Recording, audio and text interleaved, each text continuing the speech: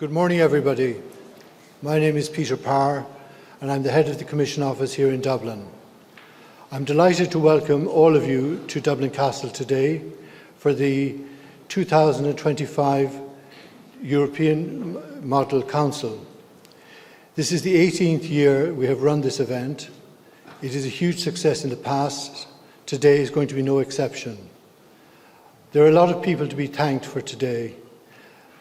The venue is spectacular. It is a real-life event venue which was used in 2012 for real-life ministers, and it has been replicated ever since, and I think it's a splendid setting for you for today. The event is a jointly run event between the European Commission and the European Parliament, and it's great to witness such enthusiasm amongst young people for Europe. All of the teachers and students who have come together today have invested greatly in this event. So too have Member States ambassadors, whose involvement is hugely appreciated by the schools and the students. It's a combined event that actually shows Europe at its best. Member States working with people, the European Parliament and the European Commission together. Bismarck said, if you like sausages, you may not necessarily like how they're made. But today we're actually going to go against that. We're going to open the bonnet and see how the process of decision-making actually occurs. The topic for today is EU digital policy and young people. It is a hugely important topic, especially for the students represented here today. Today you will take on the role of EU ministers responsible for digital policy, and you will discuss a number of measures whose purpose is to protect young people online in the EU. While you are debating a mock directive, a parallel discussion is going on in Brussels about this very subject. So it's a real-time contribution to a debate that is, as I said, very important. The EU Digital Services Act will see digital services including Instagram, Snapchat, TikTok, YouTube, and search engines like Google do more to protect the user's rights and stop the spread of illegal and inappropriate content. If they don't, then they face the risk of fines from the European Union. One standout proposal for today's debate is the introduction of an EU-wide ban on social media for under-16s. A controversial idea. Let's see what the students make of it. Let's see how the arguments are put together for or against. But it is a real topic in real time affecting the lives of each and every one here in this room. There are a number of other people I would like to thank, including our judges, Noel O'Connell, who has for many years participated in this event, in judging this event, Jane McGarrigle, National Coordinator of WebWise, Ireland's Internet Safety Awareness Centre, co-funded by the Department of Education and the EU Safer Internet Programme, and Helen Kearns, who is the Head of Media for the European Commission here in Ireland. Your time and expertise is greatly appreciated, and I don't envy you the difficult task you have ahead of you today. This afternoon we were delighted to welcome Lynn Boylan, MEP, to make the closing remarks and present the prizes to the winners. Our top prize is a trip to the European Parliament in Strasbourg in October for the Euroscola programme, which sees students become MEPs for a day. It's a hugely attractive prize and will benefit massively those who can participate in the event. So all that remains for me to do is to wish you good luck for today. You are the decision makers. You are the politicians. You are the leaders of the future. I would now like to invite our Minister for Europe, Thomas Burns, to open the event.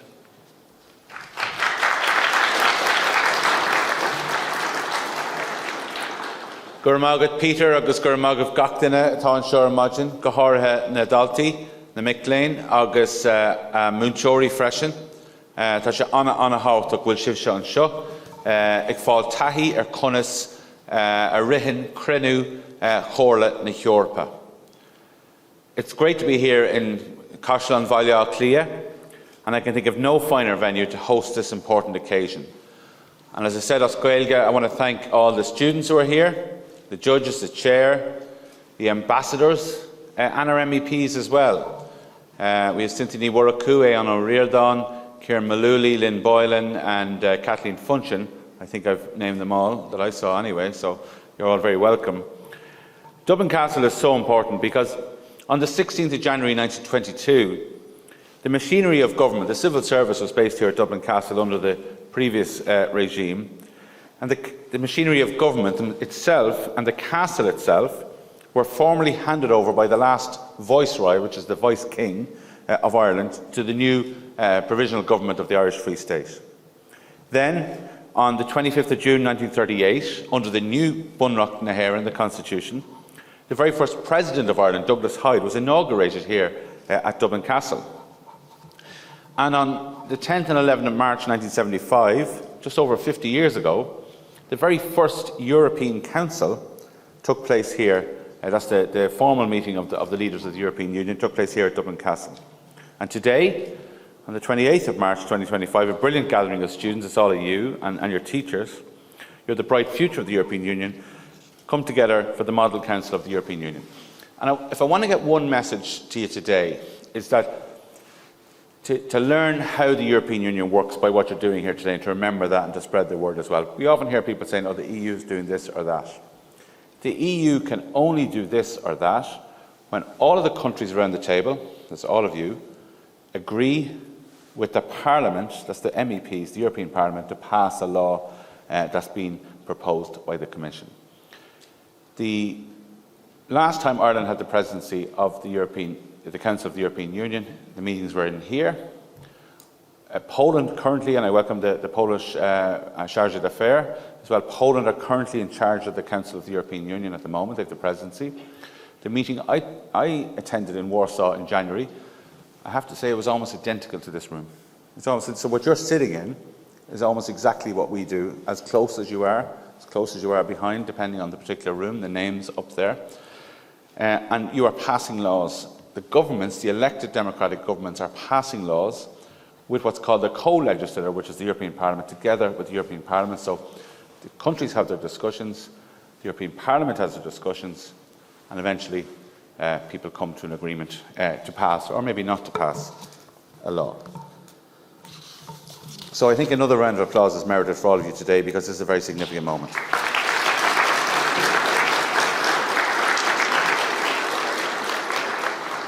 So you've all seen ministers, or particularly the Taoiseach in Brussels, or indeed Luxembourg, or indeed Strasbourg, where our MEPs go. But it's just important to know exactly what they're doing. They're sitting at tables like this. The one difference is when the leaders go into rooms, when the leaders go into their summits, there's nobody else in the room except the leaders, and maybe 3 to 4, maybe that level of civil servant as well, just taking notes and being there for administrative purposes.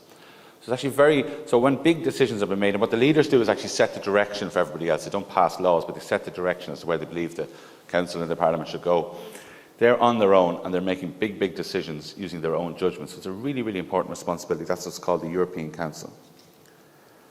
So I think we need to communicate with people about how the European Union works, and indeed how the European Union works for the people. And that's why I want to applaud Peter and the European Commission representation in Ireland, in partnership with the European Parliament Liaison Office in Ireland under Fergus O'Bara, and indeed the Polish Charge d'Affaires, who represent the Council of the European Union. The Commission and the Parliament have organised this debate today. And the debate's a really innovative way to effectively communicate Europe and to encourage active citizenship among all of us. Our democracy is so precious. It's so precious, it's not to be taken for granted. We see it being rolled back in some countries, and it belongs to all of us. And we ultimately vote to decide who sits around these tables and in the European Parliament. And I do want to thank the judges for being here today, for dedicating your time as well, and you've already been named by Peter. The topic, of course, today that you're discussing could not be more timely. I understand that many EU ambassadors have briefed their schools on what their own country's position is, and that's a very important part of the work. And I do want to acknowledge again the diplomatic corps, the ambassadors and the representatives here today. When it comes to formulating digital policy, we have to listen to you. Next year, Ireland, as I said, takes on the presidency of the Council of the European Union, and Ireland will be tasked with driving forward not necessarily Ireland's agenda, but the agenda of the entire European Union. We did it last in 2013. Twitter, Facebook, they were pretty much in their infancy at that particular time. Things have changed a lot. So I don't think we should tell you what policy should be. I think all of us need to listen to your views. You're at the cutting edge. And we do look forward to hearing how you would promote positive experiences for you and your friends in digital environments, and what measures you think should be introduced for future generations. So look, you've been working really, really hard with your teachers for today's Model Council of the European Union debate.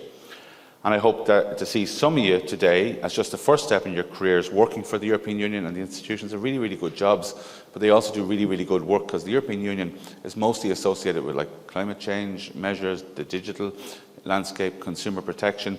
When Ireland joined first in 1973, one of the conditions of membership was that Ireland would insist on equal pay for men and women.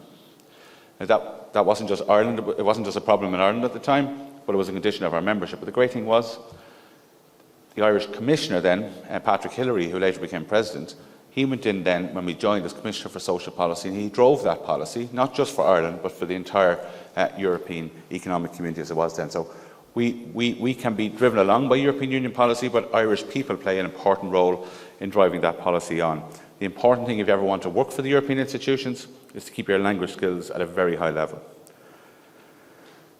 Acknowledging again your teachers, and most of you wouldn't be here today without the teachers. So a round of applause for your teachers as well.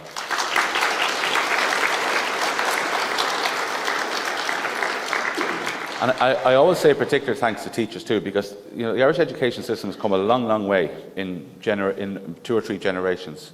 We've come from a situation where lots of people didn't go to secondary school in the 50s and 60s, to a situation today where you are among the most educated people in the world, and that is down to your teachers. And I suppose nationally we just decided to educate ourselves to a much higher level, and that needs to be acknowledged, and it can't be taken for granted. Look, well done to everybody here today.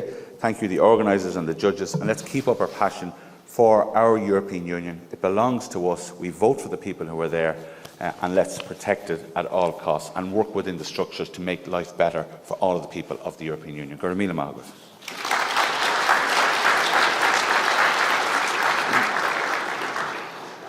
I forgot to congratulate the Department of Foreign Affairs and the OPW for the facility today.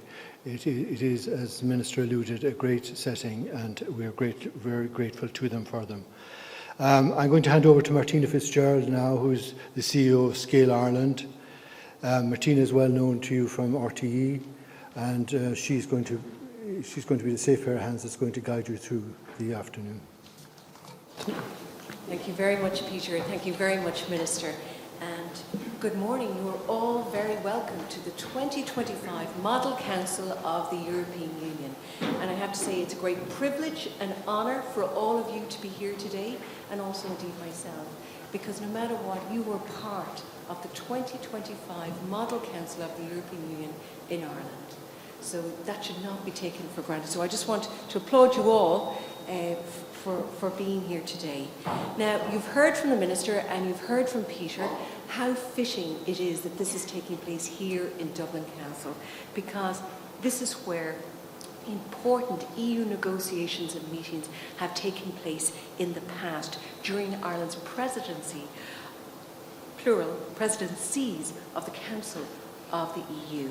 And it will also play host to very important meetings and negotiations during Ireland's upcoming presidency of the Council, which begins in July of next year. So just to bring it home, you are sitting in a building where important decisions on EU laws have been made and will be made into the future. Now today, the secondary students from 26 schools will be representing the digital ministers from EU member states. Unfortunately, the school representing Hungary had to withdraw at late notice. Now we will turn our attention to what we are debating here today, which the Minister and also Peter Power has spoken about. It focuses on the fact that we live in a digital age. We get our news, our entertainment, our communication, our social connections, and some of our education can be accessed digitally. But today, it is in your capacity as EU ministers responsible for digital policy in your respective member states that you will all debate a proposed EU directive which seeks to ban young people under 16 years of age, which some of you, I understand, that I've been speaking to, from using or accessing social media. And this is aimed at protecting them from physical and mental risks of cyberbullying, online harassment and exploitation, exposure to illegal and harmful content, and digital addiction, which can lead to social isolation. So the proposed directive also proposes setting up robust age verification processes and, here's the stick, the introduction of stiff and staggered penalties on social media companies that do not comply. On top of that, EU member states that you're representing that do not follow these rules, if implemented and if agreed at this stage today, could also face financial penalties. And they would be collected and form part of an EU-wide fund dedicated to promoting online safety. So while this is a mock EU directive, in real life it would be of huge significance to many of you, to many students in your schools, to many of your friends, and to students across Ireland and millions of young people across Europe. So you are debating a very, very important issue of importance to your age group and younger that will require dialogue and negotiation, which of course forms part, an integral part of the decision-making process at EU level. Now let's get down to today and what's going to happen. So the first part of today will run until 12 noon, and each school will be given 2 minutes. I repeat, 2 minutes to make their opening statement on the proposal. And each school will speak according to the order of the list provided to everyone, which starts with Poland and ends with Belgium. Now, before you, there is a button in the middle that you can press to trigger and turn on your microphone. And please do so when it's your turn to speak. Now, I would advise nicely everyone to keep to their 2 minutes. And you have a little help if you're having a problem with that, because there's a timer in front of you. Now, I would also ask for respect for everyone who's speaking. So while a school is making their contribution and their opening address, which it's a huge contribution on behalf of their school, on their students, on their teachers, their parents, all the work that's gone out, can you also please respect that and stay quiet so they can make their contribution very clearly. And separately, and maybe a bit ironically, the hashtag for today is #ModelCouncilEU, and we'd encourage you to post on social media throughout the day to promote what's happening here today and to your role in what is happening today. Now, just a health notice before we begin. Some people in this room have an allergy to nuts, and we're requesting that everyone not to produce, not to open, not to eat anything that has nuts, including chocolate bars. So just to take care, that's very important for today, and I'm sure you all understand the importance of that. And finally, and most importantly, congratulations to all of you for being here, for being part of this, which is bigger than one school, and this is part of the national EU Mock Council of the European Union. This will be with you forever. So the very, very best of luck to you today. So without further ado, I would like to start proceedings now and ask Poland, which has been represented proudly by Drogheda Educate Together Secondary School, to officially start the 2025 Model Council of the EU and to make their opening statement. Poland. Thank you, Chairperson. Honourable Chair, distinguished delegates and esteemed guests, my name is Fiona Carroll and I'm a delegate for Poland. Imagine a digital world where protection means empowerment, where young people navigate online challenges with wisdom and resilience. This is the vision Poland brings to our critical discussion today. The proposed directive claims to shield youth, but its approach risks more harm than protection. A complete ban on social media for under 16s, as proposed in Article 3, is not a solution. It is digital isolation. At the heart of our objection lies a fundamental truth. Young people need guidance, not prohibition. Our existing Cyberbullying Prevention Act and Personal Data Protection Act demonstrate a nuanced approach to digital safety. These laws provide graduated intervention mechanisms, age-appropriate digital literacy training, and collaborative protection strategies. The current directive reveals a profound understanding of digital literacy. Young people do not need walls, they need bridges. Our educational strategy focuses on developing critical thinking and teaching online safety, empowering young digital citizens in an increasingly digital world. Economic considerations are equally critical. Sweeping restrictions would devastate emerging tech ecosystems, particularly in innovative regions such as Warsaw. We propose alternative governance mechanisms that incentivize safety innovations and support technological development. Instead of punitive approaches, we recommend adaptive age verification technologies, mandatory digital citizenship education, and collaborative safety protocols working in collaboration with technology platforms. The European Union stands at a pivotal moment.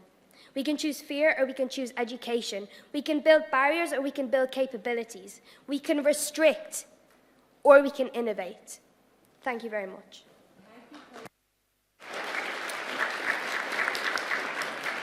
Thank you, Poland. A very strong start against the proposed directive. Just to be mindful of the time, keep an eye on the timer.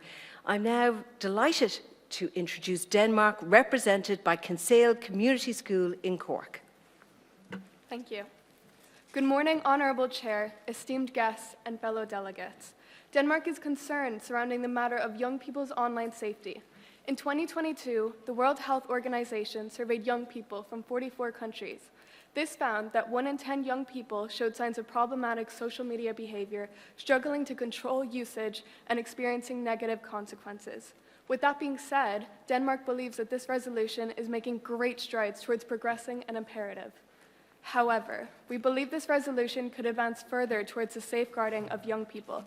Denmark puts forth that minors under the age of 18 shall also be protected under the following ban, as they are still susceptible to digital addiction and cyberbullying. To combat this, the citizens of Denmark have signed a petition in large numbers calling for a ban on the use of all social media platforms such as TikTok, Instagram, and Snapchat for minors under the age of 18, which is qualified for Danish parliamentary consideration.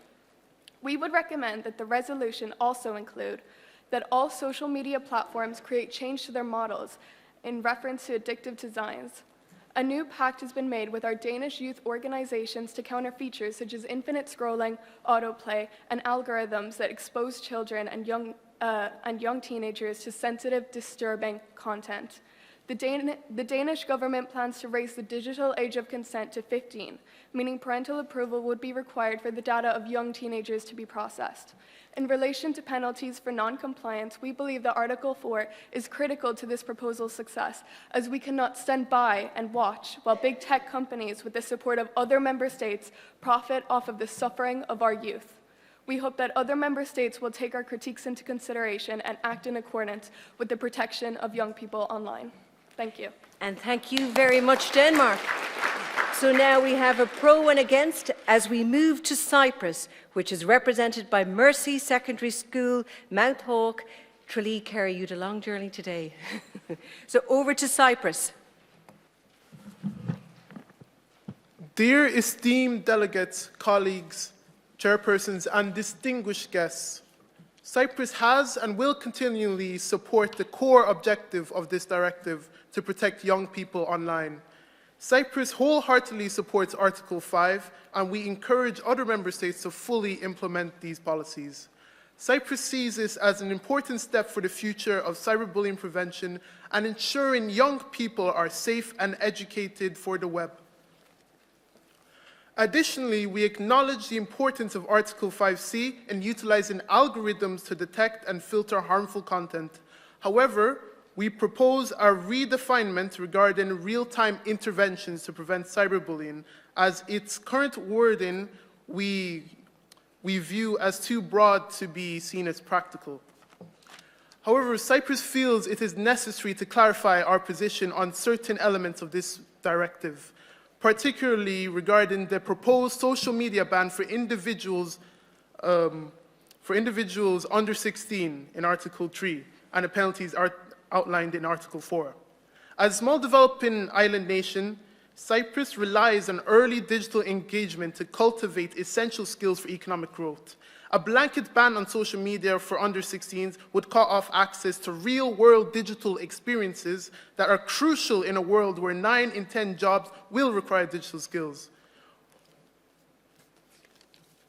We support Article 4's proposal to increase penalties for non-compliance to 10%, but we believe these funds should be strategically redirected. We propose allocating these resources to economically and bureaucratically challenged EU nations struggling to implement regulatory bodies.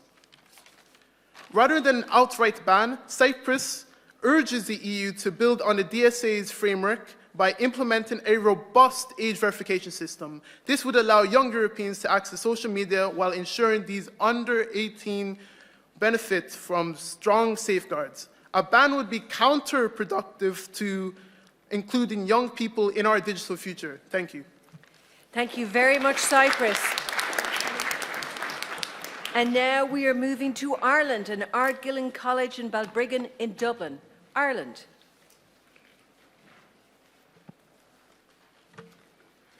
There are almost 2 billion websites on the internet. This makes it completely impossible to gauge the real size of the digital world that the young people in our society navigate for hours every single day.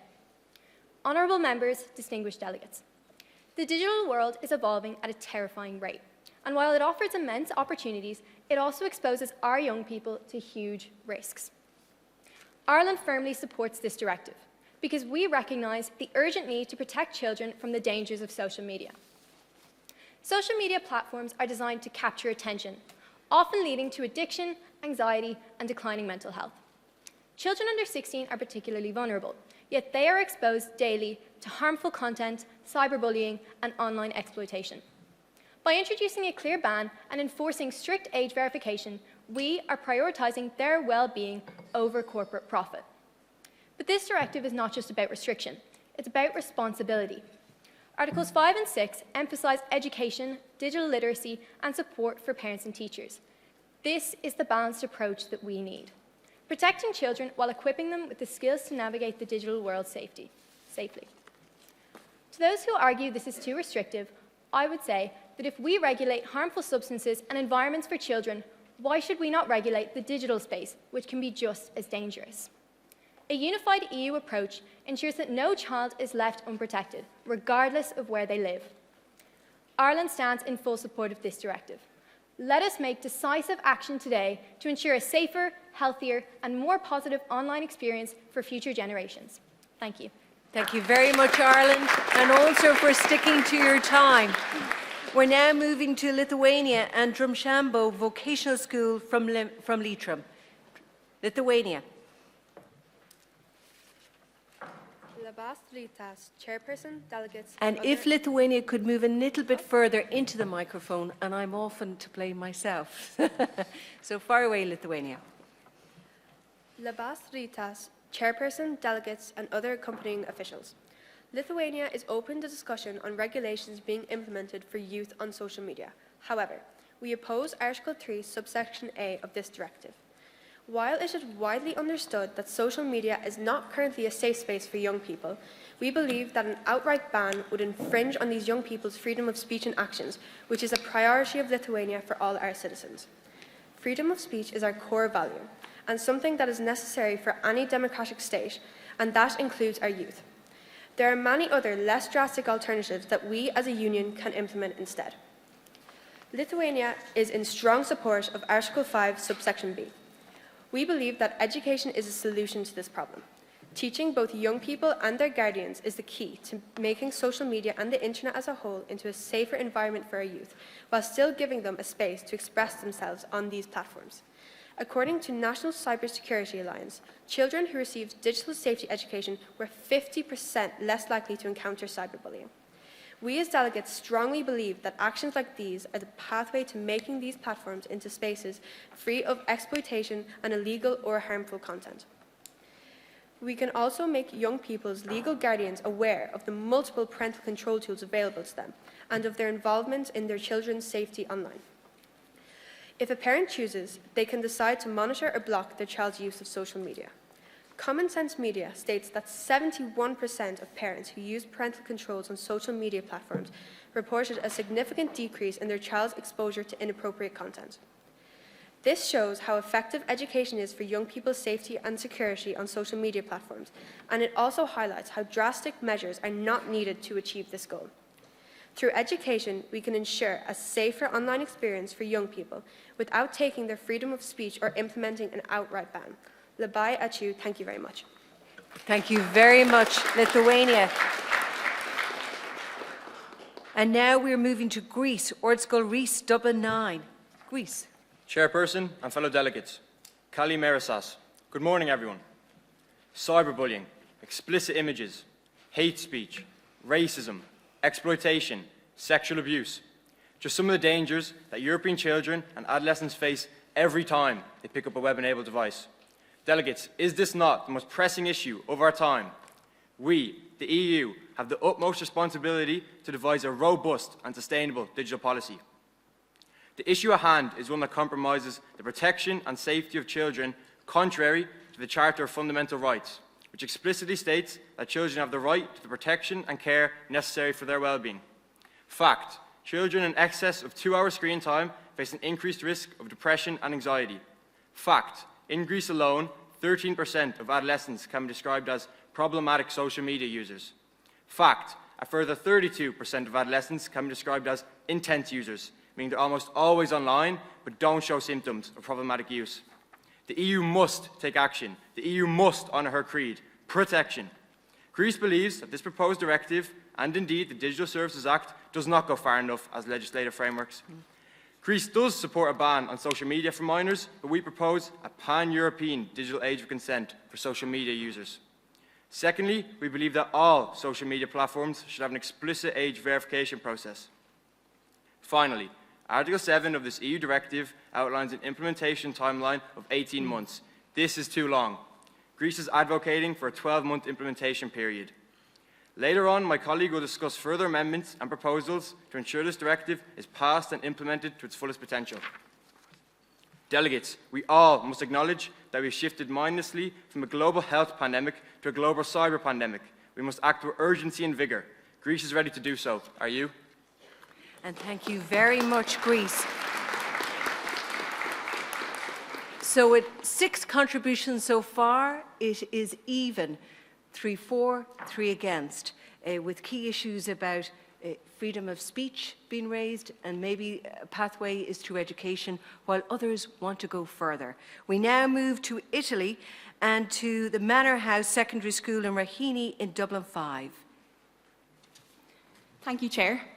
Honourable Chair, esteemed delegates and distinguished guests, buongiorno a tutti. Children are dying due to our negligence in implementing adequate safeguards online. Do we really know what our kids are exposed to? My name is Rachel. I'm together with my colleague Sophie, and we stand here representing Italy and our desire to protect our youth. Firstly, I would like to emphasise that Italy is in strong favour of this approach and believe it to be imperative in educating and protecting our young people. Social media platforms, while designed to foster connection, also enable the rapid spread of dangerous trends, cyberbullying, and inappropriate material. A tragic example is the case of a 10-year-old Italian girl, Antonella Sicamero, who lost her life attempting the Blackout Challenge, a viral social media trend on TikTok that encouraged participants to restrict their breathing to the point of unconsciousness. This heartbreaking incident highlights the urgent need for stronger protections. Italy has been proactive in implementing laws to safeguard children from the dangers of social media. To aid these laws, we have previously demonstrated our support for filtering content which may be deemed as harmful to minors, like our fellow member states, France, Spain, and Ireland. By allowing the Italian internet service providers to block access to websites which promote terrorism and child pornography, we can guarantee that our youth have the ability to grow and evolve in safe, healthy, and even educational online environments, devoid of inappropriate content and exploitation. We call upon our fellow member states to collaborate in harmonising legal frameworks across the European Union, ensuring that all young people receive equal protection and education, irrespective of their nationality. If penalties must be imposed to enforce these safeguards, Italy is prepared to do so. The well-being of our children must take precedence over the profits of social media companies. Grazie. Thank you very much, Italy. And now we are moving to Latvia and Maynooth Post-Primary School in Kildare. Labrit. Good morning, Chairperson, adjudicators and colleagues. My name is Kaylin and I will be discussing Latvia's views on the future of social media and technology for young people. The 19th article of the United Nations Conventions on the Right of the Child states that every child has the right to protection. Latvia aims to protect our young people at all costs. Latvia has always been a strong supporter of the Digital Service Act and highly values its role in ensuring a safe, predictable and trustworthy online environment. However, Latvia is sceptical about the regulation that will restrict the use of social media for young people under the age of 16. Firstly, Latvia is concerned about the justification and proportionality of such a restriction. The effects of removing social media from the lives of young people already using such platforms must be considered. More than 60% of Latvian children spend 3 or more hours a day on smart devices, according to a study conducted by the Latvian Children's Support Fund. We must consider how removing such an instrumental aspect of life overnight would affect such young people. We accept the proposal of sanctions of fines based on GDP. However, like our colleagues from Cyprus, we would argue that the directive should go further in terms of allocating these funds, funding towards mental health support, for example. Additionally, we believe that the size of each social media company must also be considered. 10% of annual revenue for some companies will go unnoticed, but for others it could bring the company to the brink. Latvia is also unclear about how such a restriction can be effectively enforced and monitored in practice. Latvia is concerned that these restrictions will force social media platforms to accumulate even more data about users. Age verification has been a topic mentioned much in today's debate, and we worry that providing proof of age via personal identification, such as passports, to social media companies poses great risks. However, methods such as facial recognition estimation systems leave a significant margin for error. To reiterate, Latvia aims to protect our young people, but we stand unconvinced that a social media ban is the way to do this. Paldies, thank you. Thank you very much, Latvia. And now we're moving to Luxembourg and Coláiste Joseph Kilmallock in Limerick. Think of the children. Honourable Chair, fellow delegates and esteemed guests, Luxembourg stands in full support of the goals and motivation of this directive. The risks and negative effects of social media on the physical and mental health of young people in our union today are obvious. We see young people obsessing over things such as their own looks or own life, comparing themselves to the perfection that they see online, engaging in unhealthy behaviours. We recognise completely the need for further safeguards, but take issue with the proposal of a blanket ban for under-16s. We believe bringing in such a ban would not protect these vulnerable young people, but instead lead them to more unregulated platforms where they may find themselves engaging with even more distressing content and end up more vulnerable than they would have been with regulated platforms. We also believe that even were this ban to be implemented, young people would of course still find loopholes such as the use of VPNs. In place of a blanket ban, we believe specific apps, accounts and further parental controls, such as is seen with YouTube Kids or with Instagram teen accounts, would be a much more effective solution to the problem we are presented with today, as well as further digital literacy and education provided from a young age. Regarding the penalties and sanctions applied to member states and corporations for non-compliance with this directive, we believe a more supportive approach is needed for first-time non-compliance. While we do agree that penalties are needed for repeated non-compliance, we believe member states and corporations who fail to comply for the first time should be provided with technical and possible financial support in assisting with the implementation of the directive. We believe that education and digital literacy are fundamental to keeping our young people safe and stand firmly in support of Article 5. We need to protect our young people, and a blanket ban is not the way. As a great leader once said, education is the most powerful weapon which you can use to change the world, and in Luxembourg we say let's use it. Thank you very much. Thank you very much, Luxembourg. And thank you to everyone for keeping to their times. It's roughly even on this. on this topic so far. So it's very interesting as we go forth now to the Netherlands, Dundalk Grammar School in County Louth. Honourable Chair and esteemed delegates, the Netherlands is proud to stand before you today to address a crucial issue: protecting young people online in the European Union. In an era where digital spaces are central to education, socialisation and personal growth, we must ensure they remain safe and empowering for all young people. The risks are real. Cyberbullying, online exploitation and harmful content threaten the well-being of millions. Studies suggest that excessive social media use can contribute to anxiety, depression, loneliness and low self-esteem, particularly among young people. The Netherlands believes in a balanced approach, safeguarding young people while preserving their digital freedoms. We advocate for stronger enforcement of the Digital Service Act, increased cooperation with tech platforms to combat online harms, and enhanced digital literacy education so young people can navigate the internet safely and responsibly. Many young people report that social media has a positive impact on their lives, keeping them close to family and friends, especially those they may not see in person as much. This can help them feel more grounded, supported, and included. It is important that actions of platforms and national and European legislative proposals do not affect fundamental rights, including freedom of expression, but safeguard them instead, as outlined in the values-driven digitalisation work agenda.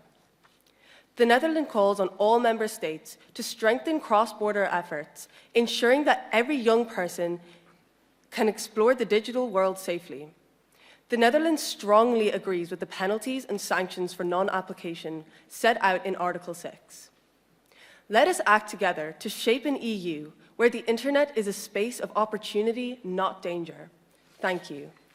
Thank you very much, the Netherlands.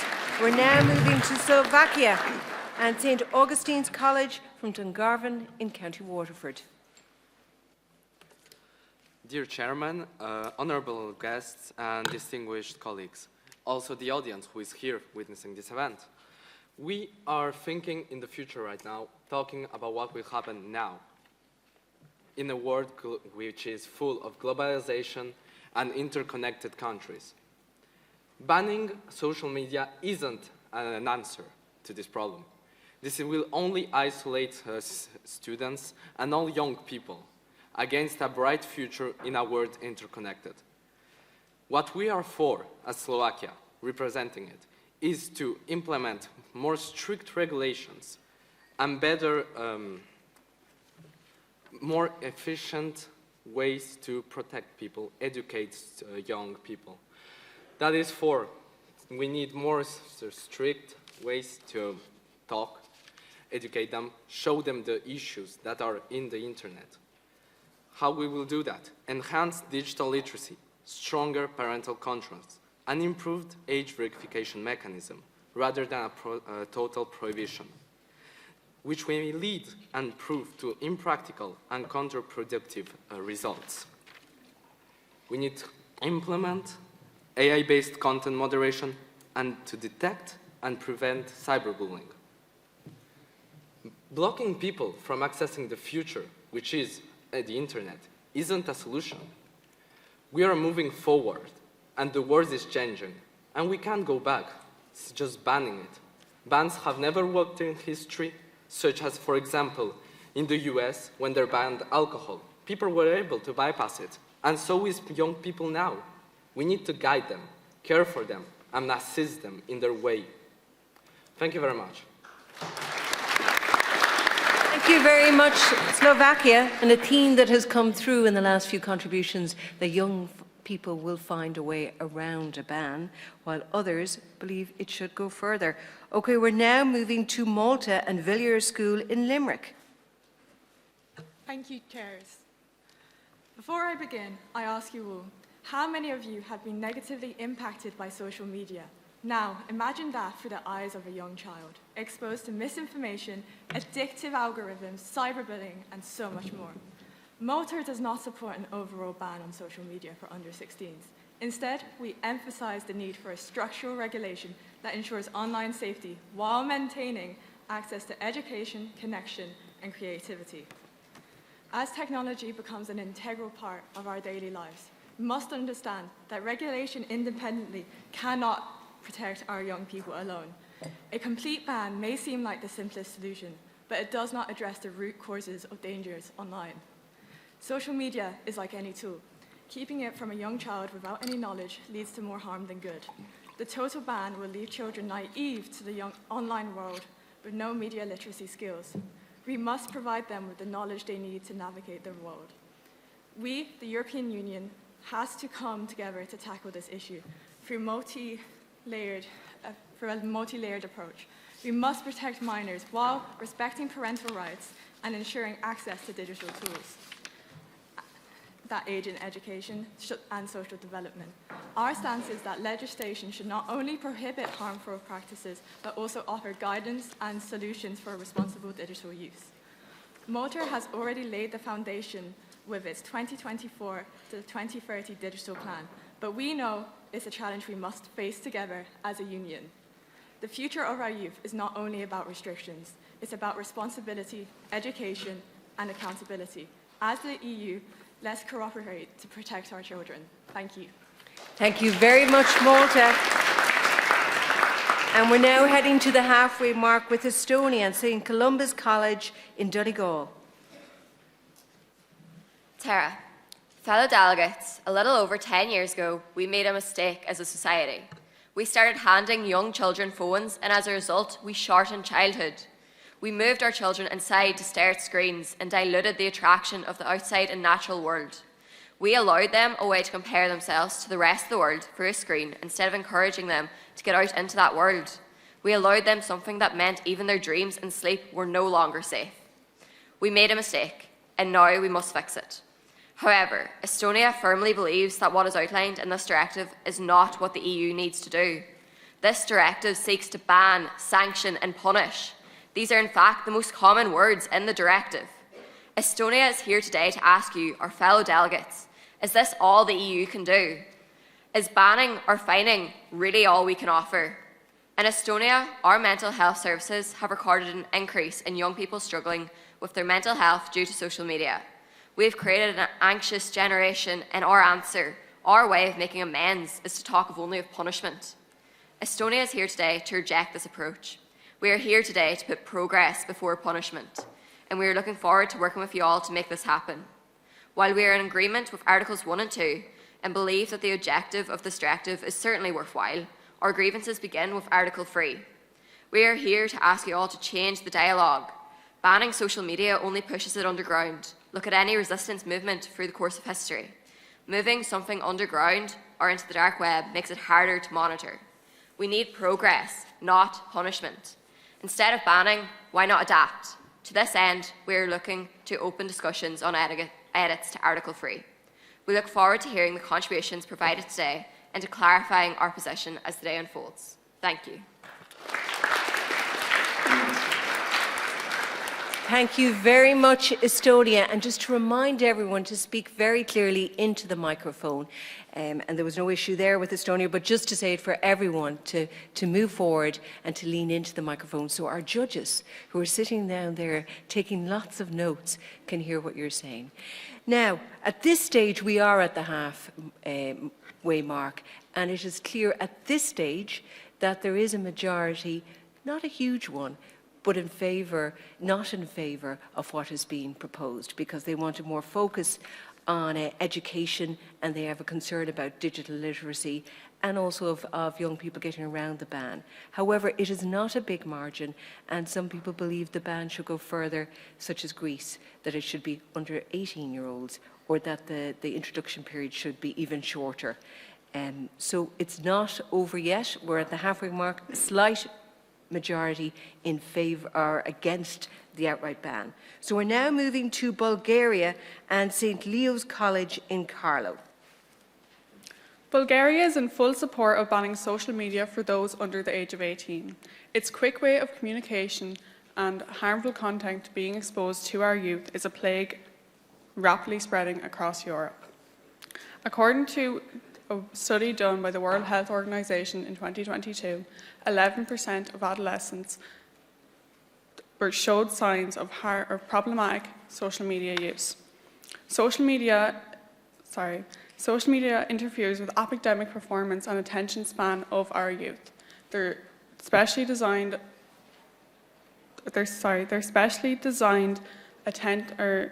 addictive apps throwing off our attention spans. According to Statista, the average screen time of a teen in 2023 was 151 minutes. Europe's youth are missing out on valuable real-life experiences and face-to-face interactions. No one understands the implications of excessive use of social media, so why do we let our youth become the test subjects? By implementing a ban on social media for those under 16, the EU would take a crucial step into protecting our youth. Bulgaria proposes that the EU puts responsibility onto these social media platforms, forcing them to take accountability and recognise their issues. Social media applications should have age verification tactics, confirming that no one under the age of 16 is allowed on these apps. It is time the EU prioritised the well-being of its youth and gave them the space to develop and nurture in a social media-free world, one free from the pressures of the internet. In the words of Henry Ford, failure is simply the opportunity to begin again, but this time more intelligently. Let's work together to create a safer, more supportive world for our young people. Thank you. Thank you very much, Bulgaria. And that's the second reference to that World Health Organization report and its findings. We're now moving to Austria and St. Vincent's Secondary School, Dundalk. Good morning, adjudicator, chairperson and fellow delegates. My name is Ellie Sharkey and I will be representing Austria in today's discussion. As a nation, we would like to point out that we are in favour of social media being restricted instead of banned for those under 16. And in this time, we want to indicate our stance and why it is crucial to take action.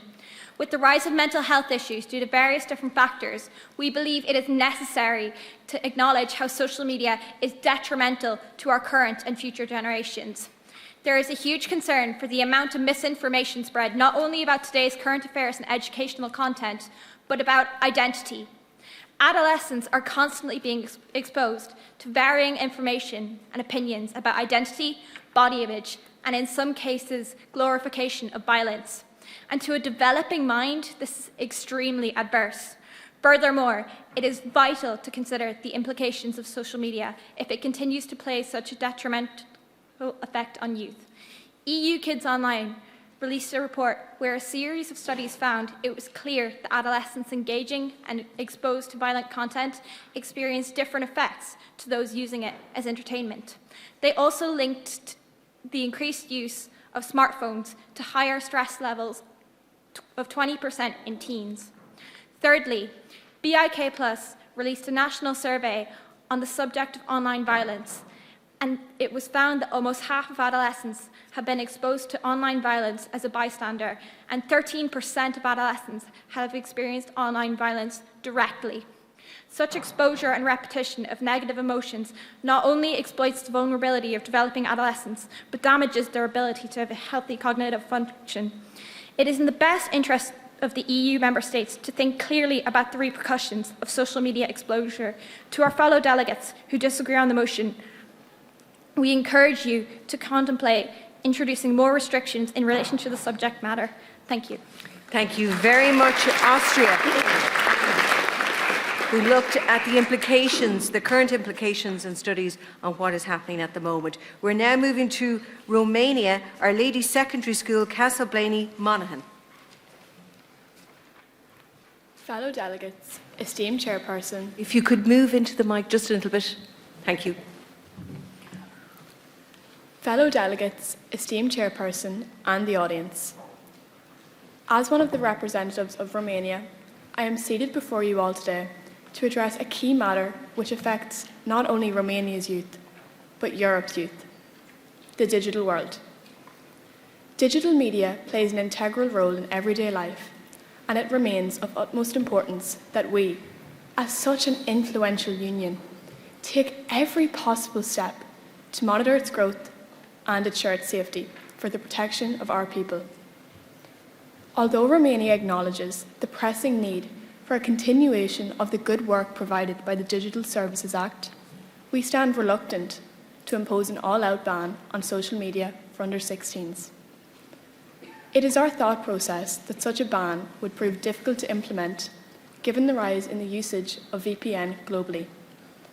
However, Romania is committed to preserving the Better Internet for Kids strategy by the European Commission in order to minimise youth exposure to cyberbullying and harmful content online. In contrast to this, Romania does acknowledge the significant concern with disinformation.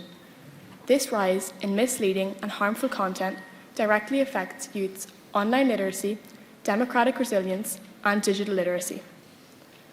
As an advocate for responsible digital policies, Romania supports EU-wide measures for enhanced transparency requirements for both social media platforms and AI-driven detection tools. As cyber threats rise, Romania advocates for stronger cybersecurity training.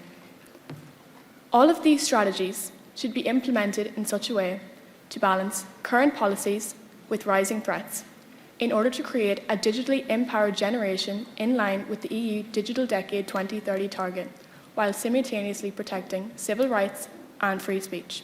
Thank you for your attention. Thank you very much, Romania. And the last number of contributions, the majority of the last number of contributions, and overall the picture is still most are in favour or not in favour of an outright ban, as we move to Finland and Kalauste Kilmortin from Wicklow. Honourable Chairperson, esteemed delegates and distinguished guests. Today we gather to discuss an issue of immense importance, the protection of young people in the digital age. As a representative of Finland, a country known for its commitment to digital innovation, education and human rights, we welcome the initiative of this directive and the steps it takes to ensure a safer online environment for our youth. The Internet provides young people with invaluable opportunities for learning, communication and creativity. However, we cannot ignore the significant risks that come with it. Cyberbullying, digital addiction and exposure to harmful content.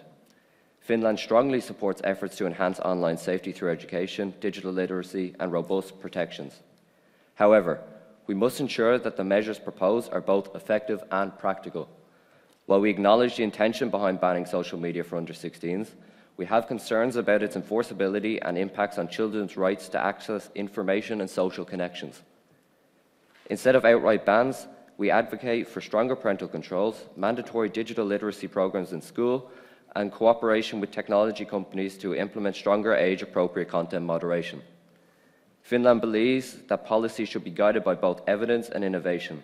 We call for a balanced approach, one that protects young people while respecting their rights and preparing them for responsible digital citizenship. Let us work together to refine this directive so that it truly serves the best interest of Europe's youth. Thank you. Thank you very much, Finland. And the last two contributors, both using the word balanced approach. We're now moving through Croatia and Dean's Rath Community College from Dublin. Dobro jutro, dragi delegati Europske Unije, Preția, Davajuci i Suci. Good morning, fellow delegates of the European Council, Chairperson and adjudicators. My name is Emily Kinsella, and I, along with my colleagues Jay Kavanagh and Aaron Connors, are proud to represent Croatia today. Today, we were amazed at the level of enthusiasm, friendship and hope among us when we engaged in networking with our fellow members this morning. Being International Ideas Month, it was fascinating to see each nation's views and ideas on the topic of protecting young people online in the EU. Croatia unequivocally supports the notion of protection, but not a ban. We have already taken significant steps to protect children in the digital space. Our enforcement of the GDPR ensures that children under 16 cannot have their data processed without parental consent. Furthermore, our criminal code imposes strict penalties for online offences, reinforcing our zero-tolerance approach to online harm. However, we agree with nations such as Portugal and Poland that national regulations alone are not enough. We need a united EU-wide strategy to ensure these protections extend beyond borders, preventing young people from slipping through regulatory gaps, which is why we are here today to propose our initiative Cyber Shield 25 in place of a ban. This will link EU member states' national programmes and policies for the safety of youth online and spread them across the EU, ensuring cyber security for all. We hope to discuss this as the debate progresses further. Moreover, Croatia has embraced solutions such as the Red Button, an initiative that allows anyone, especially children, to report online abuse with just one click. Aligning with Article 5, HACOM, our national regulator, educates parents and children about responsible internet use. But awareness alone is insufficient. We must continue for stricter regulations on online platforms, stronger content moderation, and more robust parental controls across the EU. Member States today, the internet should be a place of opportunity, not a danger zone. The Croatian proverb meaning no solutions without discussions. We should come together to prioritise child protection. Croatia stands firmly in favour. Hvala. Thank you very much, Croatia. With 18 member states having now given their opening statements, 12 are against a ban. We move to Germany, Loretta Secondary School from Fermoy in County Cork. Honourable Chair, fellow members of the Council and esteemed guests, good morning and welcome. The delegate of Germany is proud to be in attendance of this Model Council of the European Union today and thanks our gracious hosts. The nation of Germany is deeply concerned with the safety and protection of young people online and recognises the threat that online platforms pose, particularly for individuals under the age of 16. Issues such as cyberbullying, the spread of misinformation and exposure to inappropriate content are prevalent for people under 16 with access to the internet. However, this delegate believes that stricter regulations must be implemented for young people with online access in favour of the complete ban which today's directive suggests. Article 3 of the directive proposes prohibiting people under 16 from accessing any social media platforms or creating online accounts regardless of if they have parental consent or not. This delegate believes that the solution to protecting the safety of young people online is not prohibiting them from using social media, but implementing stricter guidelines to ensure that they are protected from harmful content. We do not want our young people to be uninformed on global issues or international news, and banning them from accessing online resources will ensure this. Online access, just like anything else, comes with benefits and drawbacks. While it is necessary to recognise the drawbacks, which have severe negative impacts on mental and physical health, we must recognise the benefits to understand the complexity of this issue. Young people use online platforms for research purposes. It is how we ensure that they were not isolated from their peers during the COVID-19 pandemic, and it is a beneficial tool when regulated accordingly. The nation of Germany supports the sentiment of this directive, but does not believe that prohibiting social media access is entirely feasible or beneficial for young people, for social media companies, or for member states. This delegate would like to see stricter regulations implemented in all EU member states to manage the issue of young people under 16 accessing online services without prohibiting it completely, as Germany is working to achieve through extensive legislation such as the German Interstate Treaty on the Protection of Minors in the Media. This delegate hopes that this Council will achieve such a solution today. Thank you. Thank you very much, Germany. And another voice for stricter regulation rather than an outright ban. We're now moving to Portugal, Our Lady of Mercy College in Beaumont in Dublin. Honourable Chair, esteemed delegates and distinguished guests, good morning. We are the delegation of Portugal and it is both an honour and a privilege to be here today to participate in this debate. We stand before you to discuss an issue of immense importance and far-reaching consequences. The proposed ban on social media for young people under the age of 16 across the European Union. As Portugal, we support the goal with the proposition given, but think it has some shortcomings. For example, limiting the right of access to information and possible GDPR compliance issues. While we acknowledge the concerns that have led to this proposal, issues such as the spread of misinformation, online hate speech, and the erosion of privacy, banning social media outright for young people is not the solution. The digital world, as complex as it may be, is an essential part of all of our lives. It allows us to communicate, to share ideas, to have a voice, be seen, and to connect across borders. As the majority of young people in the EU member states cannot vote until the age of 18, social media is a place where they have a chance to have a voice and express their opinions. Our own MEPs use social media as a tool to reach citizens, especially young people, and in education outreach. In Portugal, we are actively doing this already without this proposal, such as our recent legislation banning out-of-hour work contacts both online and offline. In conclusion, we urge all delegates to consider the far-reaching implications of this proposal. A ban on social media will not solve the underlying problems. It will only create new ones. The delegation in Portugal ultimately stands against this motion in its current form, and we hope to engage in a constructive and forward-thinking debate that puts the rights and freedoms of European citizens at the forefront, and we shall be tabling an amendment which we believe will help us achieve this in due course. Thank you. Thank you very much, Portugal, which is opening the door to amendments. Now we're going to Slovenia and Loretta Clomel in County Tipperary. Honourable Chair, fellow ministers, Slovenia is delighted to be here to speak at this prestigious event on the topic of protecting young people online in the EU. Slovenia is against this proposal as it invokes harsh punishments without emphasis on preventative measures. Furthermore, we believe this legislation will be both difficult to enforce and impossible to justify. We disagree with Article 3 in this proposal. An outright ban on social media is a step towards limiting free speech. Online safety can only be effectively cultivated through education, as education tackles the root issue. Due to social media's long-standing position in youth culture, its effects have been vast. For example, young people have built an entirely new form of connection on TikTok where they share their thoughts and personalities all under 15 seconds. Ministers, if we wish to spark realistic change, we must acknowledge these impacts. Slovenia believes this may be achieved through implementing a robust school curriculum. This may include online awareness programs, teaching materials for parents, and resources designed to help young people use social media. My fellow Slovenian ambassador and I are confident that an emphasis on education and awareness is the answer, rather than a full-on ban. We further request the Council to reassess Article 6 within the proposal. We ask all ministers to think about the penalties for non-application listed. We acknowledge the role of sanctions in diplomacy, but the proposed penalties are disproportionate. Economic measures must be used judiciously, not as a blanket punishment. In 2020, our EU President, Ursula von der Leyen, remarked on the digital age, quote, "Today an internet connection is as important as access to electricity, water or healthcare." The online world is a driving force in the lives of the future generations, and as such, we must treat its users with the utmost care and respect, regardless of age. Slovenia looks forward to the debate ahead as we sow the seeds of safety in the futures of young people today. Thank you. Thank you very much, Slovenia.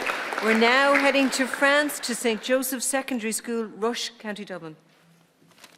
Fellow delegates and Honourable Chair, it is the position of the French Republic that we support the directive and all the underlying articles, including the ban on social media for under-16s. However, we propose slight amendments and additions to a number of these articles. Social media, although one of the great inventions of the information age, is heavily complicit in numerous negative health effects, especially on the developing brain. Cyberbullying, anxiety, depression, online addiction, low self-esteem, privacy threats, and online misinformation, all of these have been linked to social media. While the EU has taken important steps, further action is needed to fully address these challenges. We propose, in order to increase the effectiveness of this directive, that Section B of Article 3 to include the creation of a standard EU-wide age verification mechanism relying on a photo ID. Section B and C of Articles 5 and 6 to state, fines for private companies must be calculated on the severity of the violation, whether it was an oversight or a deliberate breach of law. Fines for member states in cases of non-compliance must be calculated as a percentage of GDP, ensuring penalties are both proportionate and dissuasive. As well as amendments, we also propose additional points to Articles 3 and 5. Thereas, Article 3, Section C would mandate hybrid human-AI content moderation across all major platforms, setting EU-wide standards to swiftly remove harmful content whilst minimising the risk of censorship. Expand the Better Internet for Kids programme, funding local safer internet centres and digital literacy campaigns to educate both children and adults on responsible social media use. We urge all delegates to support these measures. Together we can build an internet that is open, innovative and safe for all. Thank you. Thank you very much, France. And education again, a common theme. We are now moving to Czechia and Balearburg Community School in County Cavan. Ahoy, esteemed delegates. My name is Yvonne. Czechia supports the protection of children and online safety, and we agree that something must be done in order to combat social media addiction and mental health caused by social media. Article 4 of the directive states that Member States shall impose penalties on social media companies that fail to comply with the requirements set out in Article 3. However, like Ireland and France, we don't feel that this is enough. Much like we don't let young children drink a litre of vodka, we shouldn't let them spend all day on social media, which has been scientifically proven to be detrimental to their development, including potential increased aggression, unhealthy eating habits, body image dissatisfaction and distorted values and attitudes, according to the European Parliament. We should not only hold tech companies responsible for the protection of children on the internet, but parents as well. Czechia believes that much like selling alcohol to under 18s is illegal, so should providing under 16s with access to social media, whether that comes from a tech company or a parent allowing their children to use their account, which my fellow delegate Emer will speak more about. Czechia feels that we should amend Article 3 and include prohibiting parents from allowing their children online. Czechia had the 12th highest rate of online bullying in the 28 countries surveyed, according to the Microsoft Corporation. 37% of children in Czechia report being cyberbullied.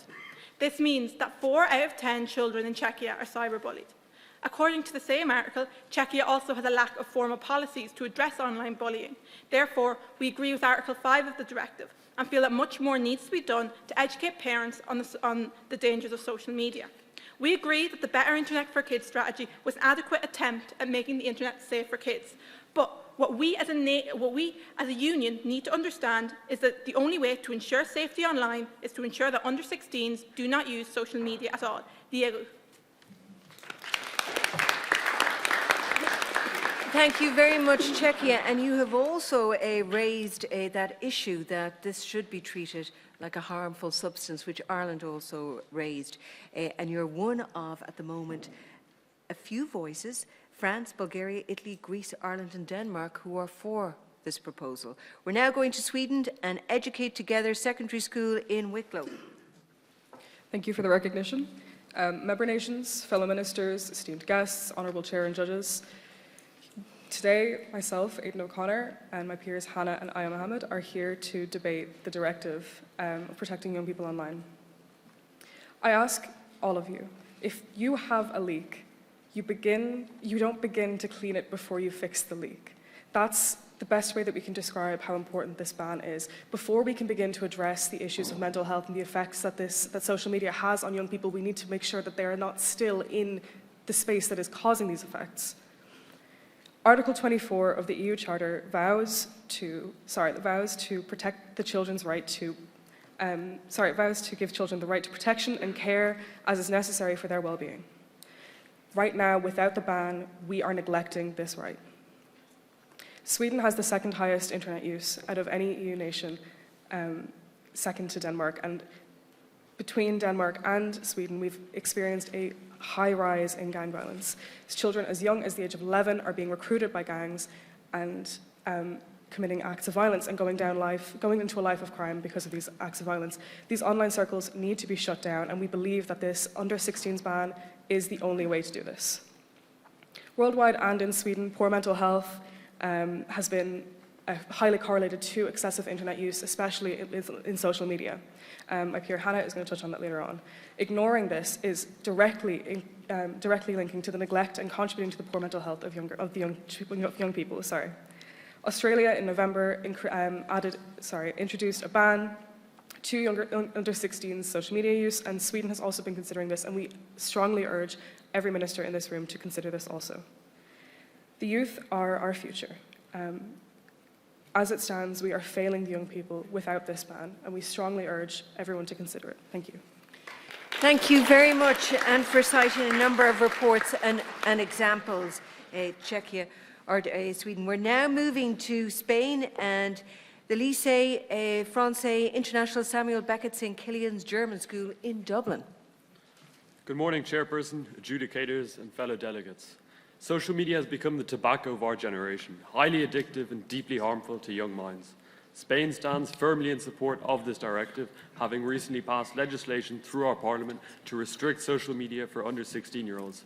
As a trailblazer of this policy, we urge Europe to seize this opportunity to lead protecting the well-being of millions of children across our continent. The greatest danger in times of turbulence is not the turbulence, it is to act with yesterday's logic. Today we face a digital turbulence, a rapidly evolving landscape where old approaches are no longer sufficient. We cannot protect tomorrow's children with yesterday's policies. It is time for decisive action. The negative impacts of social media are well documented and undeniable. Studies show clear links between excessive social media use and rising rates of anxiety, depression, and low self-esteem, worsening an already difficult mental health crisis. In Spain, where Where social media addiction rates are among the highest in Europe, we have seen firsthand the toll it takes on our children's well-being. The constant exposure to unrealistic beauty standards and harmful content is devastating. Opponents may argue that this limits freedom of speech, but freedom without protection is a hollow promise. Do we allow children to drive, drink, or gamble in the name of freedom?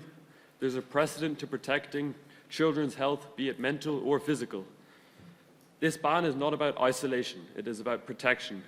It is a necessary safeguard to allow children to grow up in a healthier environment, free from the pressures of a profit-driven digital world. By implementing robust age verification methods, such as stated in Clause 3b, we can shield children from the dangers of an unregulated digital world. We call on our fellow member states to prioritise the welfare of the next generation over corporate interests. The evidence is irrefutable. Our youth deserve better. Thank you. Thank you very much, Spain. And the last few contributions have been pro the ban. And finally, fittingly, to Belgium, which is represented by Presentation de La Salle College in Carlow. Bonjour à tous, Honourable Chair and esteemed delegates. Today we're faced with a question on whether to ban social media for young people under the age of 16.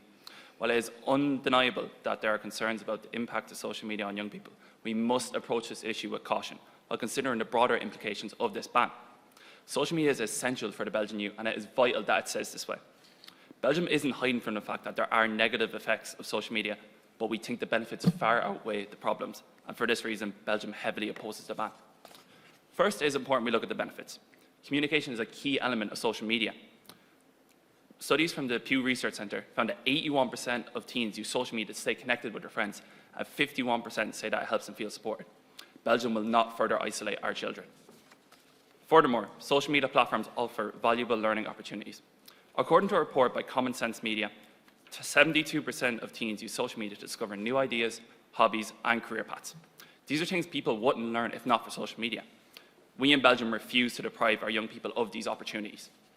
The argument that a ban would reduce exposure to harmful content does not address the root of the issue. Instead of a blanket ban, we should focus on two main areas. One, digital literacy education. We must teach our young people to navigate online spaces safely and responsibly. The European Commission has emphasised the importance of digital literacy in combating online issues such as cyberbullying and misinformation. Belgium wishes to re-emphasise this today. Parental involvement. Statistics show that rather than banning, parental involvement is far more effective. A study from the University of Oxford found that teenagers who engage in conversations with their parents about social media are far less likely to experience negative effects such as anxiety or depression. Ultimately, instead of restricting access, we should focus on guiding our youth to use social media responsibly. We must ensure that social media remains a force of connection, learning and support rather than isolation or harm. For these reasons, Belgium could not possibly stand with the ban. Merci. Thank you very much, Belgium. And thank you all for speaking so clearly, so concisely, based on evidence, in some cases of what is the country that you are representing, or on reports, or on your own sense of this proposed EU directive. At present, 16 of the 26 EU member states are against the ban. Some have opened the possibility of amendments, or perhaps working together with other member states to come to an agreed position. And we have seen some common themes. But now that concludes our opening statements and the first part of today's debate. So we are now moving to the next section, which will run up to 1 o'clock, and then we'll take a break for lunch. At this point, team members might want to swap their seats to allow their other member of the team to contribute in this section, and you can change positions now before we begin. Now, everyone has changed positions. During this section of the debate, you can contribute by providing more details on your national position, or perhaps you would like to make a comment or ask a question to another member state. It is entirely up to all of you. If you want to speak, wait until I finish speaking, and then and only then can you alert us that you want to speak by putting your member state's nameplate on its end. I will then list the countries that are speaking next in groups of 3 or 4. And please note that member states are only allowed one contribution during this section, so to ensure that we hear from everyone, and that is fairness. So please abide by this, and we will make you abide by it as well. Now, for this part of the debate, you will have 2 minutes to make your contribution. So I am going to ask you in this section to really watch your time, and we will interrupt if we have to if you're going over your time, because it's being fair to everyone who is participating. And again, a reminder, just one contribution, an opportunity to speak in this section. So carefully think about your points that you want to make or the impact that you want to make. And I would like to encourage everyone to make a further statement. So we are now going to commence the second section. So would everyone who wants to speak in this section please raise their plate on its end, and we will mention in groups of 3 who's coming up next.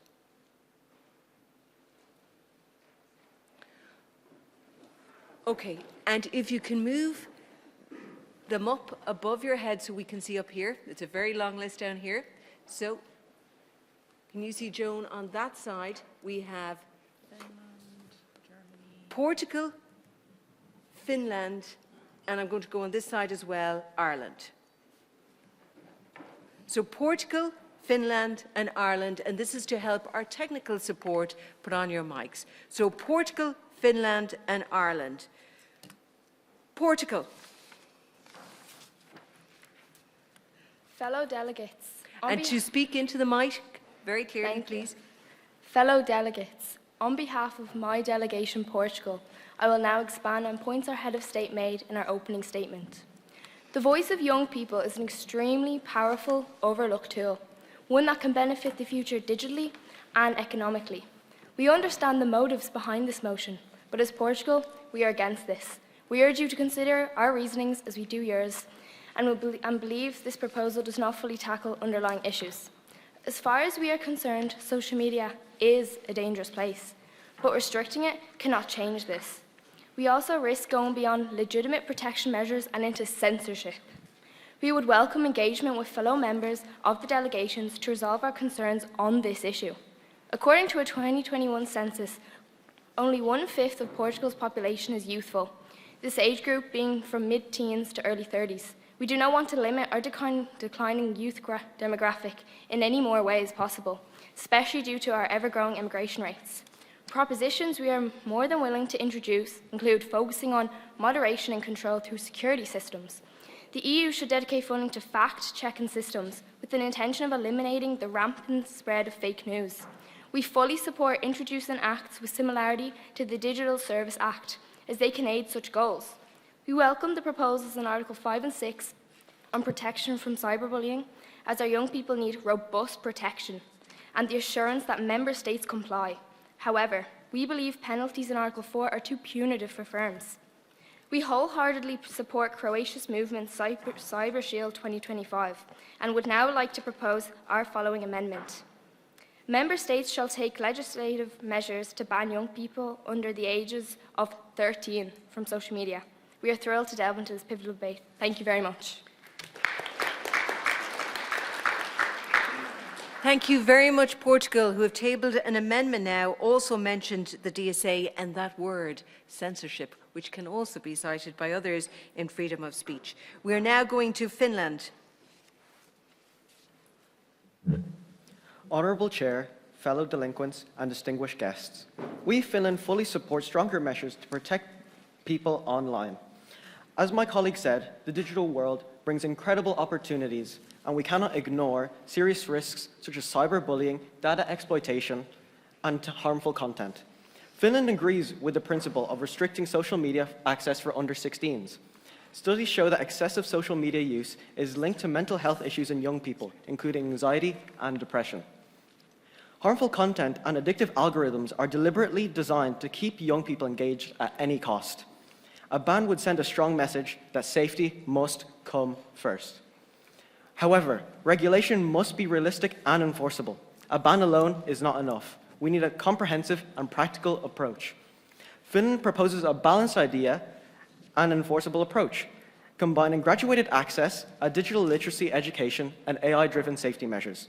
Instead of a full blanket ban on under 16s, Finland proposes a gradual ban in a tiered system. with under 13s having no social media access, ages 13 to 15 having access to social media but under very strict guidelines, and granting all ages over 16 with full access and full platform accountability. Instead of just restricting access, we must educate our young people also.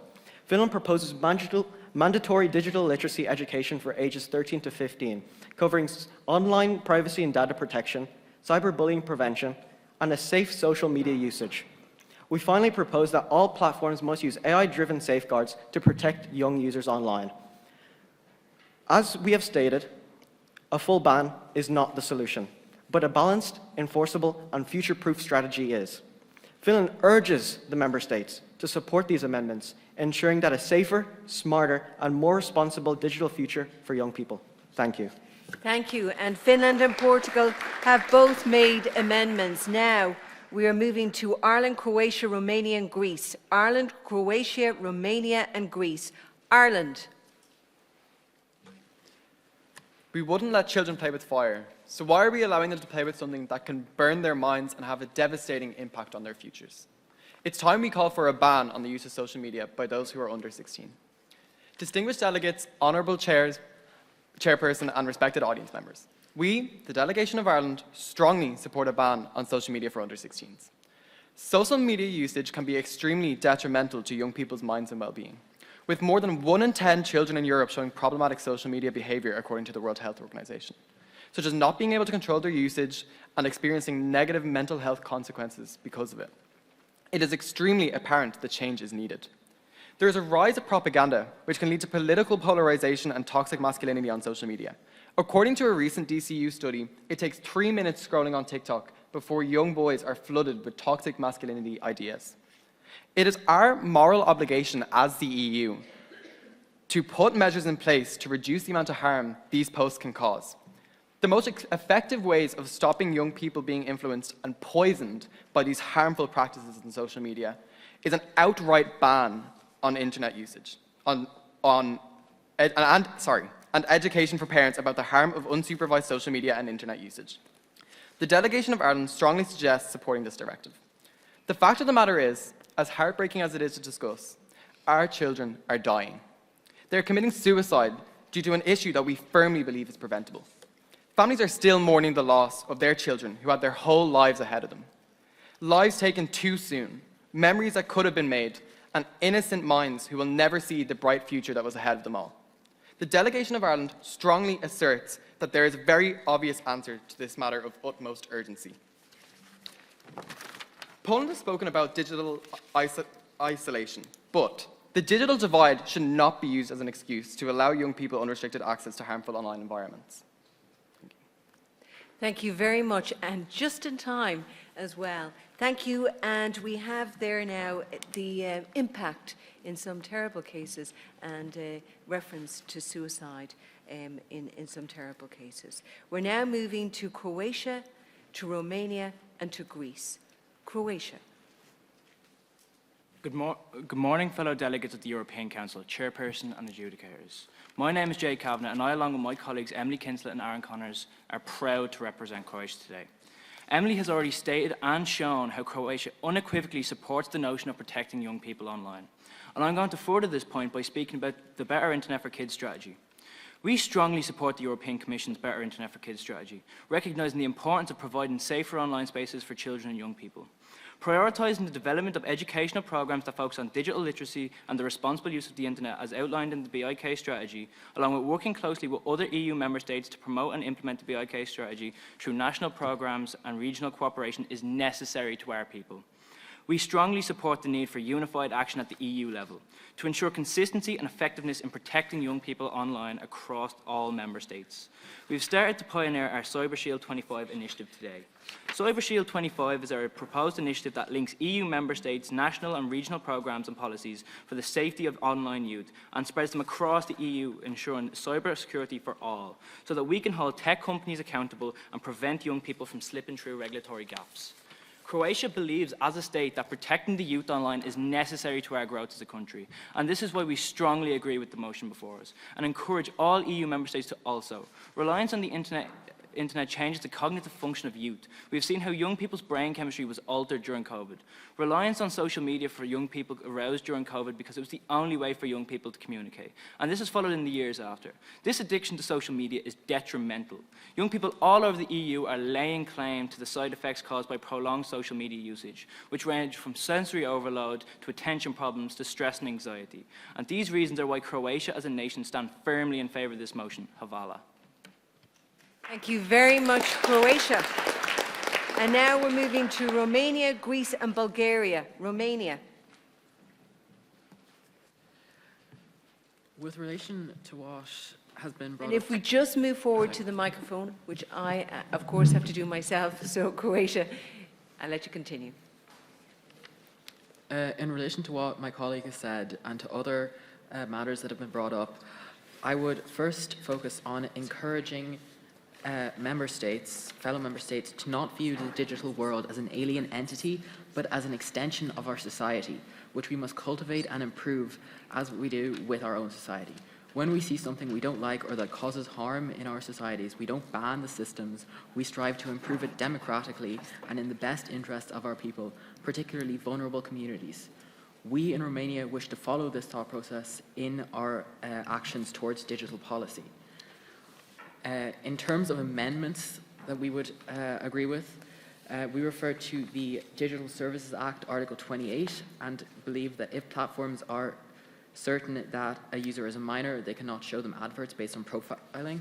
We also refer to the GDPR regulation, which prevents usage of data of children under the age of 16. In relation to Article 3 and 4, we do acknowledge the risks faced by young people online and support the limiting of under 16s access to social media through the aforementioned policies. We don't believe it is realistic to enforce an all-out ban as per Article 3, as it would not work on a scale large enough to promote long-lasting change. We enthusiastically support the Better Internet for Kids strategy to promote safe digital experiences, protecting children from harmful online content.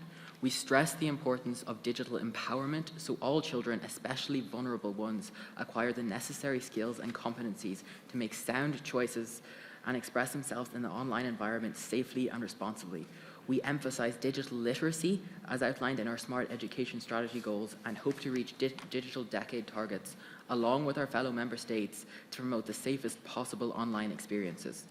Thank you. Thank you very much, of course. And that was Romania, which of course referenced their digital empowerment. Now we're going to Greece, to Bulgaria and to the Netherlands.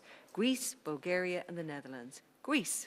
And can I just ask, actually, before Greece begins, those who have made their first contribution, can you put down your nameplate, because that can be confusing. Thank you very much. So we're going to Greece.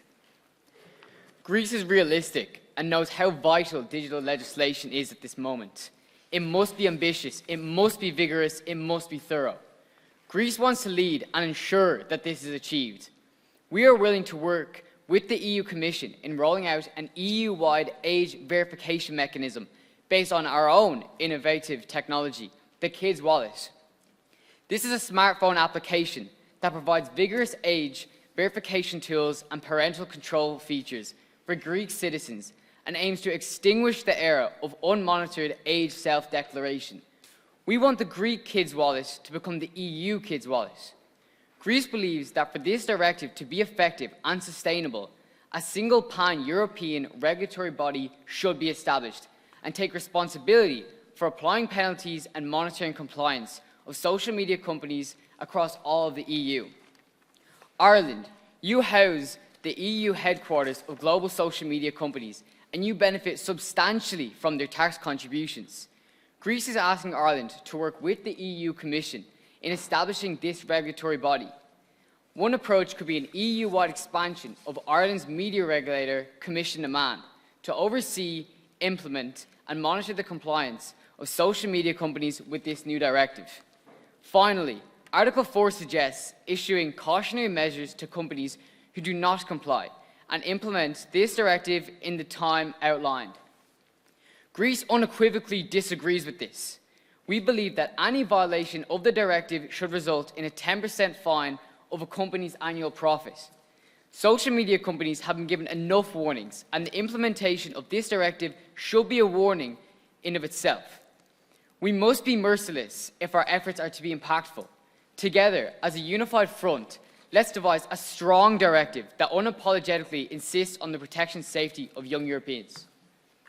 Thank you very much, Greece, who is pro this ban.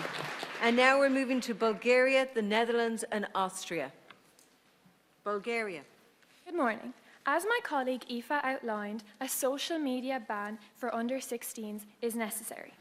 A survey done by the European Commission in 2023 stated that 86% of Bulgarian children use social media every day, a third of their profiles being public.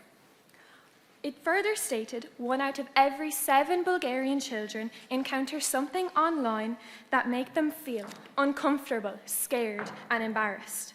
This is imperative that we place this ban and put it into place. To agree with Italy's stance on the TikTok challenges, there's a case in Bulgaria of a student who came in after participating in a TikTok challenge, breaking his back, another breaking his leg. We fully agree with this ban, stating that it does need to be put in place. Thank you. Thank you very much, Bulgaria. And that another voice in a row in favour of the ban. We're now moving to the Netherlands, Austria and Cyprus. The Netherlands. Honourable Chair and esteemed delegates, I would like to further enhance the Netherlands' views on this motion. There is no doubt that social media has many negative effects on young people, with more than 1 in 10 adolescents showing signs of problematic social media behaviour, struggling to control their use, and experiencing negative consequences. Studies have found that the occurrence of depressive symptoms among adolescents has nearly doubled over the past decade. On the other hand, the Netherlands recognises the value of social media platforms for young people for a range of groups, such as those part of the LGBTQ+ community, who otherwise may have no one else to turn to. Online communities help them feel connected, validated, and understood through these platforms. This is why the Netherlands calls on the EU to strengthen the Digital Services Act, which aims together with the Digital Markets Act to ensure digital users have access to safe products and protect users' fundamental rights. We propose amendments within the DSA, such as stricter content moderation for harmful content, in line with Article 5, Section C in the EU directive. The DSA requires risk assessments and reporting mechanisms, but it does not force platforms to take down harmful but legal content, such as self-harm promotion and extreme dieting content. A clearer definition of harmful but legal content and an obligation for platforms to proactively alleviate risks, like by adjusting recommendation algorithms, should be enacted. There is no strict age verification, which should be strengthened by requiring independent, privacy-preserving age verification, like encrypted IDs, checks to prevent young users from accessing harmful content. Along with this, the General Data Protection Regulation requires parental consent for under 16s in many countries, but it is not strictly enforced. A unified EU-wide age limit and stronger enforcement would improve compliance. Thank you. Thank you very much, the Netherlands. And now we move to Austria, Cyprus and France. Austria, Cyprus and France. Austria. As stated before, Austria is in favour of social media being restricted for those under 16 years of age, as the complete ban would only open the door to illegal activities. It is clear to society today that bullying and hate speech has been normalised online, which is affecting the views of our younger generations. This is primarily caused by algorithms luring teens down dangerous paths, exposing them not only to violence, but red pill content, which is the encouragement of misogynistic, sexist, and homophobic views. An example of this affecting us in real time is a recent hate crime in Austria targeting the LGBT+ community, organised online. The perpetrators, some as young as 14 years old, lured the victims via an online dating app into forests and attacked them. It is strongly believed that the perpetrators were exposed to red pill content online. To make matters worse, the crimes were videoed and posted online, further contributing to the glorification of violence on social media. This is not just an Austrian issue. In Europe, according to the EU Kids Online 2020 survey, about 1 in 10 children fall victim to cyberbullying every month.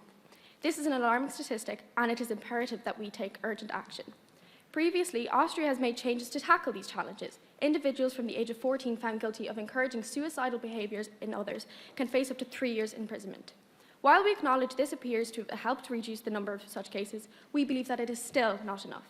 With the rising mental health crisis in Europe, we have focused on improving helplines, especially for children and adolescents, such as the Raw Draft. We'd like to encourage other countries to do the same, but also for the EU to put more emphasis on digital solutions such as safer internet centres and the expansion of the Better Internet for Kids strategy, or better known as the BIK Plus strategy. However, in principle, while these are all beneficial aid, most children are unaware of these resources. Therefore, it is our responsibility as an Austrian nation within the EU to promote them in all societies. Our proposal is to increase funding toward these campaigns and organisations if we hope to make a change. Thank you. Thank you very much, Austria. And now we move to Cyprus, France, Estonia and Latvia. Cyprus, France, Estonia and Latvia. Cyprus. Honourable members of the Council, chairpersons and distinguished guests, I stand well sit before you today to further express the Cypriot view regarding the proposed directive on the protection of young people online according to Article 1. As my colleague Joelle stated, while we as a Cypriot representation wholeheartedly agree with the goal of ensuring the safety of young people in the digital world, we believe that a blanket ban of under-16s from social media platforms is an unbalanced and counterproductive approach. We disagree with Article 3A, which proposes a blanket ban due to the fact banning under-16s from social media could push them towards dangerous, unregulated parts of the internet, as expertly expressed by Estonia. A 2018 study by the Oxford Institute found that implementing blanket bans can often backfire, leading young users to seek unregulated and unsafe alternatives. We also applaud Lithuania, Slovenia and Portugal for their incredibly important points on the freedom of speech for young people. This can be legally justified by the UN Convention of the Rights of a Child. Rather than restricting access, the focus should be on education and empowerment. We also applaud Poland, Slovenia and Malta on their digital literacy initiatives, which we as Cyprus have also implemented with the National Digital Strategy. Additionally, we believe that the EU already has strong frameworks in place through the DSA, the AVMSD and the BIK, as said by the Dutch.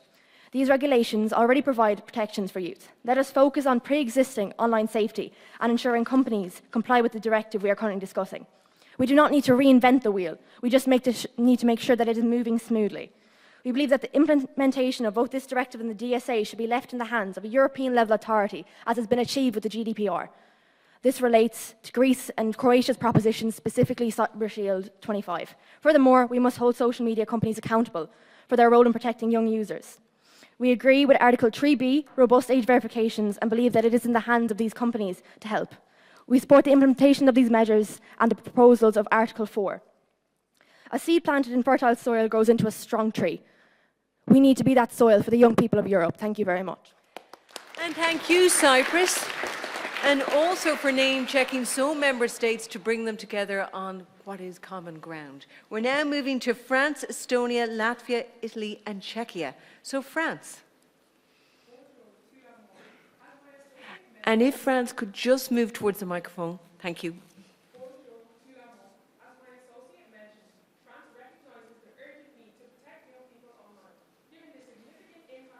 I think you'll have to move a little bit more. Thank you. Bonjour, tout le monde. As my associate mentioned, France recognizes the urgent need to protect young people online. Given the significant impact of social media on youth mental health, we support a complete ban on social media for those under the age of 16 in Article 3, and we propose amendments to improve the directive. We suggest implementing an EU-wide age verification system with photo ID in Section B to prevent minors from bypassing age restrictions. We propose hybrid human-AI moderation as an addition to Article 3, Section C. AI can quickly detect harmful content with anomial detection, but human oversight ensures context and accuracy, removing harmful content swiftly without unnecessary censorship. Over 30% of harmful online content targeting children is missed by automated systems alone, which makes this amendment crucial. We suggest expanding the Better Internet for Kids program under Article 5 to enhance digital literacy and help both children and guardians navigate online spaces safely. This would involve cooperation with national bodies like the CNIL, Commission Nationale de l'Informatique et des Libertés, and EduCap City to provide support, funding safer internet centers and digital literacy campaigns. In conclusion, France's amendments offer a balanced approach to safeguard young people from social media risks. France also aligns with Denmark in advocating for stricter digital regulations, raising the data collection age to 16, and increasing social media transparency. We agree with many of Croatia's points, which include moderation, education, parental controls, but we don't see why this cannot go hand in hand with a ban. We urge all delegates to support these measures for a safer, more accountable digital space. Thank you all for listening. And thank you very much, France, for articulating there why you very strongly feel in favour of a ban. Now, we are moving to Estonia, Latvia, Italy and Czechia. Estonia. Tara, fellow delegates, in our opening speech, we called for progress over punishment. We can see that there is a strong objection to Article 3, which calls for the banning of social media for under-16s. We recognise the contributions of Cyprus, Slovenia, with its emphasis on education and digital skills teaching. Estonia too is here to make progress. With this in mind, we would like to add to the opinions expressed against an outright ban for social media for under-16s. We feel that currently Article 3 fails to recognise that social media sites offer young people an opportunity to connect to family and friends abroad and an avenue for self-expression, two things we support in Estonia. Taking this into consideration, we would like to make the following amendment to Article 3.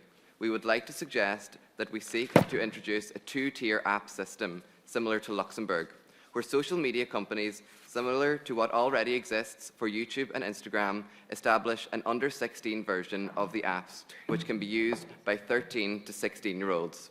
We are proposing that stricter parent controls and mandatory digital literacy education be introduced. Every teen version of an app can only be activated if there is a corresponding parent control app attached to it. Parents would be able to view the content their teens are viewing and also set timeouts and time limits. Parents have a right to know what is going on behind the screen and regulate their child's screen time and exposure. Similar technology already exists, for example, Google Family Link. A ban is not a solution, it is a surrender. We must seek progress over punishment. Thank you. Thank you very much, Estonia. Strong words there. A ban is a surrender. So we're going to Latvia, Italy and Czechia. Latvia. Good afternoon, colleagues. My name is Finn White, and I would like to stress that Latvia understands the importance of protecting young people online. We just do not believe that a complete ban is a reasonable option. We don't think that there is an easy way that social media platforms could prevent under-16s from using social media without collecting even more of EU citizens' private information and without a margin for error. We also believe that fining a social media company 10% of its annual revenue for not complying with the requirements in Article 3 only twice is much too extreme.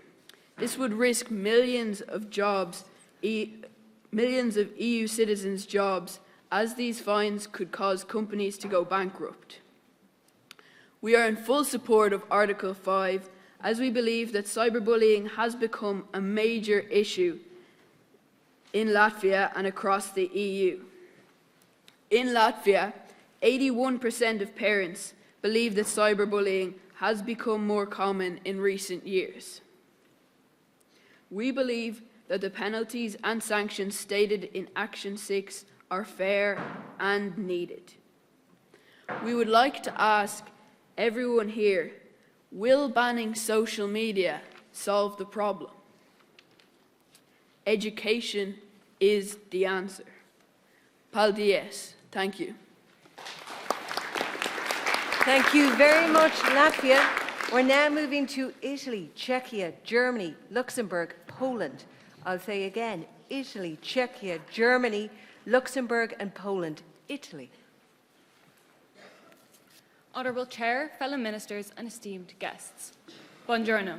Mi chiamo Sophie, and to further the point of my fellow Italian minister, the implementation of a social media ban for those under the age of 16 is vital to protect the growth and development of the youth of the EU. Italy firmly recognises the crucial role which social media plays in connecting people worldwide. However, we also acknowledge its ability to subject minors to harmful content. Thus, simply prohibiting the use of social media for under 16s is insufficient. We must ensure that it is enforced across the EU and regulated adequately, rather than letting our actions fall short of our words. Our Italian Data Protection Supervisor Authority has enforced restricting the ability of social media companies from processing the data of individuals whose age could not be determined with certainty. These measures were taken following the death of a 10-year-old Italian child who, as my colleague Rachel mentioned, accidentally took her own life whilst participating in the Blackout Challenge on TikTok. Following this tragic event, we found it vital to increase how robust social media companies' age verification systems are, it being crucial that they display adaptability to prevent minors from circumventing age restrictions. Like our fellow member states, France, Germany, Spain and Denmark, we believe that implementing digital identity systems will help prevent our youth from circumventing weak age verification methods. These stricter age verification systems may be enforced by the use of digital certificates, utilising either identity cards or further developing systems such as our public digital identity system, or SPEED, which serves as a tool for our citizens to authenticate their identity online when accessing government services. The implementation and enforcement of this vital ban on social media for under 16s will result in our youth across the EU having the ability to develop safe online literacy skills and use the digital world in a way that benefits them.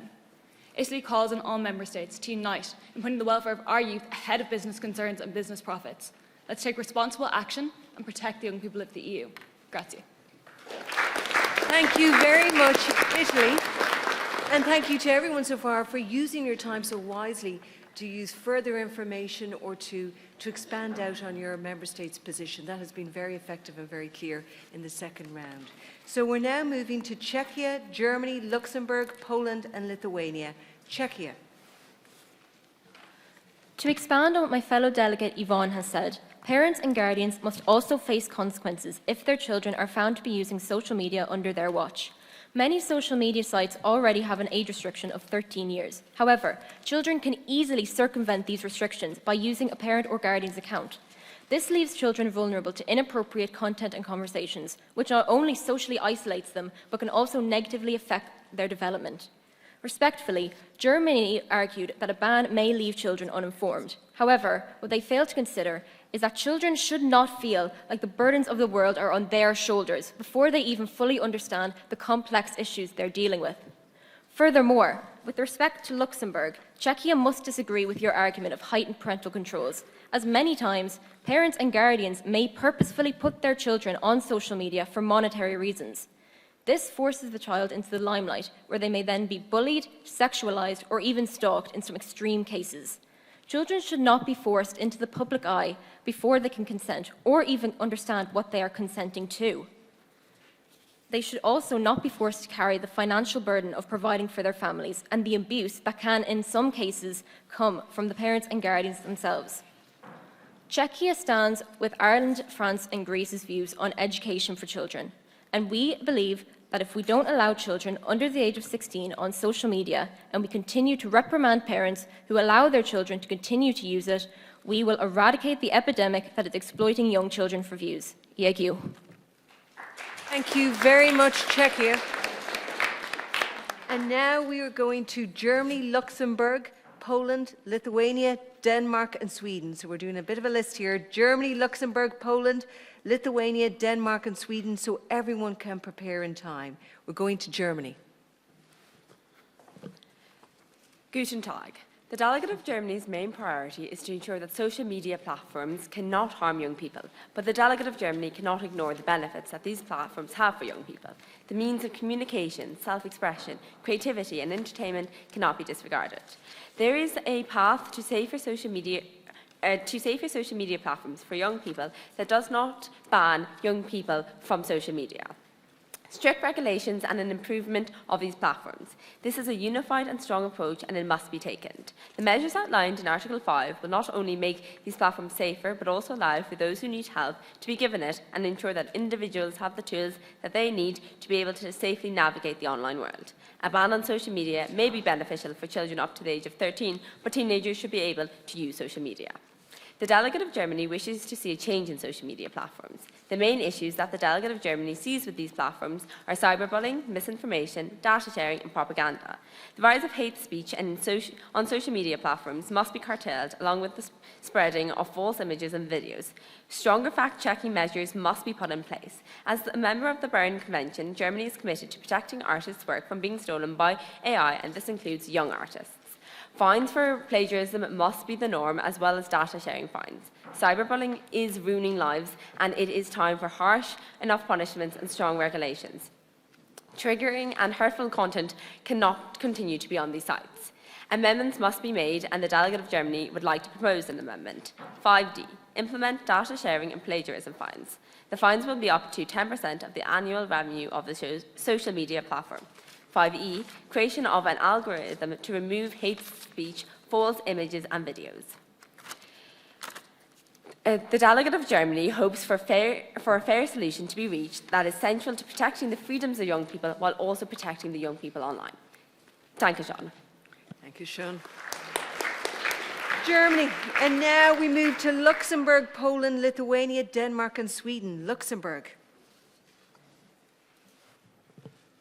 Honourable Chair, esteemed guests and fellow delegates, Luxembourg cannot agree with Article 3 of the directive, as we believe that there should be not an outright ban of social media for young people, but rather a strict regulation of these platforms.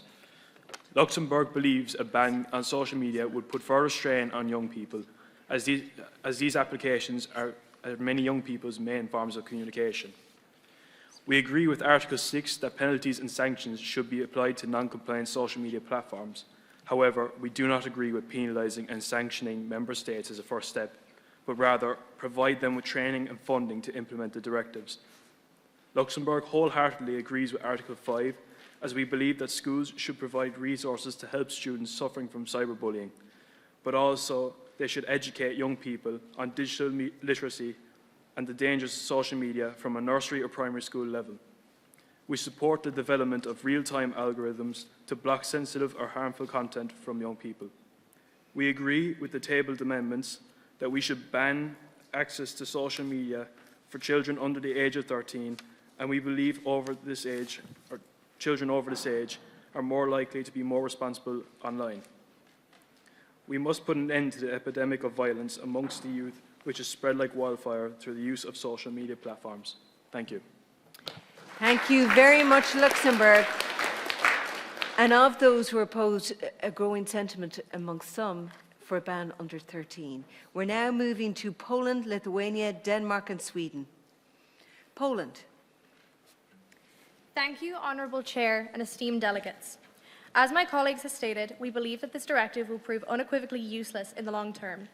The blanket terms rely on radicalism and limitation, and we strongly condemn these terms as we believe in a comprehensive empirical approach to youth safety and protection online. To contrast what Czechia has said, we believe that education for alternative methods online should be our main focus, such as the ongoing genocide in Gaza that has been made apparent by TikTokers and Instagrammers. Human nature is derived from the astute inclination to evolve and adapt.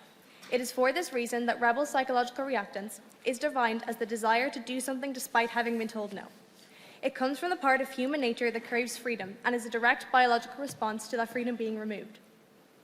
The total ban of social media for those under 16 will facilitate an increased interest in the use of social media illegally. By removing permission, you do not negate usage, only introduce the construct of illegality. By forbidding access, you do not decrease the number of users, you escalate the increase. And by covering the root issue with a blanket ban, you do not provide any semblance of security. You raise the risk of hyperactivity once the ban is lifted. Poland puts forward the EU's Digital Decade 2030 strategic objective and constant surveys within school. Further education on digital literacy should be our main focus. Thank you. Thank you very much, Poland, for articulating there. Now we're going to Lithuania, Denmark, Sweden, Malta and Slovenia. Lithuania. Labas rytas, Chairperson and esteemed delegates. While Lithuania strongly supports efforts to create a safer digital space for minors, there are serious challenges that this directive makes difficult to implement effectively. These challenges include the widespread use of VPNs and funding limitations. First, let me make it clear that Lithuania has taken significant steps to protect young users online. We have amended national laws that align with the EU's Digital Service Act, previously mentioned by Latvia, banning targeted ads for minors and requiring online platforms to implement stricter safety measures. However, despite these efforts, the directive faces a major flaw: VPNs, otherwise known as virtual private networks, and also previously mentioned by Romania. If a website were to restrict access or implement specific protections for minors in Lithuania, a simple VPN switch to another country server can override these controls. This makes it unrealistic to assume that directive alone will keep young people safe when technological workarounds are so easily accessible. Another pressing issue is funding. Implementing and enforcing the directive requires significant financial resources.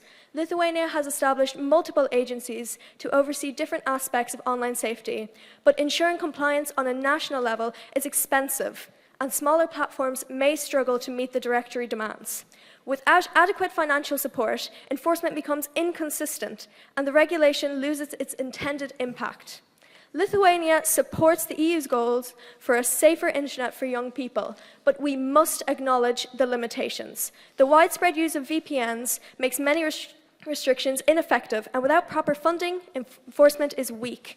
Instead of relying solely on directive, we should focus on digital literacy. Equipping young people with knowledge to navigate online risks responsibly. Otherwise, we risk creating rules that look good on paper, but fail in practice. Thank you. Thank you very much,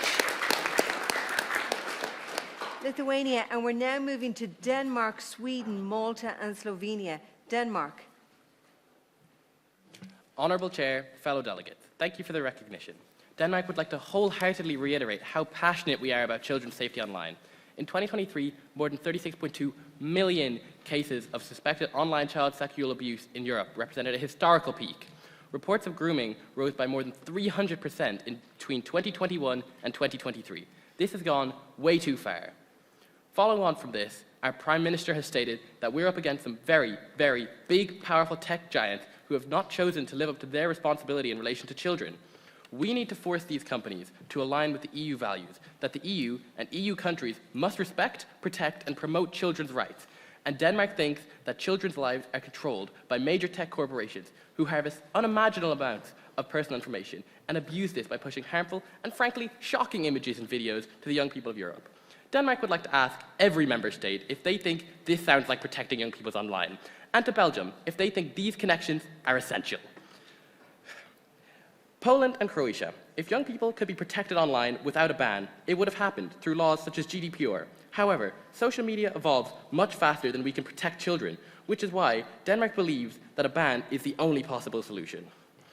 Furthermore, we would like to point out that according to Eurostat, almost half of children under the age of 13 have a social media account, with some countries such as Denmark and Romania reaching percentages of over 90, despite that being the minimum age for social media platforms. And it is these children that get abused and traumatized. Because of this, Denmark, along with France and Italy, believe that security on all social media platforms needs to be raised exponentially, with people requiring to upload a digital version of their identification.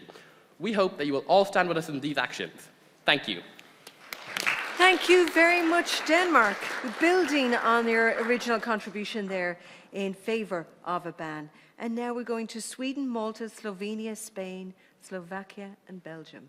So, Sweden. Thank you for the recognition board. Delegates, why do we value the freedom of speech over the protection of the child? Why do we feel we are depriving young people of something valuable by depriving them of social media, something so harmful to their mental health and well-being?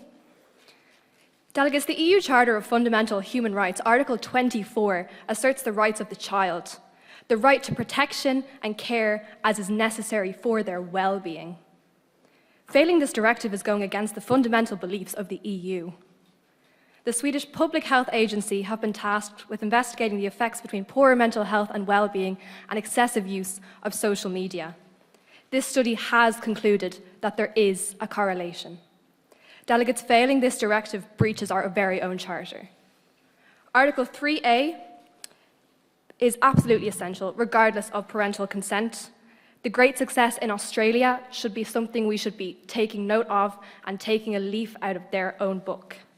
Article 4 is vital to ensure platforms conform with this directive if implemented. However, we would like to express concern around Clause D. Sweden proposes an amendment to this to strike this clause, as it is hugely inconsiderate of those who are heavily reliant on social media every day for work and education-related purposes. And we would urge all member nations to stand with us on this proposal. Article 6 is absolutely excellent, only we find an issue in fines being calculated based on digital and social media revenue per state. This means nations such as Sweden ourselves, Ireland, France, would be far more negatively impacted by this than other nations. In conclusion, we would like to quote the delegation of Estonia, who asked us previously, is this all the EU can do? No, it's not. But it is a start, and a start is better than nothing. Thank you. Thank you very much, Sweden, for putting it up to Estonia. And now we are going to Malta, Slovenia, Spain, Slovakia, and Belgium. Malta. Honourable Chairs, fellow delegates and esteemed guests. As a nation, we just want to reiterate that Malta believes that a social media ban for under 16s is not the solution to end this issue, as it is too restrictive. It is crucial to end social media addiction as soon as possible in our country, as we have the highest obesity levels in the entire EU, for both males and females. These factors all stem from a lack of physical activity, thanks to an unusual amount of time using social media. Moreover, in order to safely browse the internet, both children and adults need to be informed about the dangers of social media. In addition to this, we encourage parents to set limits on social media apps, which can only be altered on parental guidance accounts, according to Article 3 of the EU Directive. As of 2024, Malta also has a plan aimed for 2030 called the Digital Decade Strategic Roadmap on digital policies that companies, businesses, and individuals must comply with. Another viewpoint of our government is that only PG content should be available when an individual is logged out of an account. Additionally, age verification must be taken more seriously, requiring that at least 2 verification steps to prove that an individual is not a minor, in order to see quote-unquote adult content. In conclusion, let us unite to create a safer, more responsible space for future generations to grow up in. The future of our digital world is in our hands, and it is up to us to control the usage of social media and its cyber threats. It is our job to allow children to browse the internet while simultaneously ensuring they are safe and protected from any digital harm. This is of the utmost importance to improve our media literacy. We hope you'll join us on this journey to make the internet a safer space. To everyone here, thank you very much. And thank you, Malta, who's opposing a ban, and we're now going to Slovenia, who's also opposing a ban, and after that, Spain, Slovakia, and Belgium. Slovenia. Honourable Chair, fellow ministers, esteemed guests.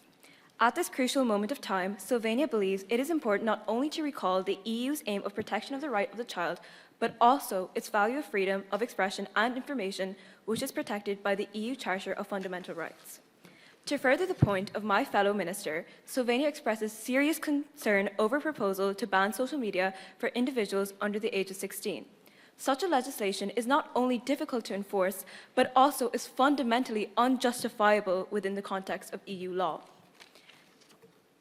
Slovenia strongly agrees with the ministers of Finland and their amendment to the proposal and would like to ask for further clarification on their tiered system.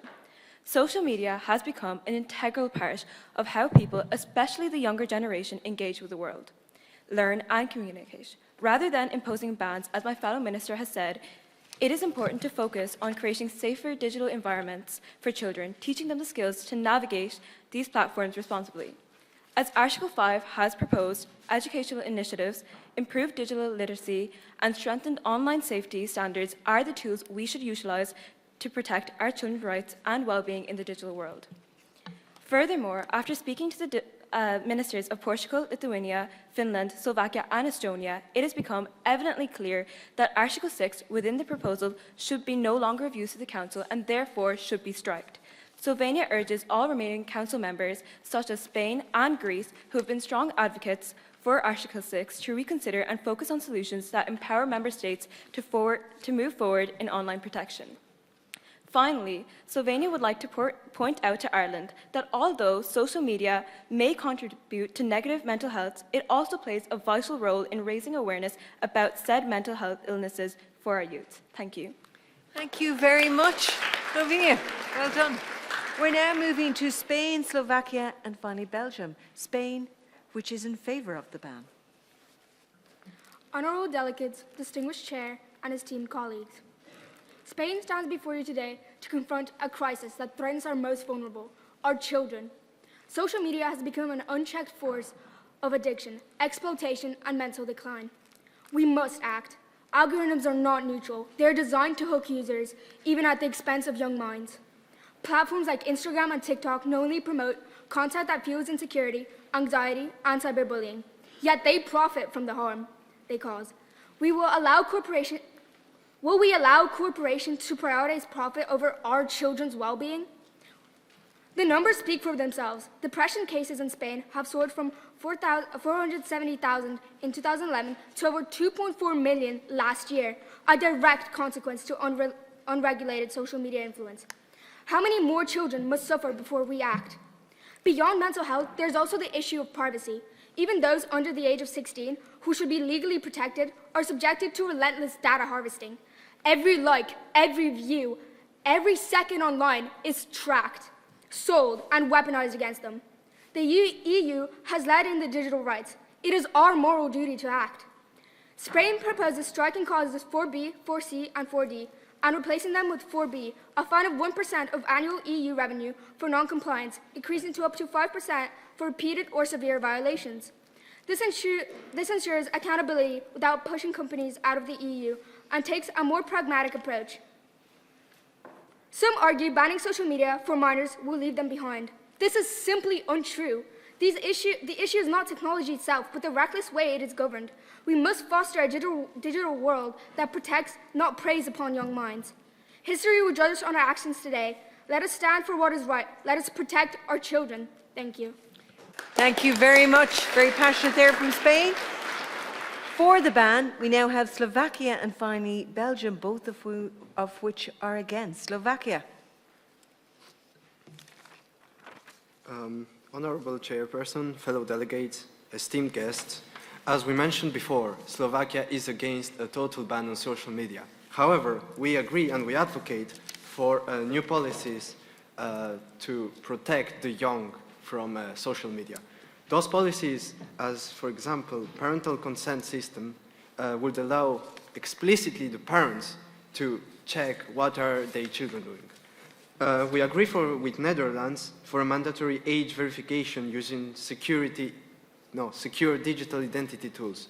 For example, platforms should integrate age verification through the EU Digital Identity Wallet, called also EU ID Wallet, or stronger moderation and AI tools to detect harmful content and block it before it access to our children.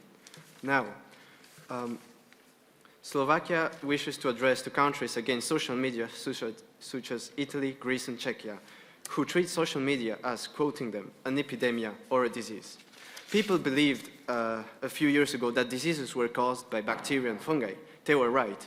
But what they didn't know is that fungi brought to humanity the most powerful antibiotic known to these days, that stayed dominate for decades, driving toward to the future.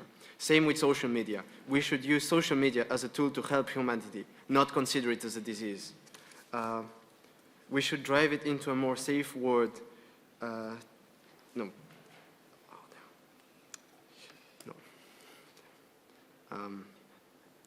The diseases killed a lot of people, but by creating that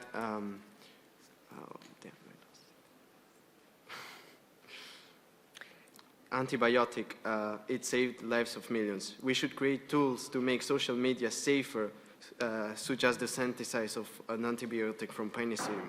Thank you very much. Thank you very much. And I myself am trying to read my own notes, which are difficult, I can say, but it's the recovery that counts, and well done, Slovakia. We're now finally moving for a time again, finally, to Belgium. Bonjour tout le monde. Expanding on what my colleague Patrick has said, Belgium recognises social media as an integral part of our community, with 65% of our population being active social media users. Whilst recognising the dangers, Belgium cannot stress enough how banning will only open the door to unmonitored, unrestricted and unregulated social media usage. Banning does not solve our problem, but instead make our problem even greater. With the rise of VPN usage, we recognise the ban will not be foolproof. We saw this when Norway tried to implement a ban. Despite Norway having a ban in place, 58% of 10-year-olds and 72% of 11-year-olds were using social media. Greece, Bulgaria, Ireland, you all mentioned age verification. My question to you is how will you enforce this when it's clearly not foolproof? Along with this, banning social media will not get rid of our cyberbullying problem. Some of the worst online bullying does not happen on social media, but instead via message and online games, chat rooms. This again showing how the ban is not a solution. By banning social media for under 16s, when they turn 17, what will they do then? They will not have any. The challenges that come from age restriction is how parents deal with the moment when kids reach the age that we give them access. Even if we push the age limit for social media up to 18, what do we do then? Do we hand a device to a kid and allow them to access social media and hope for the best? Belgium cannot stand with this. Thank you. And thank you, Belgium. And Belgium also hit on a theme there that was mentioned regularly by those who are opposed to the ban about the connection and what social media means for young people.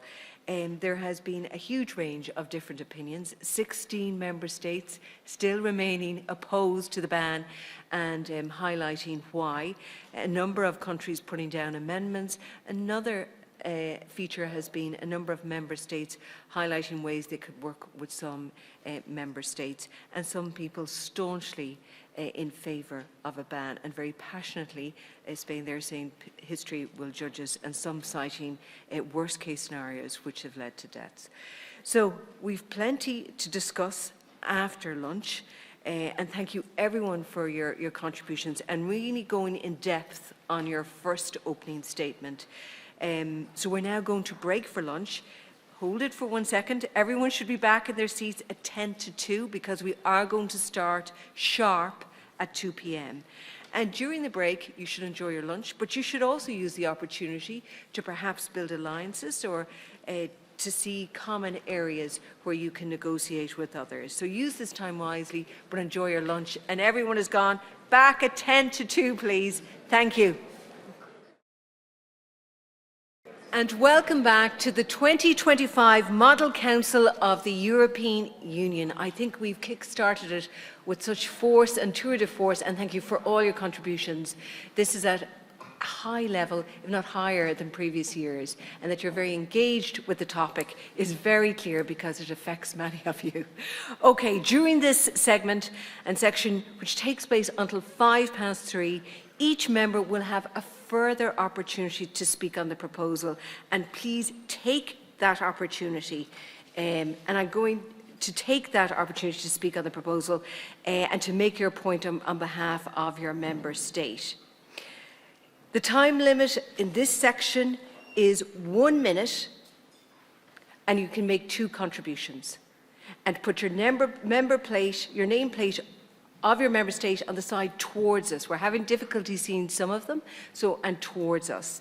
And of course, you can use this opportunity to swap over speakers because you have 2 contributions.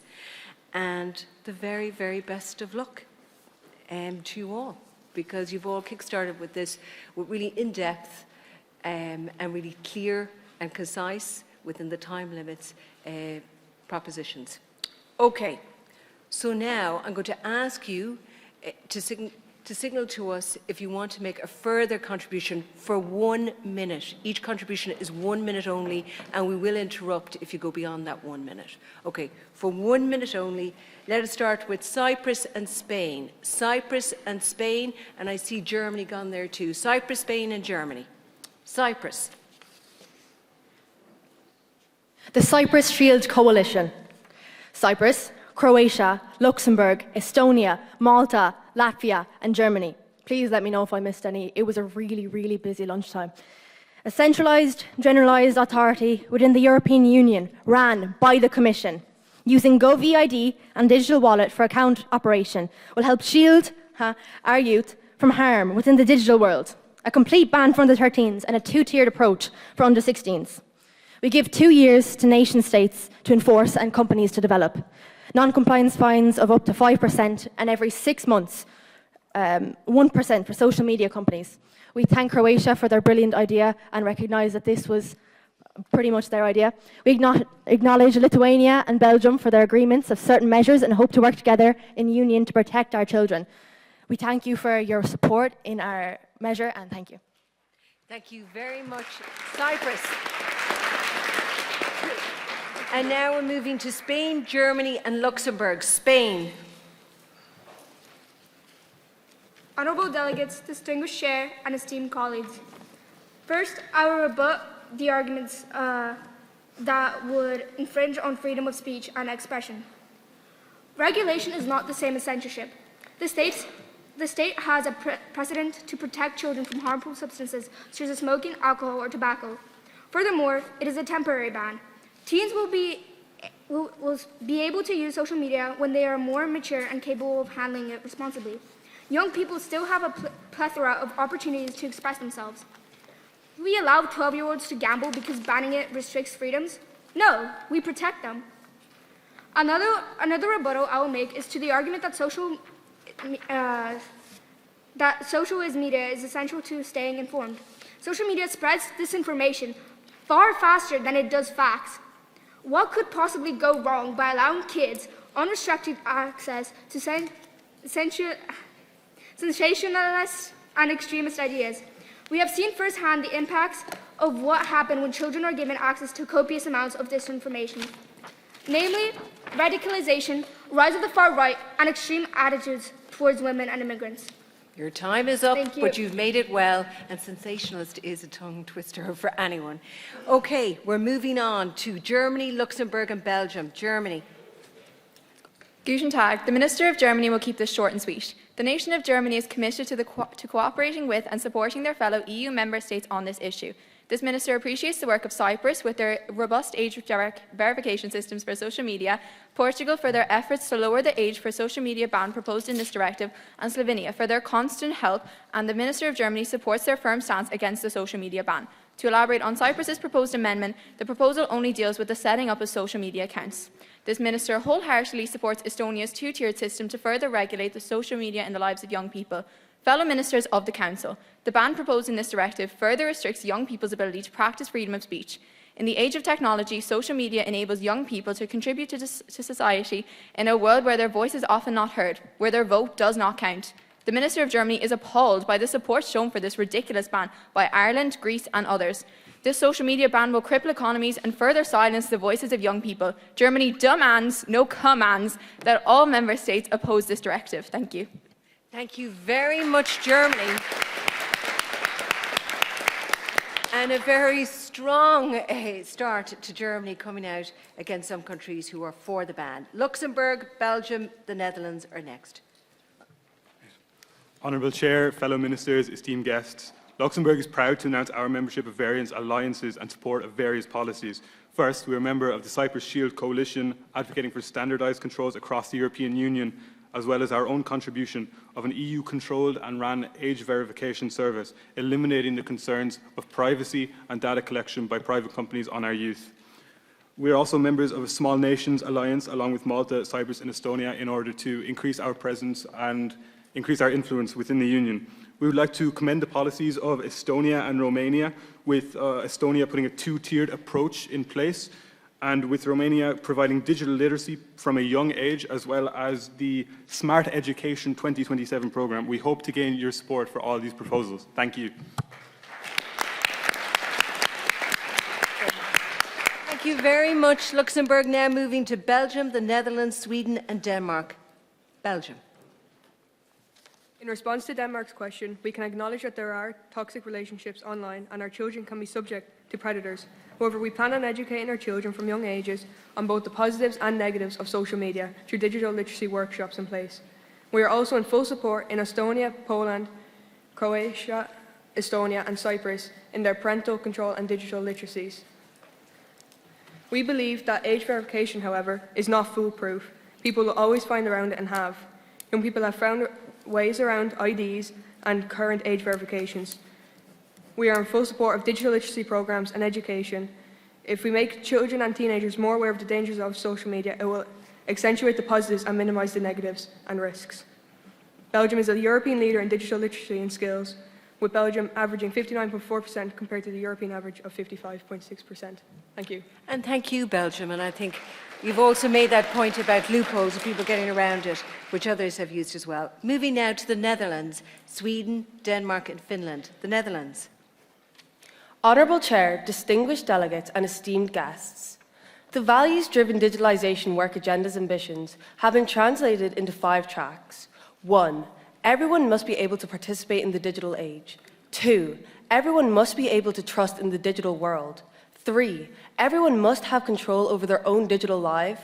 4. The digital government must adhere to a values-driven and transparent methodology. And 5. Strengthening the digital society in the Dutch Caribbean. We firmly believe this Act creates a safer online experience for under-16s. This, along with Greece's Kids Wallet approach, is more effective than an all-right ban, which only isolates young people from the rest of the world. The Netherlands calls on all member states pro the ban to work with our fellow states to strengthen the DSA and GDPR to create a safe place for young people without leaving them behind. Thank you. Thank you very much, the Netherlands. We're now moving to Sweden, Denmark, Finland and Poland. Sweden. Thank you for the recognition. Distinguished ministers, guests, honourable chair and judges. We, the member state of the Kingdom of Sweden, would first like to stand with Cyprus. I'm so sorry. Would like to stand with Cyprus and agree with their previous statement. Why don't you take a take two? Take a breath. Sorry. Come on. Many ministers have brought up concerns regarding Article 3, Clause B, regarding implementing robust age verification mechanisms, and we would like to propose that these verification mechanisms use ID verification checks utilizing passport numbers, ID scans, or similar to enforce this measure. Children's games such as Roblox and some of the EU CV sites also have already implemented this, and we would argue that this measure will strengthen an already incredible directive. Thank you very much. Thank you very much for going more into detail there and what's needed. In terms of Denmark is next, then followed by Finland, Poland and Austria. Denmark.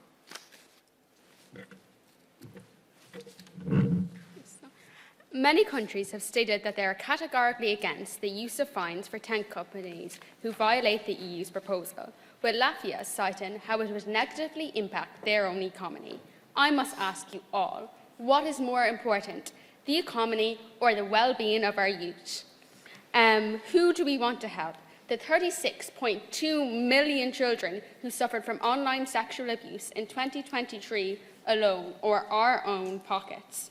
Furthermore, Luxembourg wants to financially support countries who break these policies.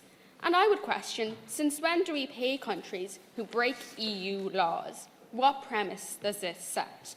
And to all our delegates who said banning social media for youth is an impact on freedom of speech, since when does our ability to express ourselves depend on our digital devices? Thank you. Thank you very much, Denmark. Very much in keeping with your strong position in favour of the ban. Now, Finland, Poland, Austria and Bulgaria. Finland. Having heard our other delegates' arguments and suggestions, we once again are suggesting our amendment to slowly teach the next generation online responsibilities and good mature habits. We, Finland, along with our other member countries in the GTS coalition, move to remove the blanket ban on under-16s in favour of our gradual tiered education system for 13 to 15-year-olds. This is a gradual system. Instead of outright bans, a tiered system can allow access to certain features as users mature. We hope that you too will see the intention behind these steps and the benefits that they can have on Europe's future in this digital age. Thank you.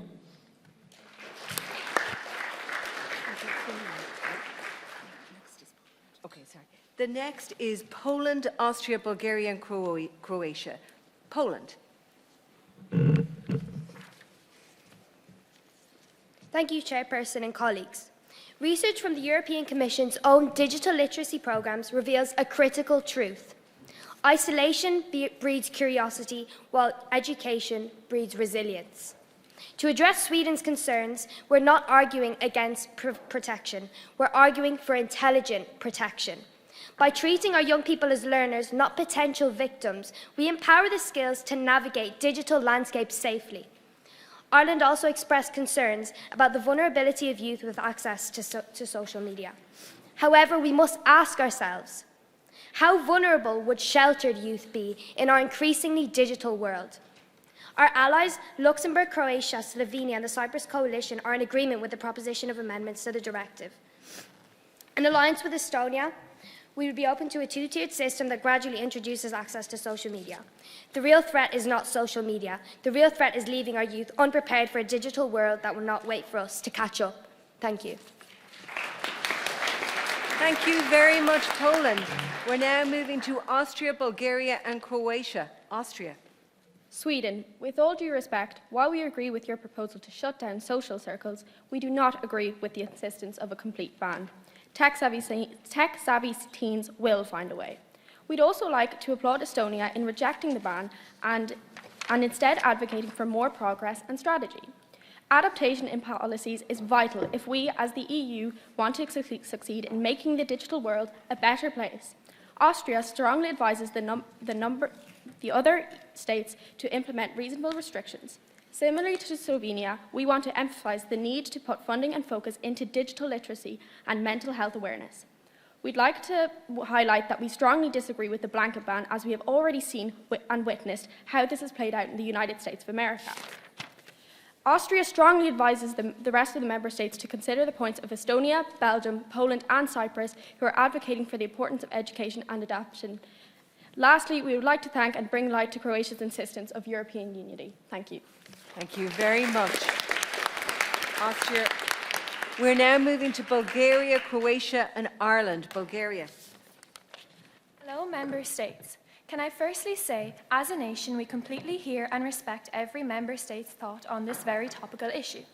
Even though a lot of the points here are extremely valid, as nations, I feel we are overthinking the solutions. To simplify this, just think, if you were a parent, you would do everything in your possible power to keep your child safe and away from harm. Then, why are we having this argument of allowing under-16s on social media? They are not losing out, as they will avail of social media when they hit 16, and more importantly, will become more mature, responsible, and aware of how to navigate through social media. The youth aren't missing out, and as many as you member states think they are. Thank you. Thank you very much, Bulgaria. Croatia, Ireland, Slovenia and Latvia are next. Croatia. Fellow delegates at the European Council, Honourable Chairperson and adjudicators, we've debated all day, and Croatia still, as a state, feels strongly about a unified EU approach for protection. Croatia actively participates in EU policy discussions to ensure a unified response to digital challenges affecting young people, particularly in terms of cross-border collaboration and enforcement. This is why today we piloted Cyber Shield 25, which later turned to Cyber Shield. So Cyber Shield 25 has changed from a small goal that has turned into a nationwide coalition that started with just trying to educate. We have now decided to implement the GovEID, and As Croatia said, they said that people were health was being affected because of social media, and Croatia recognises the addictive nature of social media and online games. Thank you. Thank you very much, Croatia, giving some depth to what's happening there. Ireland, Slovenia, Latvia, Portugal. Ireland. The cost of inaction is not hypothetical. It is a real cost that is already being paid by our children through their mental and physical health. Distinguished delegates, Honourable Chair, it has been argued that banning social media is an overreach, that it restricts young people's rights to expression and information. But regulation isn't the enemy of freedom. It is the foundation of a safe and fair society. Just as we set age limits for alcohol, as Czechia mentioned, and driving, we must recognise that certain digital spaces are not designed with children's well-being in mind. However, we have also seen the views of other delegations, and we would like to work with the EU and side with Romania, Croatia, Cyprus and Estonia's two-tiered approach, as it allows for significantly easier implementation, and we commend them for bringing this forward. This system isn't about silencing young voices. It is about ensuring they enter the online world at an age where they can navigate it responsibly. Social media isn't going anywhere. This system simply ensures that when young people engage with it, they do so with the tools and maturity to protect themselves. So again, Ireland urges you all to stand in favour of the EU and the system alike. Thank you. Thank you very much, Ireland. With an air of compromise there, and Slovenia, Latvia, Portugal and Greece are next. Slovenia.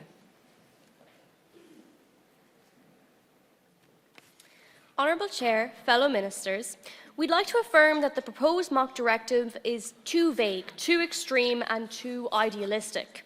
Slovenia wholeheartedly believes we must fund education to tackle the root issue. After a productive lunch, we are pleased that Poland, Finland, Lithuania, Estonia, Slovakia, Austria and Portugal unwaveringly agree. Slovenia would also like to state that we are in support of Finland's tiered system of restriction. In terms of economic sanctions, we are happy to announce that Slovenia aligns with Germany in that these sanctions are too extreme and will crumble economies. After negotiating with Greece, they have agreed that a fine of 10% would be too extreme and have opened themselves to a lower ban of 6 or 7%. It's clear that the majority of member states today are in agreement. Thank you. Thank you very much, Slovenia. And another air of compromise there and moving towards perhaps a tiered system. We're now moving on. Could I ask everybody that is putting their nameplate up to face the name towards us so we can see it clearly? Now we're moving to Latvia, Portugal, Greece and France. Latvia. Good afternoon, colleagues. I would like to begin by mentioning that Latvia is strongly with Cyprus and Croatia in the Cyprus Shield Coalition. And we would also like to commend Estonia's two-tiered approach. Bulgaria, you mentioned that as parents, you would do everything you can to protect children. I would argue that parents would also do anything they can to help your children. Let's not forget that social media can help children too. It's not all bad. Thank you. Thank you very much, Latvia. And another member state indicating support for a two-tiered approach. Portugal, Greece, France and Italy are next. Portugal. Thank you. Portugal has found common ground with many countries today. We would quickly like to say we are proudly part of the support for Finland's GTS coalition, as a whole views corresponding with our proposed amendment. We stand firmly for a ban on under 13s instead of under 16s completely. We urge delegations to also consider this coalition. I'd also like to say that Portugal would also like to quickly highlight our support of Estonia's two-step verification system and the Cyber Shield 2025. Thank you for seeing our ground. Thank you. Thank you very much, Portugal. Greece, France and Italy and Romania are next. Greece. Delegates, Greece echoes France's sentiment.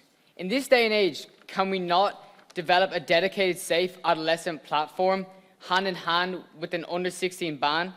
We agree also to Finland's tier system, and with the help of the EU Kids Wallet, this will entail that the age verification is set up properly and the right ages are exposed to the right amount of content. A ban sends out a message of seriousness. All member states, with the exception of Austria and Belgium, have an under 18 ban on cigarettes.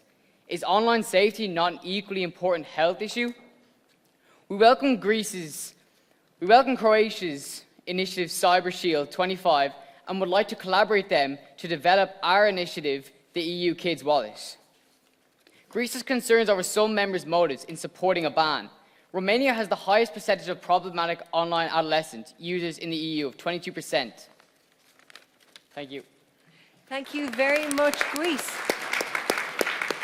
And now to France, to Italy, to Romania and Slovakia.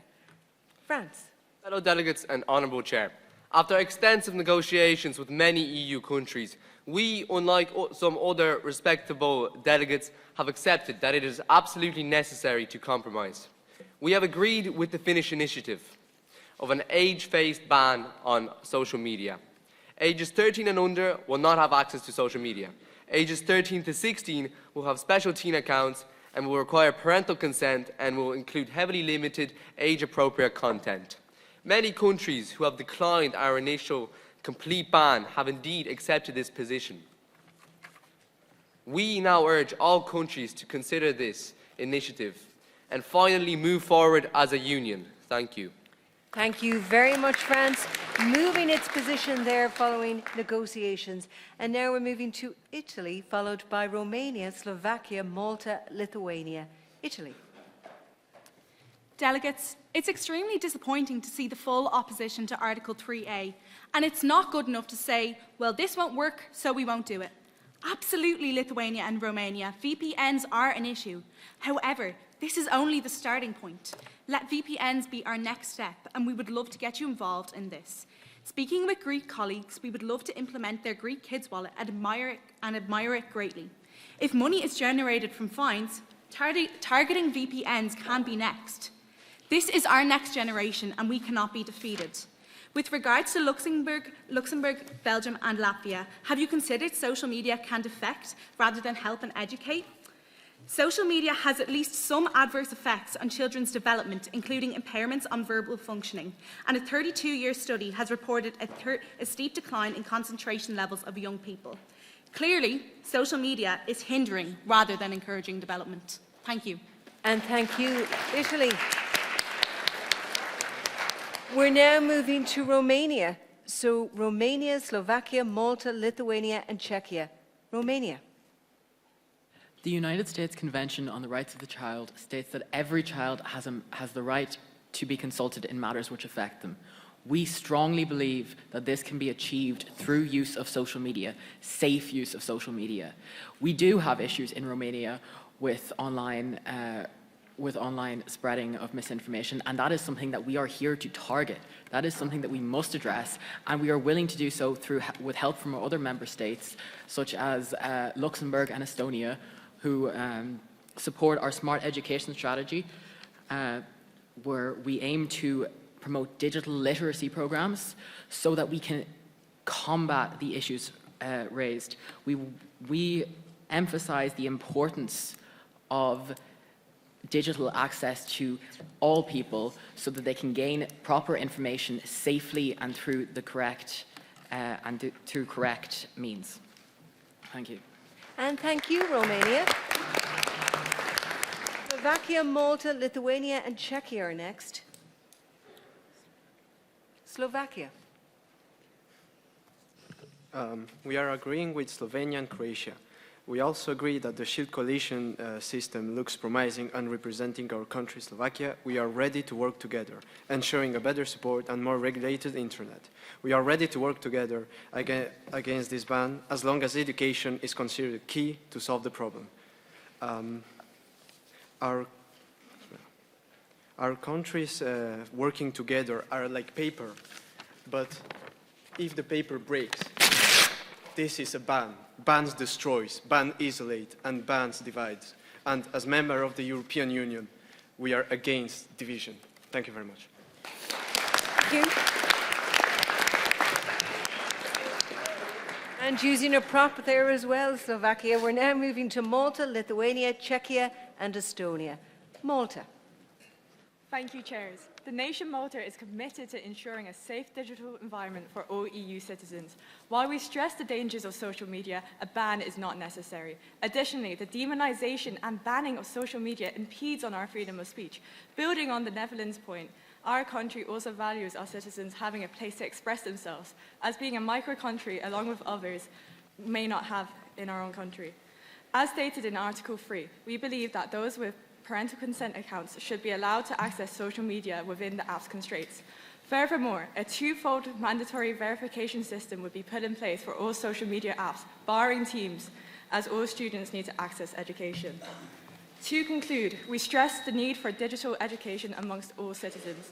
Malta, being a micronation, cannot have its children cut off from the rest of the European Union. I would like to acknowledge a key quote: "From great power comes great responsibility." Thank you. Thank you very much, Malta. And in terms of Lithuania, Czechia and Estonia are next, and they will be, everyone has made their first contribution during this section, and they're now up to make a second. So Lithuania, Czechia and Estonia, and then we're listing the next contributions. Lithuania. Labas rytas, everyone, Chairperson and esteemed delegates. Lithuania still firmly stands by our protection of freedom of speech. However, discussions with Slovakia and Cyprus have left us open to compromise. Lithuania is open to the use of EU digital wallets to implement an age verification policy rather than a ban, which would be ineffective due to VPNs mentioned by Lithuania, Luxembourg and Romania, and insufficient funding, as I have stated. While we agree with France regarding a need for focus on digital literacy, much like other countries here today, such as Slovenia, Luxembourg, Slovakia, Finland, and others, we do not agree that this must go hand in hand with a ban of social media for minors. And in the accurate words of Latvia, education is the answer. We fully agree with this statement. While we almost fully agree with points made by Cyprus, unfortunately, Lithuania is not willing to implement a ban for those under 13 years of age due to Lithuania's strong stance of freedom of speech for all. Thank you. Right. So Lithuania rejecting that compromise. Czechia and Estonia are next. Czechia. We are a union. Therefore, we must be willing to compromise and be united. This is why we align with Finland's GTS initiative, providing that there are clauses that hold parents and guardians responsible for the role they play in knowingly allowing their children to use social media. We believe these restrictions are feasible and compromise on the ban. We also agree with the kids' wallet and feel that it's an appropriate way to manage children's online. Czechia understands that social media has been a useful tool to express yourself. However, it has not and will never be the only way to express yourself. There are many ways to express yourself, including joining clubs and participating in your community, which lowers feelings of isolation, which my fellow delegate Emer has mentioned is caused by social media. Diego. Thank you very much, Czechia. And another member state coming in behind that compromise, the graduated approach. We're now finally going to Estonia, and then we're going to go to Cyprus, to Germany and Luxembourg for their final contributions in this round. But Estonia first. So Estonia. Estonia has continuously asked for progress today, and we are delighted to announce progress has been made. In conjunction with Finland, we have gathered momentum behind the adoption of a tiered social media approach. We thank Cyprus, Luxembourg, Malta, Romania, Slovenia, Netherlands, Poland, Austria and Ireland for their support and progress-focused attitude. Estonia also wants to extend an olive branch to those countries, such as France and Denmark, that have argued strongly in favour of a ban. We have spoken to Poland, Spain and Germany, and already we have convinced them that progress should be considered over punishment. As we listened to contributions today, the one common priority, whether you spoke for or against, was education. Article 5 is the place where we can find common ground. Estonia asks that we look at what we can agree on and that a mandatory digital education framework is something we can achieve. We feel that this can be the solution we seek today. Thank you. Thank you very much, Estonia.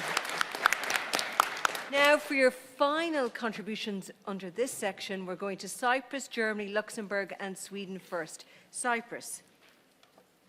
All right, well, first, we'd really like to understand the crux of the GTS. It seems very similar to our initiative, and we would be open to different talks. If you could explain it to us, we'd really appreciate that. To answer Slovakia's question, yes, we propose mandatory digital literacy. That is the main priority of us. And we believe that without this, then this ban would mean pretty much nothing. We align with Slovenia, and we ask if we could agree on a 5%, and every 6 months we can move on with 1% as proposed by Croatia. And we feel that 5 has made a middle ground, and it aligns similarly with GDPR, DSA. Thank you very much. Thank you, Cyprus, for your final contribution under this round. So Germany, Luxembourg, Sweden and Greece. Germany.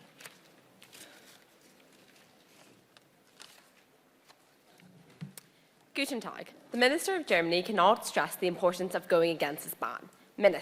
Ministers such as Ireland want only to keep the young people of the EU in the dark. They want to deny these people the rights of expression and freedom of speech.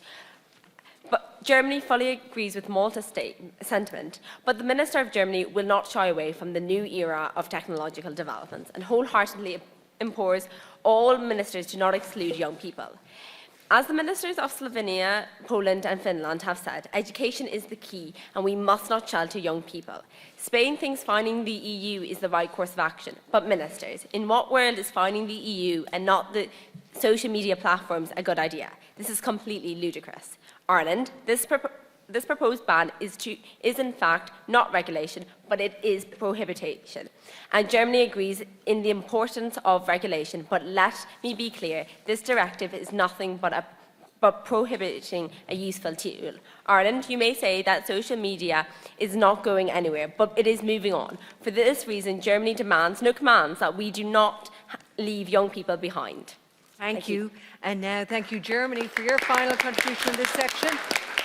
Luxembourg, Sweden and Greece are next. Luxembourg.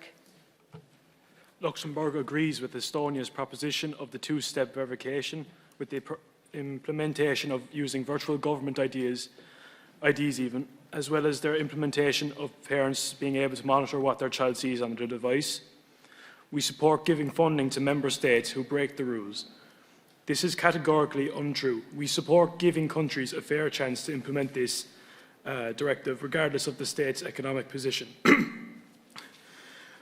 We support Finland's proposal of a tiered system, and we welcome France's compromise on this. Now, thank you very much, Luxembourg. We're now moving to Sweden for your final contribution during this section. Thank you for the recognition. Apologies for the prior confusion. Firstly, we wish to reissue the question to the member states who are opposing the ban due to infringement on expression and speech. Again, why do you value this over the safety of a child? We'd also like to clarify that VPNs are often easily bypassed by larger corporations and do not necessarily guarantee a failure of a ban, such as the one that we've been discussing.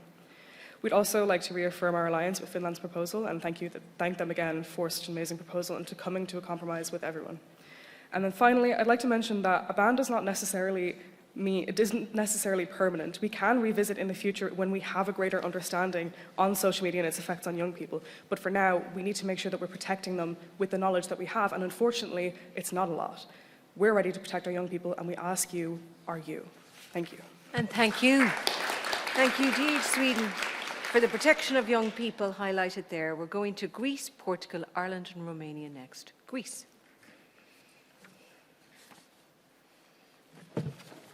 This directive is not to end freedom of speech. We agree with Spain to the fact that is not allowing under 18s to gamble, drink or smoke. Is that stopping free will? No, it is ensuring safety to yet to be fully educated under 18s.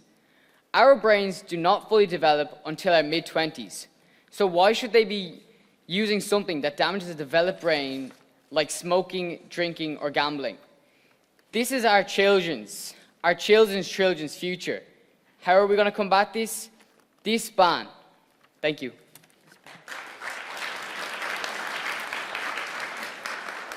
And another member state, Greece there, about the protection of children through this ban. Portugal, Ireland, Romania and Italy are next. Portugal. Thank you.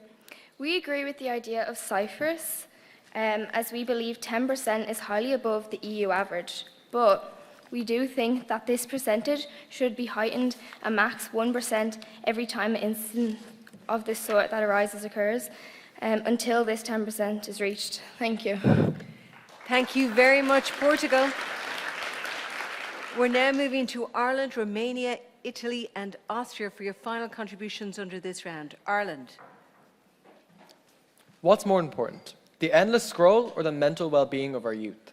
Distinguished delegates, honourable chair and respected audience members, we, the delegation of Ireland, would like to reiterate that it is vital that we instate a tiered system on social media for under 16s before it is too late. Belgium has said that most cyberbullying actually happens on chat rooms and messaging apps, but as per Article 2, subsection A, this is considered social media. Ireland would like to urge Belgium to reconsider their stance. We would also like to highlight to Germany that we are in fact in favour of a tiered system, and we believe you may have misunderstood our previous speech. Social media is not a playground. It is a battlefield for young people's mental health. We would like to respond to Slovenia's comment about how social media can raise awareness for mental health issues. We would like to ask Slovenia, how can platforms that are a breeding ground for hate speech and fostering negative self-image amongst other negative mental health issues possibly be a good driving force for mental health awareness? Without social media, we would not need to raise awareness about these negative effects that social media is directly contributing to. The danger of social media isn't always visible. It's not a bruise or a broken bone. Thank you, Ireland. And I'm now moving to Romania, Italy, Austria and Belgium. So Romania, please. It is clear that the majority of member states, like ourselves, are realists. Taking an authoritative view on this issue is unrealistic. It is unrealistic to bolt the stable door after the horse has bolted. The best and most realistic option we have is to rein the horse in, to stop young people from being damaged further by allowing them to access what we know is dangerous through our education and support. George Orwell coined the phrase Big Brother in 1948. We do not want to be Europe's Big Brother. It simply won't work. We, along with other realistic and tolerant member states, such as Luxembourg, Lithuania and Estonia, firmly believe in balancing on the tightrope. It can be done. As Spain said, history will remember us, not by how we fell, but how we got up. Romania understand the enhanced need for further digital literacy improvement and an increase in competence in terms of cybersecurity. Thank you. Thank you very, very much, Romania. We're now moving to Italy, Austria, Belgium and Estonia. Italy. After some consideration and conversing with my colleagues, Finland and Estonia, we admire your proposal of a two-tiered app system, much like Luxembourg, France, Estonia and Ireland. We are delighted to see that progress has been made towards a two-tier system, banning all under-13s from social media and creating special sites for under-16s. We are open to discussions regarding this to enable us to protect the youth of the EU and more forward as a union. As Sweden mentioned, subsection C of Article 6 is unfair on member states such as Ireland and the Netherlands, with a higher number of social media companies operating under their GDP. We, Italy, are willing to re-evaluate this section of the directive in order to take a step forward into agreeing on this directive. Grazie. Grazie. Italy, thank you. Austria, Belgium, Estonia and Croatia are next. Austria. Austria is ready to confront this challenge with all EU member states. Just as we are interconnected by social media, this issue affects us as a community. We would like to point out that an aim of the EU's principles and digital rights is increasing safety, security and empowerment of individuals, especially young people. It is crucial that we live up to this standard and take action in protecting our generation. We have seen success with previous restrictions and ultimately believe it is a priority to limit social media exposure to those under 16. All of the problems discussed today further solidify the need for action and should be a target for the EU to fund, expand and develop all proposed solutions. Austria is willing to support the two-tier act system and suggests to both social media for under 13s only. This is the median solution in today's discussion, and Austria strongly advises for the EU to implement these actions for our future generations. Thank you. And thank you, Austria. And it's now gaining momentum that a graduated system of a ban may be supported by a majority here today. We're now moving to Belgium, Estonia, Croatia and the Netherlands. Belgium. In response to Ireland's question, almost two-thirds of bullying happens face-to-face and through messages outside of social media. Our point is clear.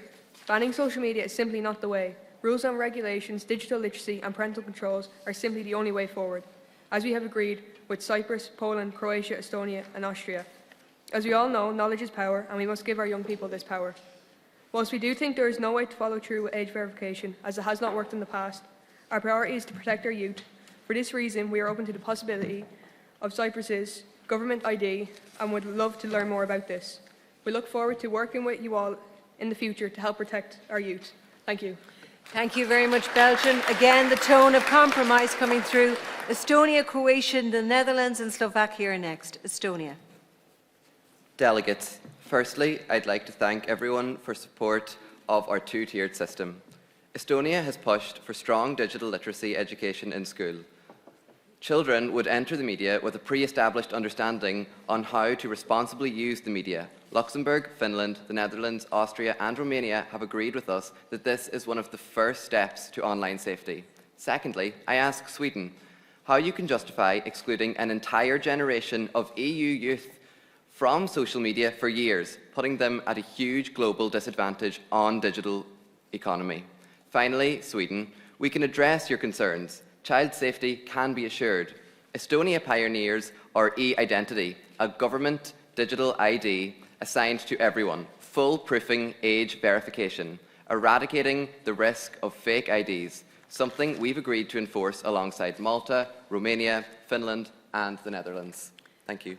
And thank you, Estonia, whose amendments are being accepted across the board on two-step verification in other areas. We're now moving to Croatia, the Netherlands, Slovakia and Malta. Croatia.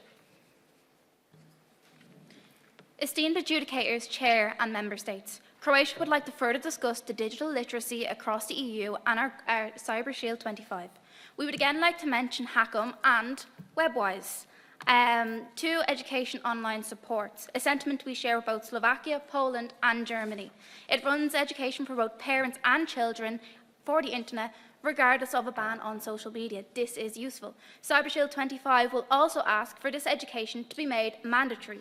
For clarity, Cyber Shield 25 will also address each question or issue all Member States have to come to a general consensus through democracy. Cyber Shield 25 was the idea behind the Cyber Shield Coalition, a team we strongly propose, alongside with Finland's two-tiered approach and Greece's proposal also. Havala. Thank you very much, Croatia. And looking for mandatory focus in terms of some education initiatives. Now we're going to the Netherlands, Slovakia, Malta and Finland. The Netherlands. Thank you. We agree with our allies in Luxembourg and Estonia that rather than a blanket ban on all social media, new apps should be created to accommodate for our youth. YouTube Kids and Instagram Teens is proof that this method works. Estonia's idea of a two-tier system would be incredibly effective, and the Netherlands believe that this should be adopted EU-wide. As pointed out, pushing social media underground will only make the problem we're facing worse. We need more education, which is supported by many member states, such as Austria, Cyprus, Malta, and Romania. In relation to Slovenia's point on sanctions being too strong in Article 6, it is not too harsh, and no one will abide by this motion if it isn't harsh. Finally, we'd like to state that we support the Cyprus Shield Coalition. Social media is our future, and a ban will do nothing but delay the inevitable. Thank you. Thank you very much. The Netherlands, Slovakia, Malta, Finland, Latvia, Spain and Denmark are next, so we're giving people lots of time for prep. Slovakia. To all those who still consider the option of a ban, I get your motivation. Not a single life should be lost because of some social media challenge, but believe us, A ban won't help, because what happened when civilization in the past were forced to leave? They found hiding in more hidden places. Same with our youth. It will only drive them more apart from us and feeding their human rebellious nature. What we need is create a safer environment and wiser internet users.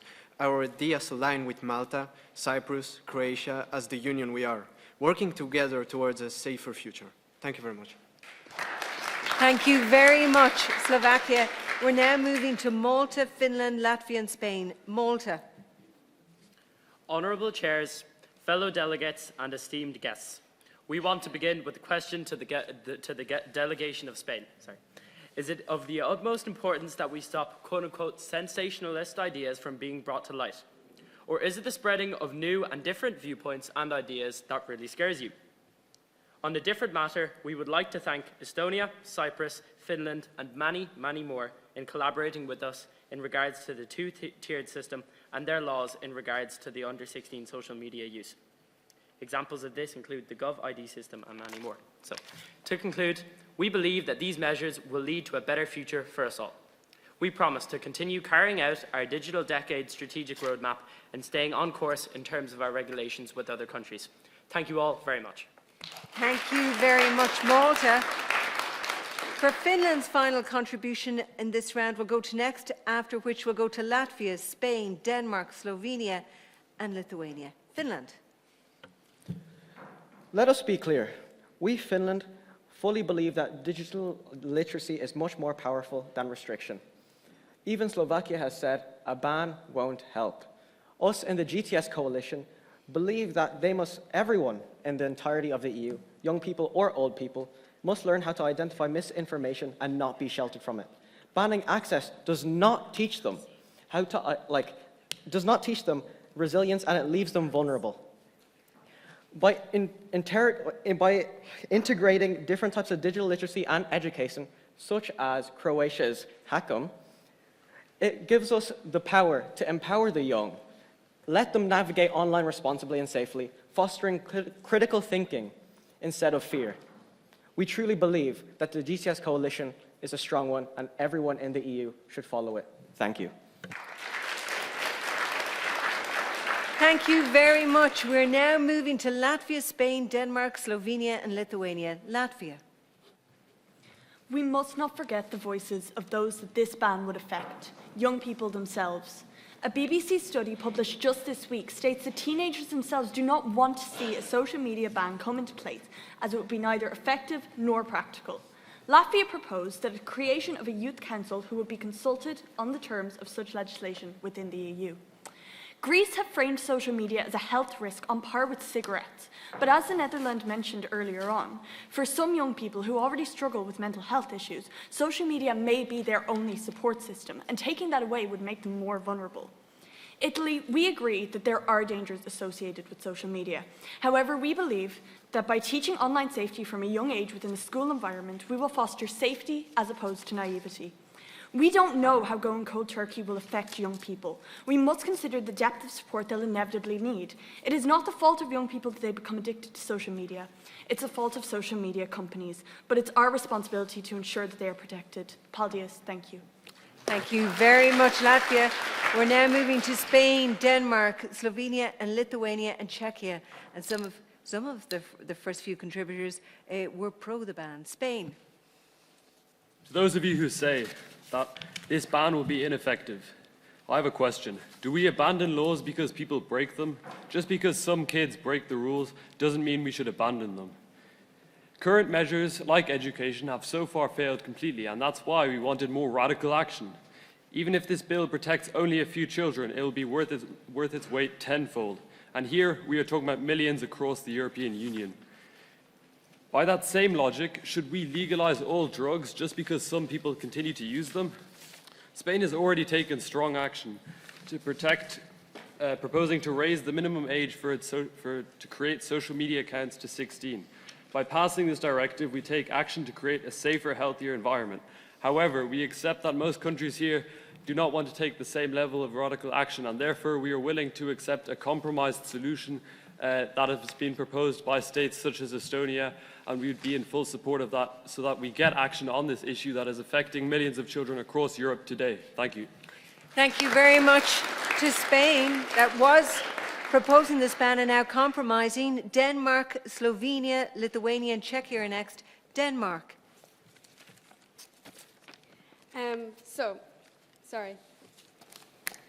Many countries have suggested a two-tiered system for social media, and Denmark completely agrees with this compromise. However, what we are not willing to compromise on is the fining for member states and tech companies who don't comply with these restrictions. This is essential. Who is going to follow rules if there's no punishment for not doing so? Many countries, including Poland and Slovenia, have highlighted the importance of education, and we side with this. The Danish Internet Centre promotes digital literacy, hotlines for illegal content, and safer online experience for minors. And we believe this, hand in hand with a ban for under-13s and a reduced social media account for under-16s, could help to reduce this problem. Furthermore, Belgium claims that social media is essential for youth's connection with friends. This highlights the point we're making perfectly. Why are young people relying on apps to form connections with other people? Clearly, this is an example of a digital addiction. Thank you very much, Denmark, for sticking to its guns.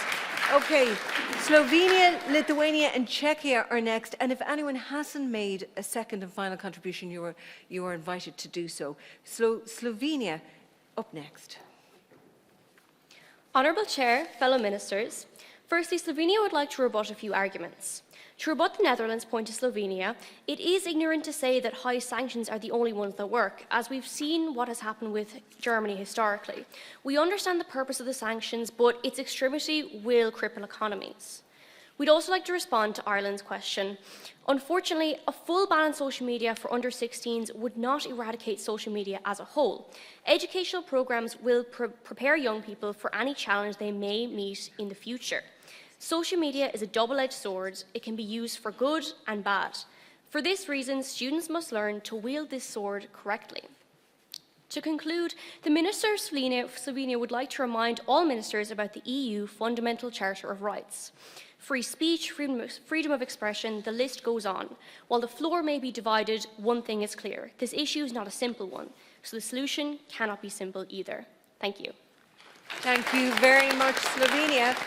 Lithuania and Czechia are next. And just to say to Poland, France and Bulgaria, if you want to make, you've made very strong contributions, if you want to make another contribution, you are invited to do so, that there will be that opportunity. But Lithuania and Czechia next. Lithuania. Labas rytas, Honourable Chair, fellow ministers. Italy has stated that they understand the issue of VPNs, and we thank them for their understanding and respect.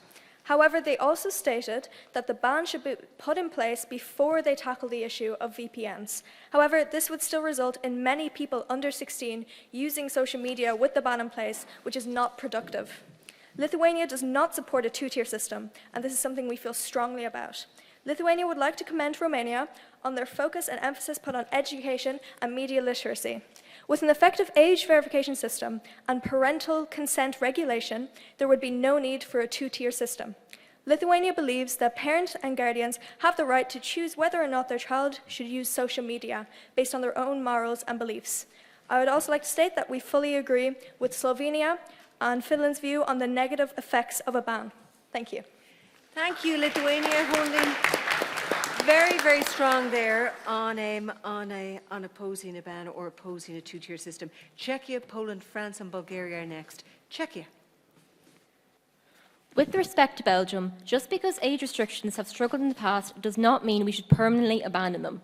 Furthermore, respectfully Poland, Czechia would like to rebuke the notion that social media helps intellectual thinking, as we have seen that the overusage of social media is leading to a rapid downfall in critical thinking skills. In fact, there has been a huge rise in radicalization around the world, and Czechia is not exempt. These social media algorithms push people, especially children, down rabbit holes of misinformation, violence, and radicalization. Noam Chomsky stated, "He who controls the media controls society." And right now, giant tech companies and their algorithms control the media, and parents are simply handing over their children ripe for radicalization on a silver platter. This is why Czechia further aligns ourselves with Finland's GTS coalition and hope to reach a reasonable compromise with our fellow delegates. Yegu. Thank you very much, Czechia. Bringing in the point of radicalisation also as a concern in relation to social media. Now we're going to Poland, France and Bulgaria. Poland. Thank you, Chairperson. To reiterate previous points, we strongly stand with the Cyprus Coalition. We strongly stand with our allies and all of the member states that agree that we need to propose amendments to the directive. The directive contradicts the EU's Digital Decade 2030 strategic objectives centred around digital empowerment. We believe we must stand as a united union supporting the 2030 digital objectives. The European Union has always been a beacon of progressive, human-centred policy. We have the opportunity to show the world what intelligent digital governance looks like, not through fear, but through education, not through prohibition, but through empowerment. Thank you very much. Thank you very much. And we're moving to France now, that was opposed, or was in support of the ban. France. Humans are adaptable. We have always progressed and changed. We believe that the two-tier system can work, and it can work effectively at that. In truth, there had always been bans, and people cease to forget that at one point in history, with the exact same vigor and vigilance, people were resisting the implementation of seatbelts in cars. No matter what there is, there is always some reason to go against any legislation. Weaning our generation of social media will not be easy no matter what. Just like in the days of 19th century China, where millions of people were addicted to opium with the same rate as we are addicted to social media. In the end, the Finnish GTS initiative and the Croatian Shield 25 programme are excellent frameworks for our joint EU effort to combat digital addiction. Thank you. Thank you very much. And a good example from France and Poland of citing EU overall strategies and frameworks. We're now finally heading to Bulgaria to close this section. Bulgaria. Hello, fellow member states. To agree with Denmark, digital addiction is rampant amongst our youth. Generations before us lived without this problem, as we believe the best time to plant a tree was 20 years ago. We truly believe this ban will lead our youth to thrive. We will have an opportunity to thrive. Thank you. To the point, Bulgaria. And thank you very much, and thank you all for contributing to that section. We are now reaching the end of the debate, and each member state will have a final opportunity to make their case in relation to the proposal. I'm going to call on each school in the same order used at the beginning in relation to your opening statements to make your final statements. So we're going to start with Poland and we will end with Belgium. But first, if you want an opportunity to change over, we'll allow so now before I start calling everyone out.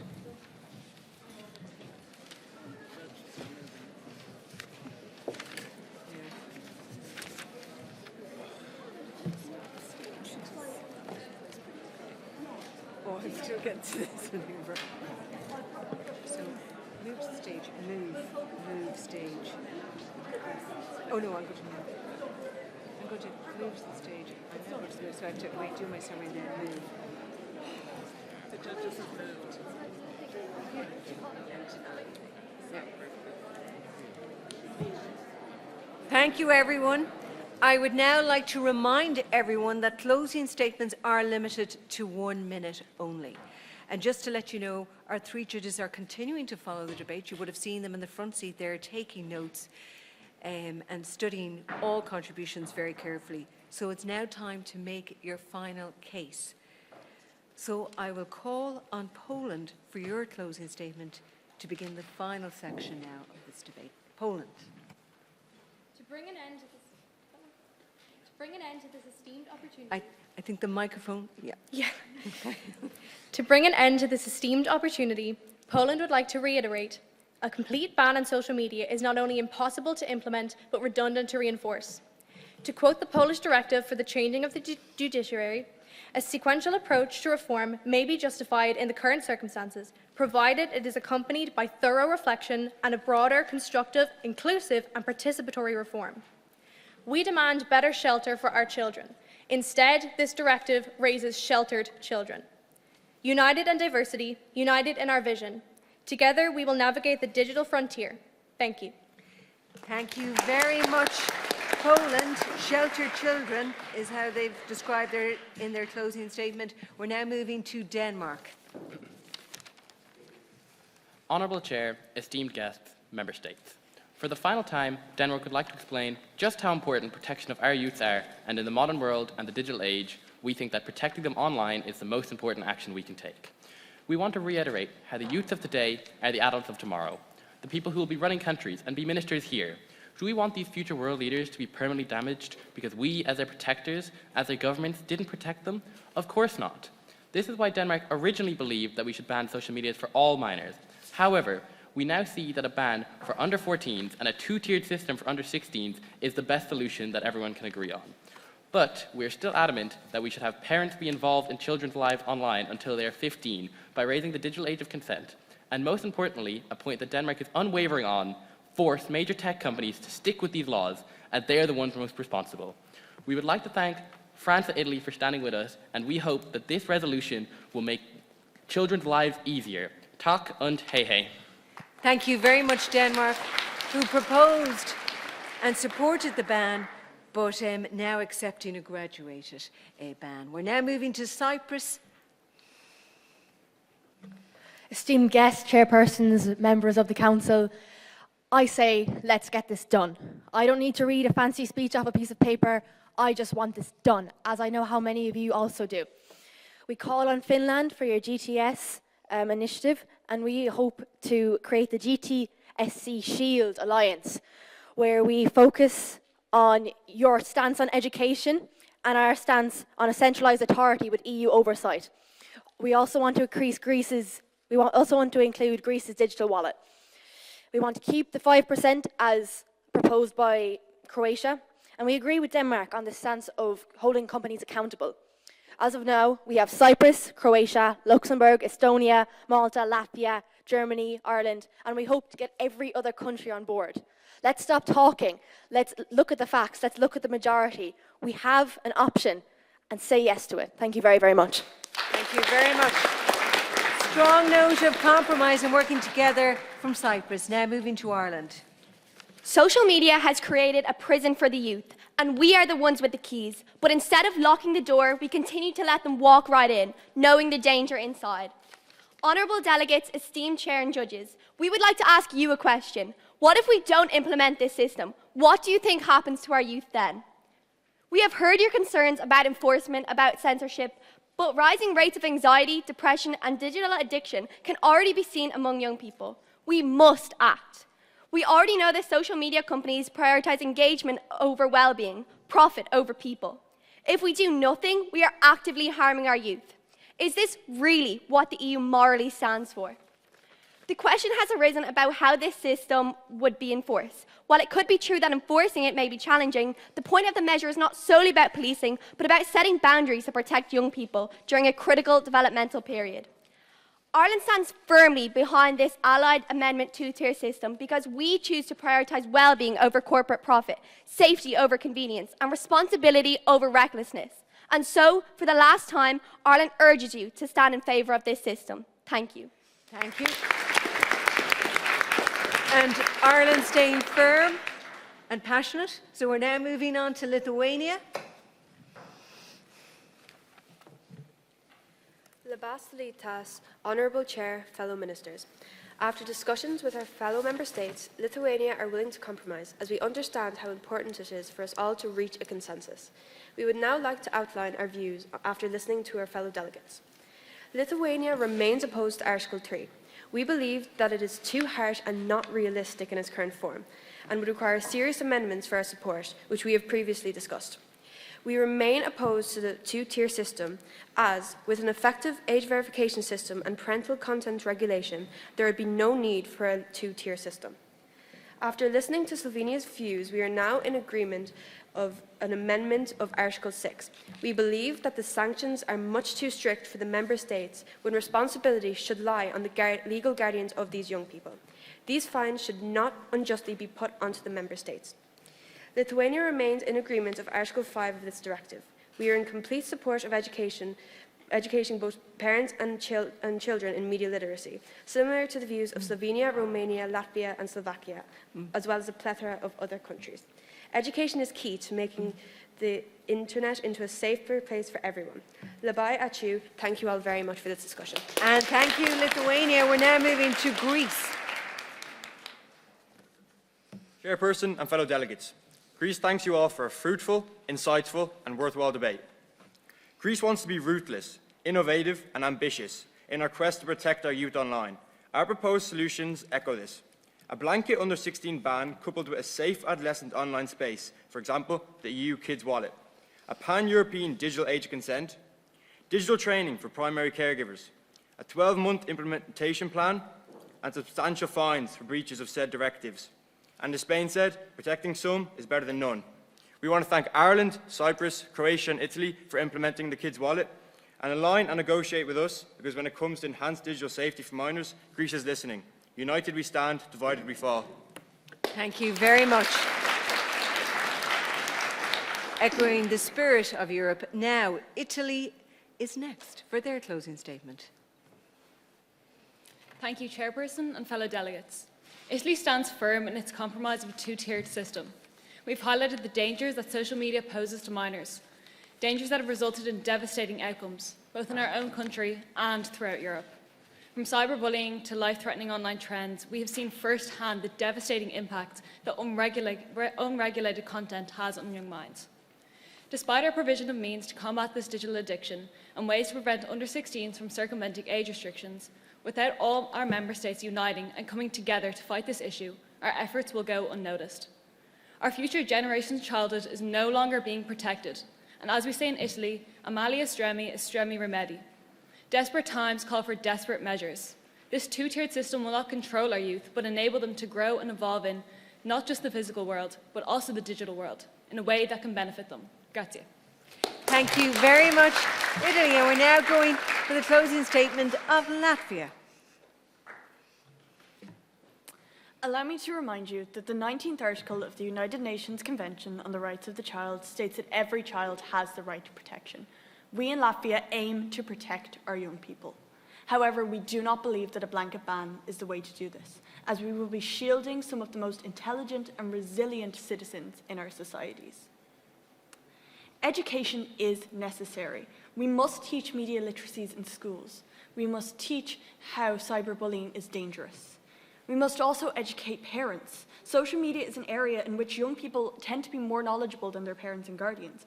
This can be positive, but it can also pose great dangers. And we believe that funding must be allocated to develop educational resources for parents and guardians, as well as young people alike. Let us cautiously embrace social media rather than naively condemning it. Paldies. Thank you. Thank you very much, Latvia. Moving to Luxembourg now. Honourable Chairperson, fellow ministers and esteemed guests, we've heard some brilliant debate today and I would like to commend all ministers for their contributions. Throughout this debate, Luxembourg has remained firm. The key to keeping our young people safe is comprehensive digital literacy education starting from a young age. We've been proud to stand behind the Cyprus Shield Coalition and look forward to watching and being involved in the evolution and implementation of these policies. We believe with this policy and a fair approach to regulation, including a ban for those under 13, we can create a truly safe online environment for our young people. Young people are our future, the future of our families, the future of our nations, and the future of this union. This directive will protect the young people of Europe for years and for generations to come. Thank you all for your hard work today for the young people of Europe. Thank you very much. And we're now moving to the Netherlands. Honourable Chair, distinguished delegates and esteemed guests, the Netherlands would like to thank all Member States for a constructive and worthwhile debate. To conclude, we acknowledge the arguments made by other Member States and we are looking forward to further discussions. But we would like to reiterate that action needs to take place here and now by strengthening the DSA and GDPR. Protecting and caring for young people is an issue we all hold close to our hearts. The Netherlands wishes to create a healthier environment for young people to help them navigate the digital world. We invite our fellow member states to join us alongside our proposal to create a safer, happier EU together. Thank you to everyone who has supported our proposals today. Thank you. Thank you, the Netherlands.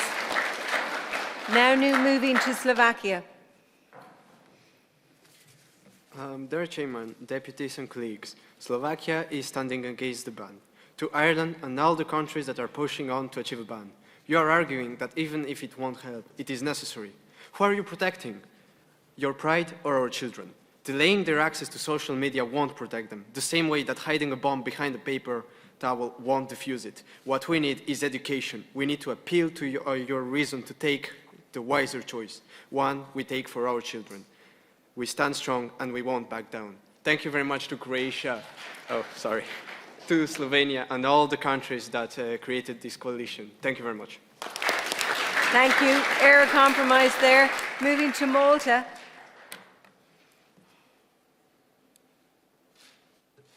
The delegation of Malta would like to reiterate the importance of digital media education, giving each and every citizen the power to be in charge of their social media usage within the regulations to keep them safe and not to control them. We would like to push the use of the two-tier system to all EU member states as we stand stronger together and not alone. Thank you very much. Thank you. Moving to Estonia. Overall, we thank everyone for the insightful discussions and conversations had today. We'd also like to thank everyone for the overwhelming support for our proposed two-tiered system. We're especially grateful for Italy, Ireland, Spain, Germany and France for their open mindsets and cooperation to our compromise in order to agree with this system. We are confident that this system would be successful if implemented across the EU. Progress over punishment. Thank you. Thank you very much, Estonia. We're now halfway through and now we're moving to Bulgaria. We believe all member states' arguments extremely valid. We respect and hear every nation's points. Bulgaria as a nation truly believes this ban on social media for under 16s will benefit our youth. The risks of exploitation are far worse than any regulation for children under 16. How bad will this topical issue become before we act upon it? Thank you. Thank you very much, Bulgaria. We're now moving to Austria. Austria would like to reiterate that a ban should not be implemented, but instead restrictions of safety and exposure. If anything should be censored, it is violence, hate speech, and anything that can harm our youth. We have the ability now to make a change. Austria continues to stress the proposal of funding towards the BIK Plus strategy. If we educate parents, guardians, and children themselves, we would have a much better chance of success. Once again, we would like to thank Croatia, Finland and Estonia for their evocative points and their insistence on improving digital literacy. The digital world is absorbing adolescents, and if neither verification methods or to their acts are implemented, the EU is in store for a dangerous rise in the mental health crisis among our youth. As AI becomes more realistic, cyberbullying will only level up. We need to restrict these dangers. The delegation of Austria has collectively agreed to put an emphasis on the need for digital literacy, and we thank all the other member states for doing the same. Thank you. Thank you very much, Austria. We're moving to Romania. Now that we have reached the end of this debate, it is apparent that democracy is the core of our union. How is democracy ensured? By ensuring all citizens are educated and informed about issues that affect them. Denmark asked, since when has free speech become reliant on devices? The answer is, it hasn't. Free speech has never been achieved on the level offered by digital media, and that means that we now have to decide how we will react. Will we stop progress because it has flaws? Or will we work through these flaws to ensure the best possible result for everyone involved? With the introduction of policies such as the Smart Education Strategy, the two-tiered system, and the digital ID suggestions, we can work together to make a safe and functional digital environment to promote education and healthy social connections. Thank you. Thank you very much, Romania. Moving to Finland.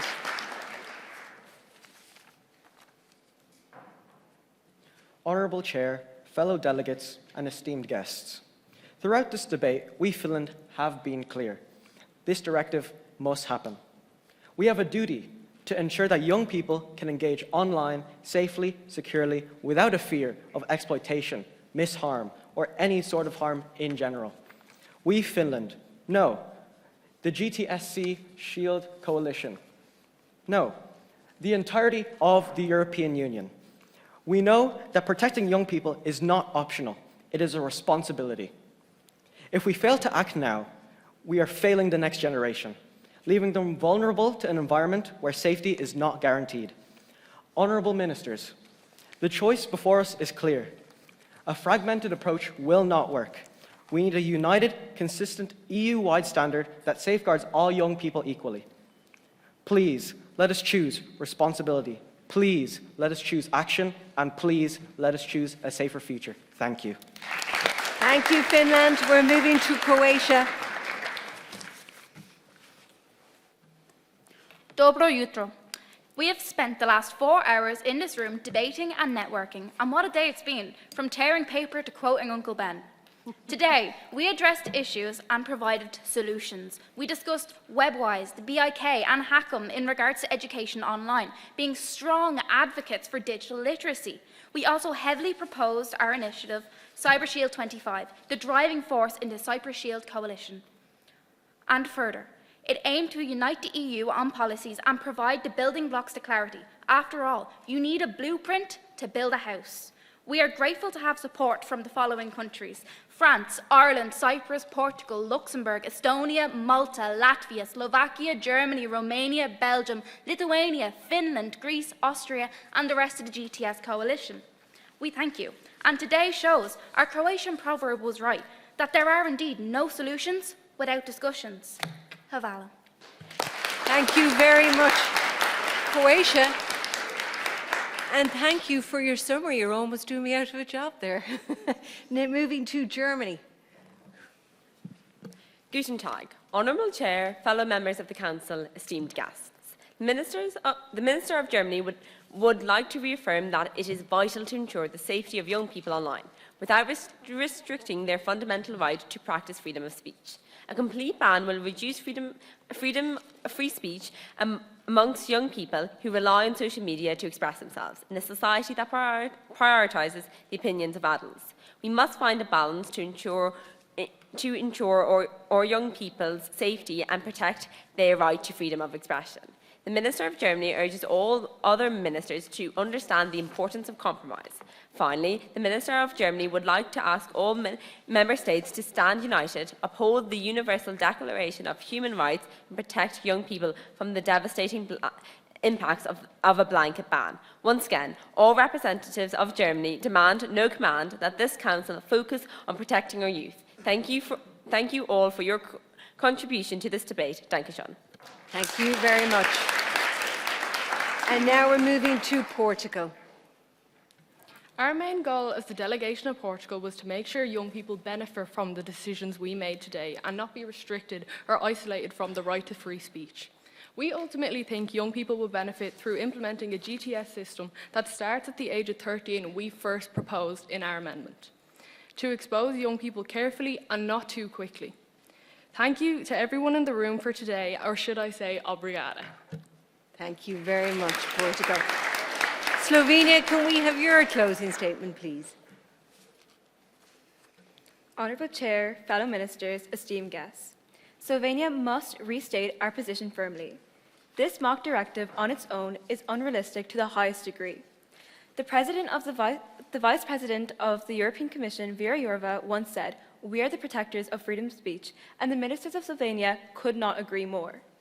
A full ban on social media infringes on the free speech of our youth, and the proposed sanctions will crumble our economies. It is clear education will solve these issues efficiently. Slovenia would like to thank all of our allies who have stood by us throughout the debate. Furthermore, congratulations to Finland for garnering such support for their tier system. Thank you. Thank you very much, Slovenia. We're moving now to France. Now, I ask, what makes the European Union great? Is it its institutions, its stability, or its cooperation? Or is it social progress, its rights, or its world-renowned work in promoting equality?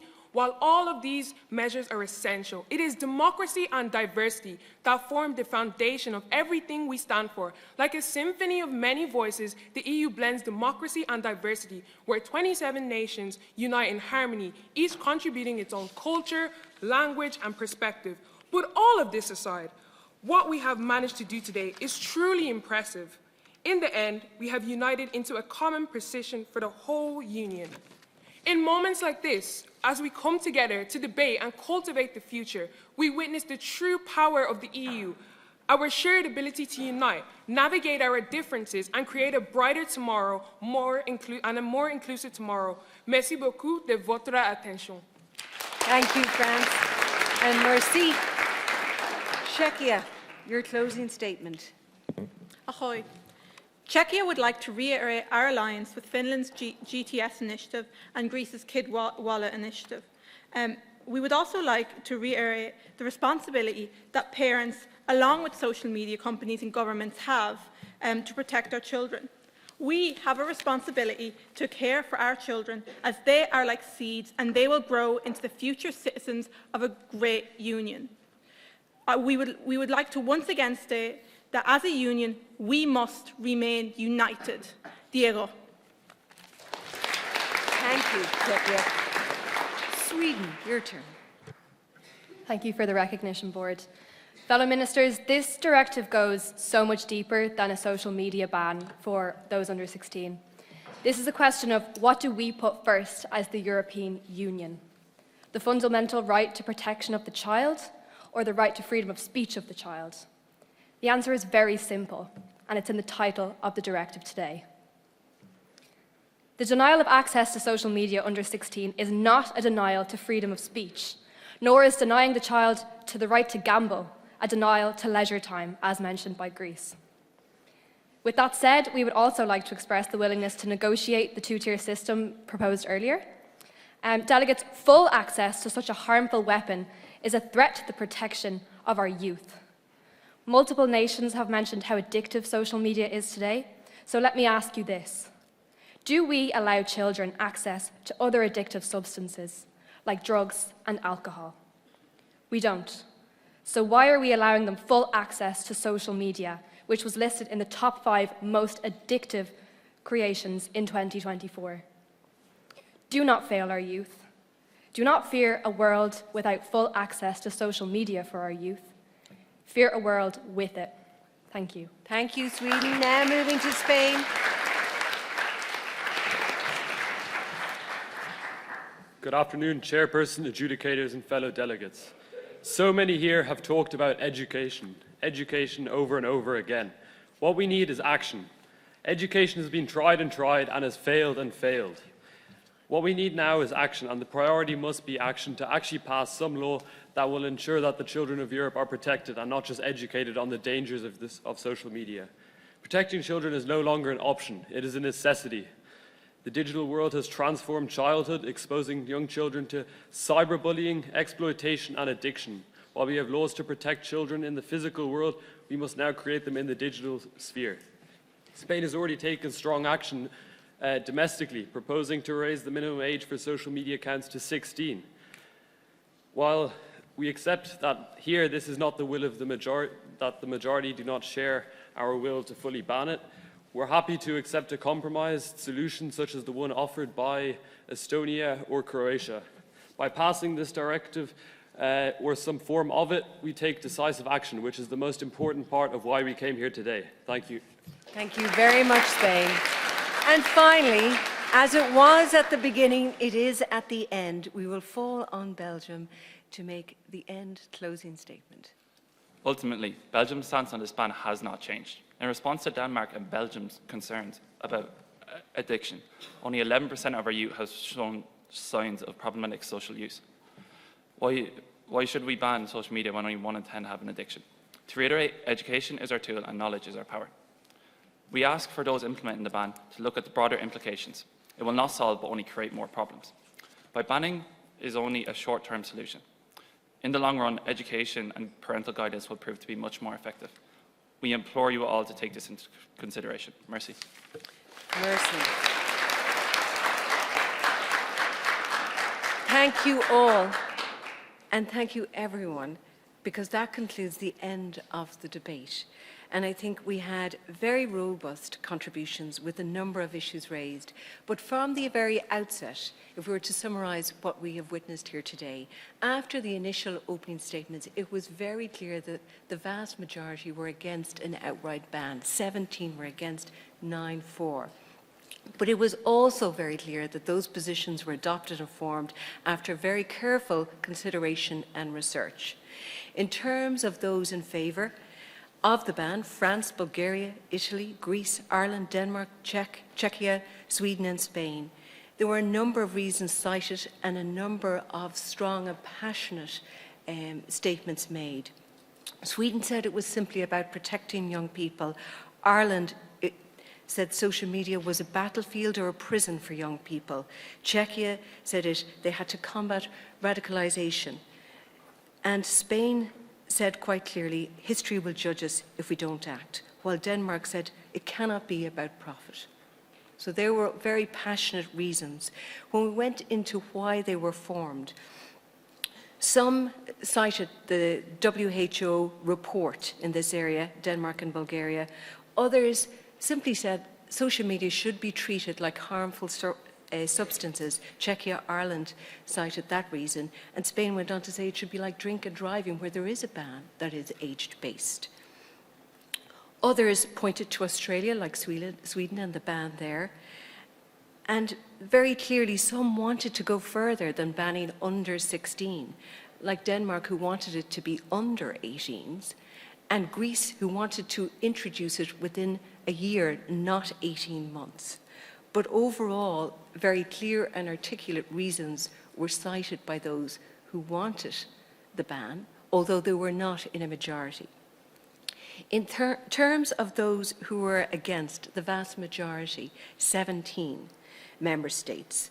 In terms of the very passionate statements made, Portugal said it was about censorship. Freedom of speech was cited by Lithuania, and the digital empowerment by Romania. And Poland said, we don't want sheltered children.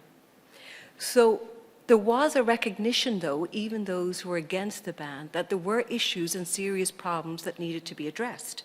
But they could be addressed in other ways. So many of you all cited strengthening the Digital Services Act. Others pointed, along with that, to parental control.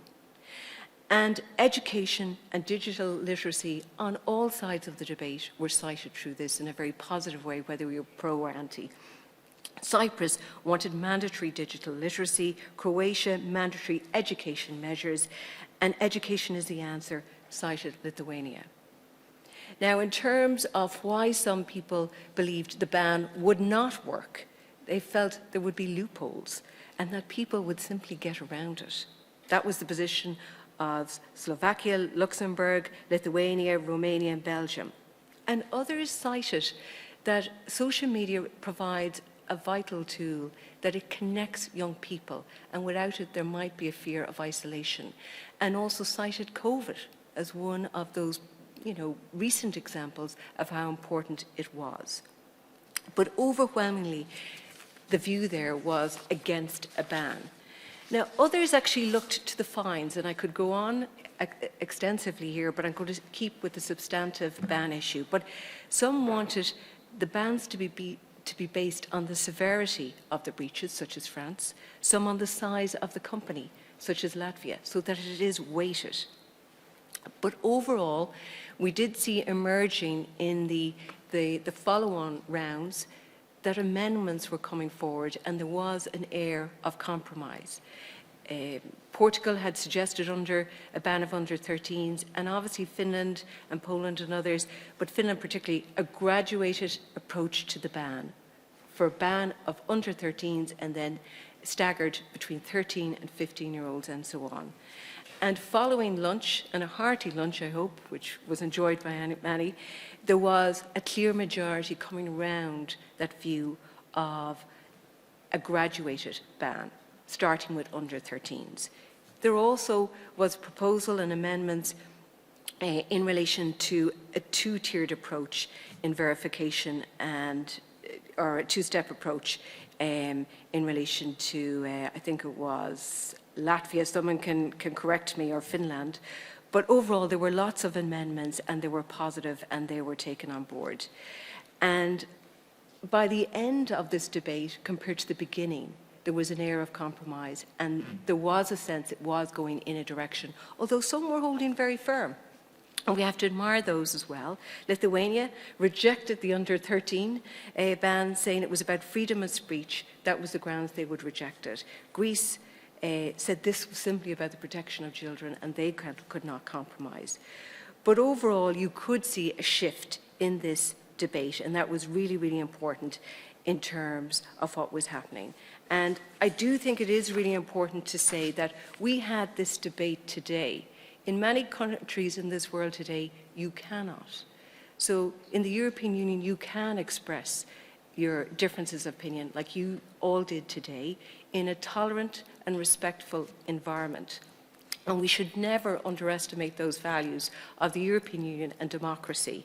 And I think that was espoused by Romania, and also about the spirit of democracy and the European Union. And I think we witnessed that today. So thank you very much for your collaborative, constructive engagement and considered engagement. Thank you to all of you and to your team members and to your advisors, because without that key research and ability to react to what's a moving argument, you could stand still. And they have a central role, though some may not get to voice it. They play a very important role in the process. So thank you, and I'm going to ask you to all give yourselves a warm round of applause.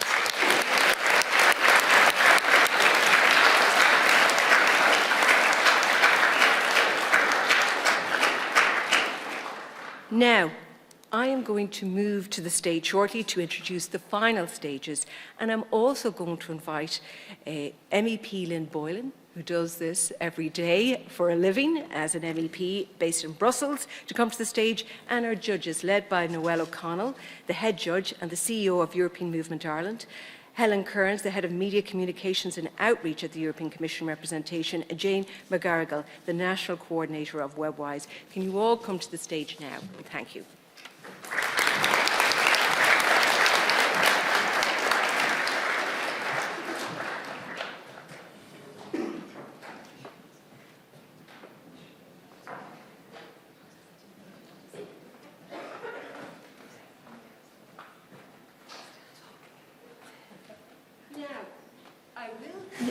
Shortly hand over to Lynn Boylan, who will make a short speech about today's Euroscholar Prize, and then I will ask the chair of the judges, situated beside me, Noel O'Connell, and thank you to the other judges who are joining us on stage now, to announce the winners. And can everyone remain in their seats until every single winner is announced? And after the winners are revealed, the official prize giving and photographs will take place, and there will be also a photograph of everyone who participated today, in keeping with the ethos and spirit of what's happened here today. But first, to learn and to hear firsthand how you might take what you've learned today and maybe make a career out of it and make, and provide a public service, will you please warmly welcome Lynn Boylan, MEP for Dublin.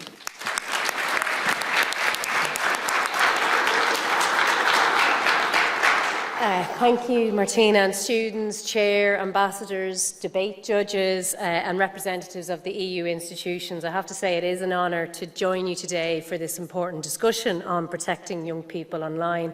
And I only wish there was something similar when I was your age, because I was terrified of speaking in public for a long time. But as we've heard today in the debate today, and I was listening throughout the course of the debate, about how the digital world actually shapes shape so much of our lives, and especially the lives of young people, and you managed to get that message across regardless of the positions that you took on the directive. I think the risks of online harm, whether it's cyberbullying, exploitation or misinformation, are real, but so are young people's rights and the rights to access information, to express themselves and to participate in the digital society. So I think what has come out of today's debate is the need to protect young people, but also without stifling their ability to engage with the modern world. And that said, I think we are living in an age of disinformation, and critical thinking and media literacy is so essential for our democracy. And it's not just for young people. I think people of all ages must be able to question what we see online, to be able to verify sources, to understand how algorithms are shaping our views, and trust in information is critical.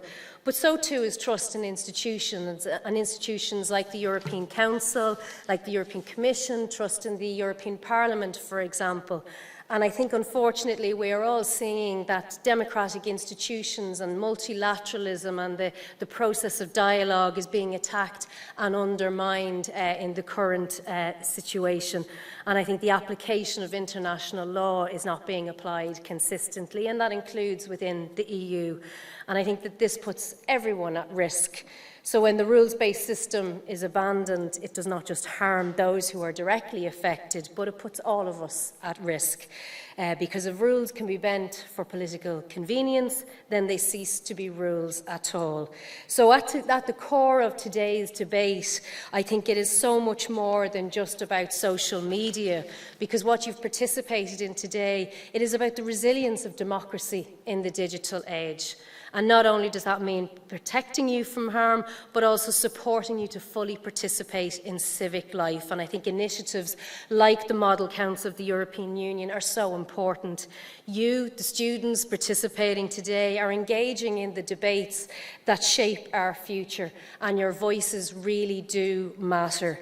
And your ability to think critically, to challenge assumptions, to hold institutions accountable will determine the strength of our democracy into the future. So I commend you all for your participation today and your commitment to a future where democracy is not just defended but strengthened, and also about the importance of dialogue, because again we can see on social media people retreat into their silos, the debate becomes incredibly polarised, and what you have demonstrated today is the importance of listening to each other, listening to other opinions and coming to compromise, and that's the role of an MEP and a role of people who sit on the European Council. So today's winning team will have another opportunity to engage directly with the EU decision-making processes by taking part in Euroscola in Strasbourg. And there you will get to meet other young people from other member states across Europe. You'll get to be an MEP for the day. You'll get to see what the travel to Strasbourg is that we have to do every month. But it will be another fantastic opportunity, I think, for those who are lucky enough to win, to raise those important issues that are so important to young people. But I have to say, just to finish up here, regardless of the team that wins, the quality of today's debate was really exceptional. And, I woke up this morning, and when you read the news, it can be very easy to become despondent and depressed with what we're seeing happening across the world. But I have to say, listening to what you all today, I'm more optimistic about the future than I was when I arrived here this morning. So, congratulations to all of you, and keep participating, keep debating issues, keep listening to each other, keep up the dialogue and keep participating in democracy. So, Gura Míle Maith. Thank you. Thank you, Lynn. And I hope some of the students here today may stand where Lynn was standing a short time ago. You may decide to go for election at a local level, a national level, a European level. Hands up, anyone who might consider that? Okay, there's a few shy hands, but there's hands, which is positive. You might change your mind after Strasbourg. And also, you might consider getting involved in your local organisation and having your voice heard there, through research, through the media, through state bodies, through civil service. But public service and making sure that your voice matters is one of the key learnings from today, and that it can affect significant change. And maybe one day Lynn will be running for election against one of you. And the very best of luck to both of you in that instance or more. I would like to congratulate you all again for representing your schools with such commitment, such enthusiasm and such professionalism. And that's really important. And I do think it is important to also acknowledge the work of your teachers and your parents. So let's give them a round of applause.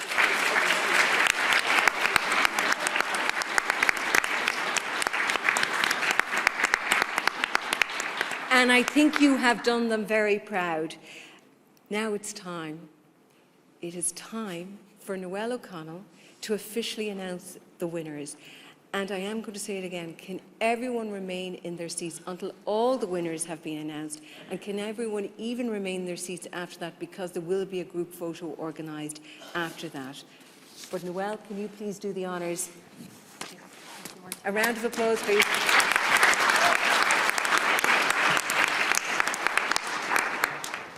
Thank you very much, Martina. This is the part of the day that I love and loathe in equal measure, because it has been, wow, such a challenging decision to arrive at today. But what a fantastic morning and afternoon we have had, enriched by your participation, your commitment, as Lynn outlined, the breadth of knowledge and the research you've done on today's fantastic debate and topic has genuinely blown us away. I think Peter this morning mentioned that this is the 18th year that the Commission has done this fantastic initiative, and I wish, like Lynn, it was around in my school days.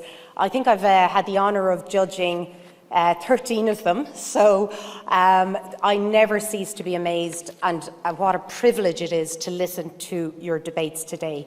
So if I can, a huge amount of work actually goes into making this fantastic event, not least from your schools and yourselves as the stars of the show, obviously the ambassadors. But if I can, a big round of applause and thanks, please, to the incredibly hardworking team of the European Commission, led by Nicola and our fellow judge Helen. Yeah.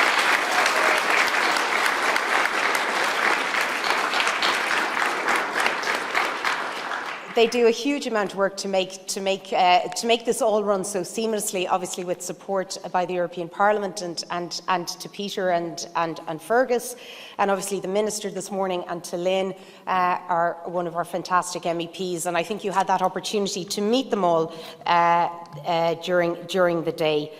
So, it was not lost on us that you were debating the critical issue of EU digital policy and young people. And it was actually fantastic to see you doing it somewhat in an analogue manner, with paper, props that were used, pencils, pens. So fantastic issues debated, and the level of knowledge.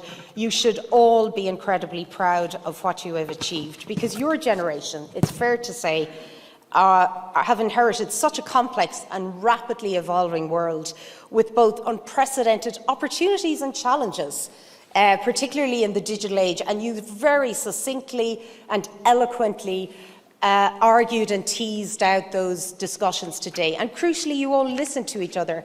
As judges, it is fantastic to see the level of support you give, not only amongst your team, and obviously we've had two speakers and another colleague doing the research and the notes, but also supporting each other and linking in and creating alliances. You certainly had a very productive lunch. It was great to see the level of engagement and alliance building that occurred over lunch. And again, witnessing today's debate, for us, if I can as well, thank both Helen and Jane, my fellow judges. It really filled us with optimism and with hope for the future, but it did not. You did not make our task easy. For that, you deserve huge credit, huge credit. So big round of applause.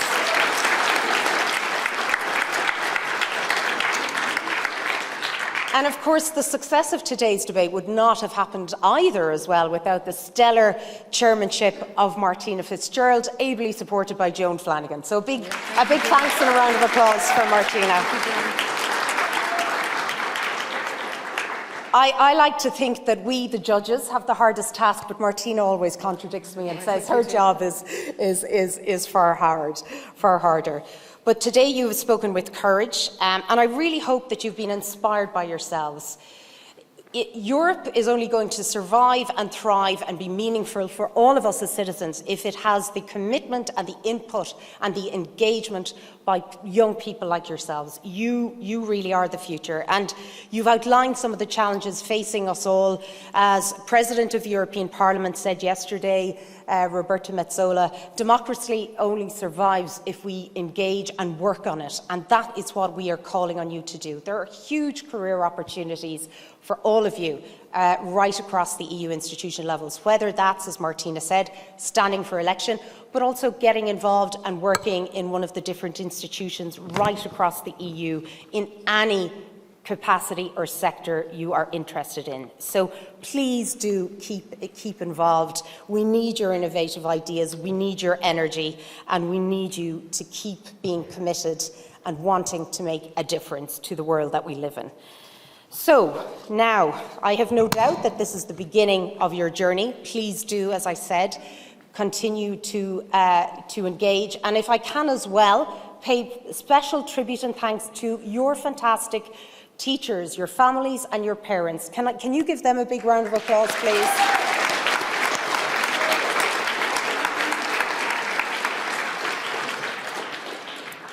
They are your allies, your champions. They're always in your corner, and it's fantastic, and I'm very appreciative and grateful to see their level of support in what we have seen today. But you are the stars of the show. However, with that being said, we do have to make some decisions, and it was not easy. Myself and my fellow judges, we're still talking to each other, just about. The level of debate and the calibre was so high that you continue to make our task incredibly different. Different and difficult is all I can say, but we have learned a huge amount, and I hope you have as well from each other. So the way we have adjudicated today's debate, and if I can say, because a lot of times people ask how did we come to our decisions? We look at everything from the moment the first speaker makes that intervention. So it is a marathon, not a sprint. From the morning sessions, after the break, after we see how you get on at lunchtime, the interventions in the afternoon, how you respond to other proposals put forward by other member states, that sense of collegiality, collaboration and compromise, which you more than demonstrated today.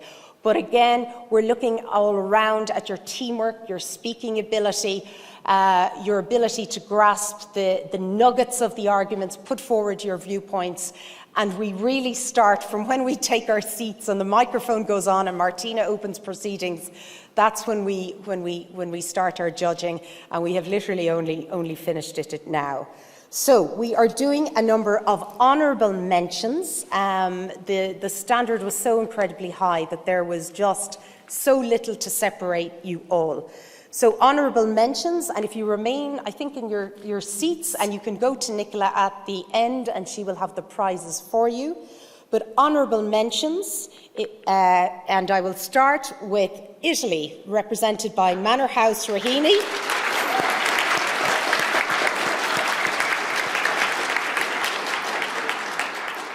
Next honourable mention to Romania, represented by Our Ladies Casadoni and Monaghan.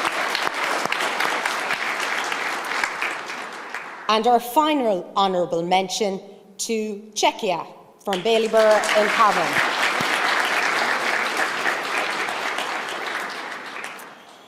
Now, we normally do a winners and second place runner-up and third place runner-up. And this year, the standard was so high that there was absolutely no difference between second and third. We couldn't differentiate. So we have taken an executive judging decision and we have joint runners-up. And they are, in joint runners-up, Poland, Drogheda, Educate Together.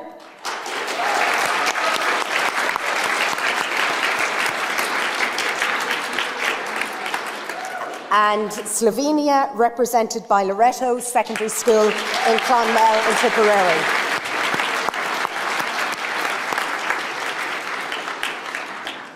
However, there has to be one winner, and it gives me great pleasure to announce the winner of the 2025 Model EU Council in first place, representing Estonia, St Columba's College, Stranorlar in County Donegal.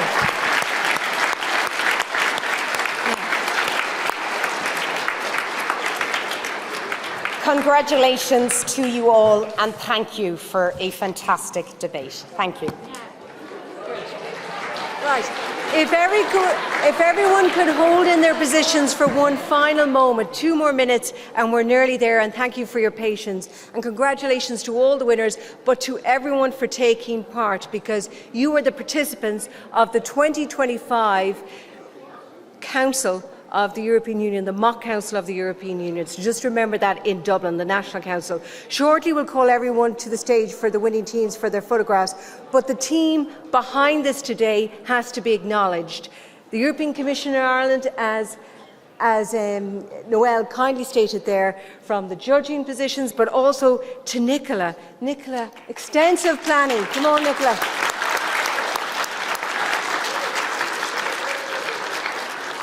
Joan, who was beside my side all the time, keeping me on the straight and narrow. Big round of applause for her. To Jonathan, to Peter, to Maya, to Gareth, to Hannah, to the photocall team, to everyone involved with the European Commission representation in Ireland who's in this building. I haven't got everyone's names, but thank you. To also the European Parliament office in Ireland. So to all of those, also congratulations.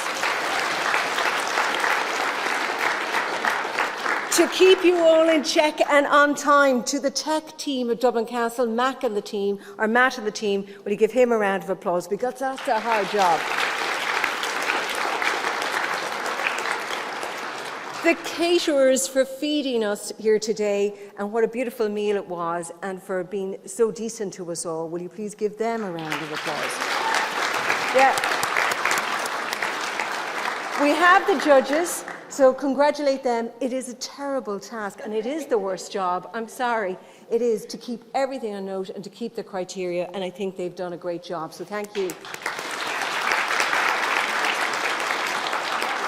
To Lynn Boylan for staying here for the day and taking an active interest in what you're doing, and to really putting that heart and feeling into the speech she did on stage, rather than ticking a box, for making it meaningful. To Lynn Boylan, and to all the MEPs who are here today, and to the ambassadors. And finally, to you all, thank you very much. Can the winners come to the stage, but can everybody else stay in their seats that participated, because we will be taking a group photo afterwards, and keep your flags beside you. So can the winners now come to the stage for photographs and prize giving? Thank you very much.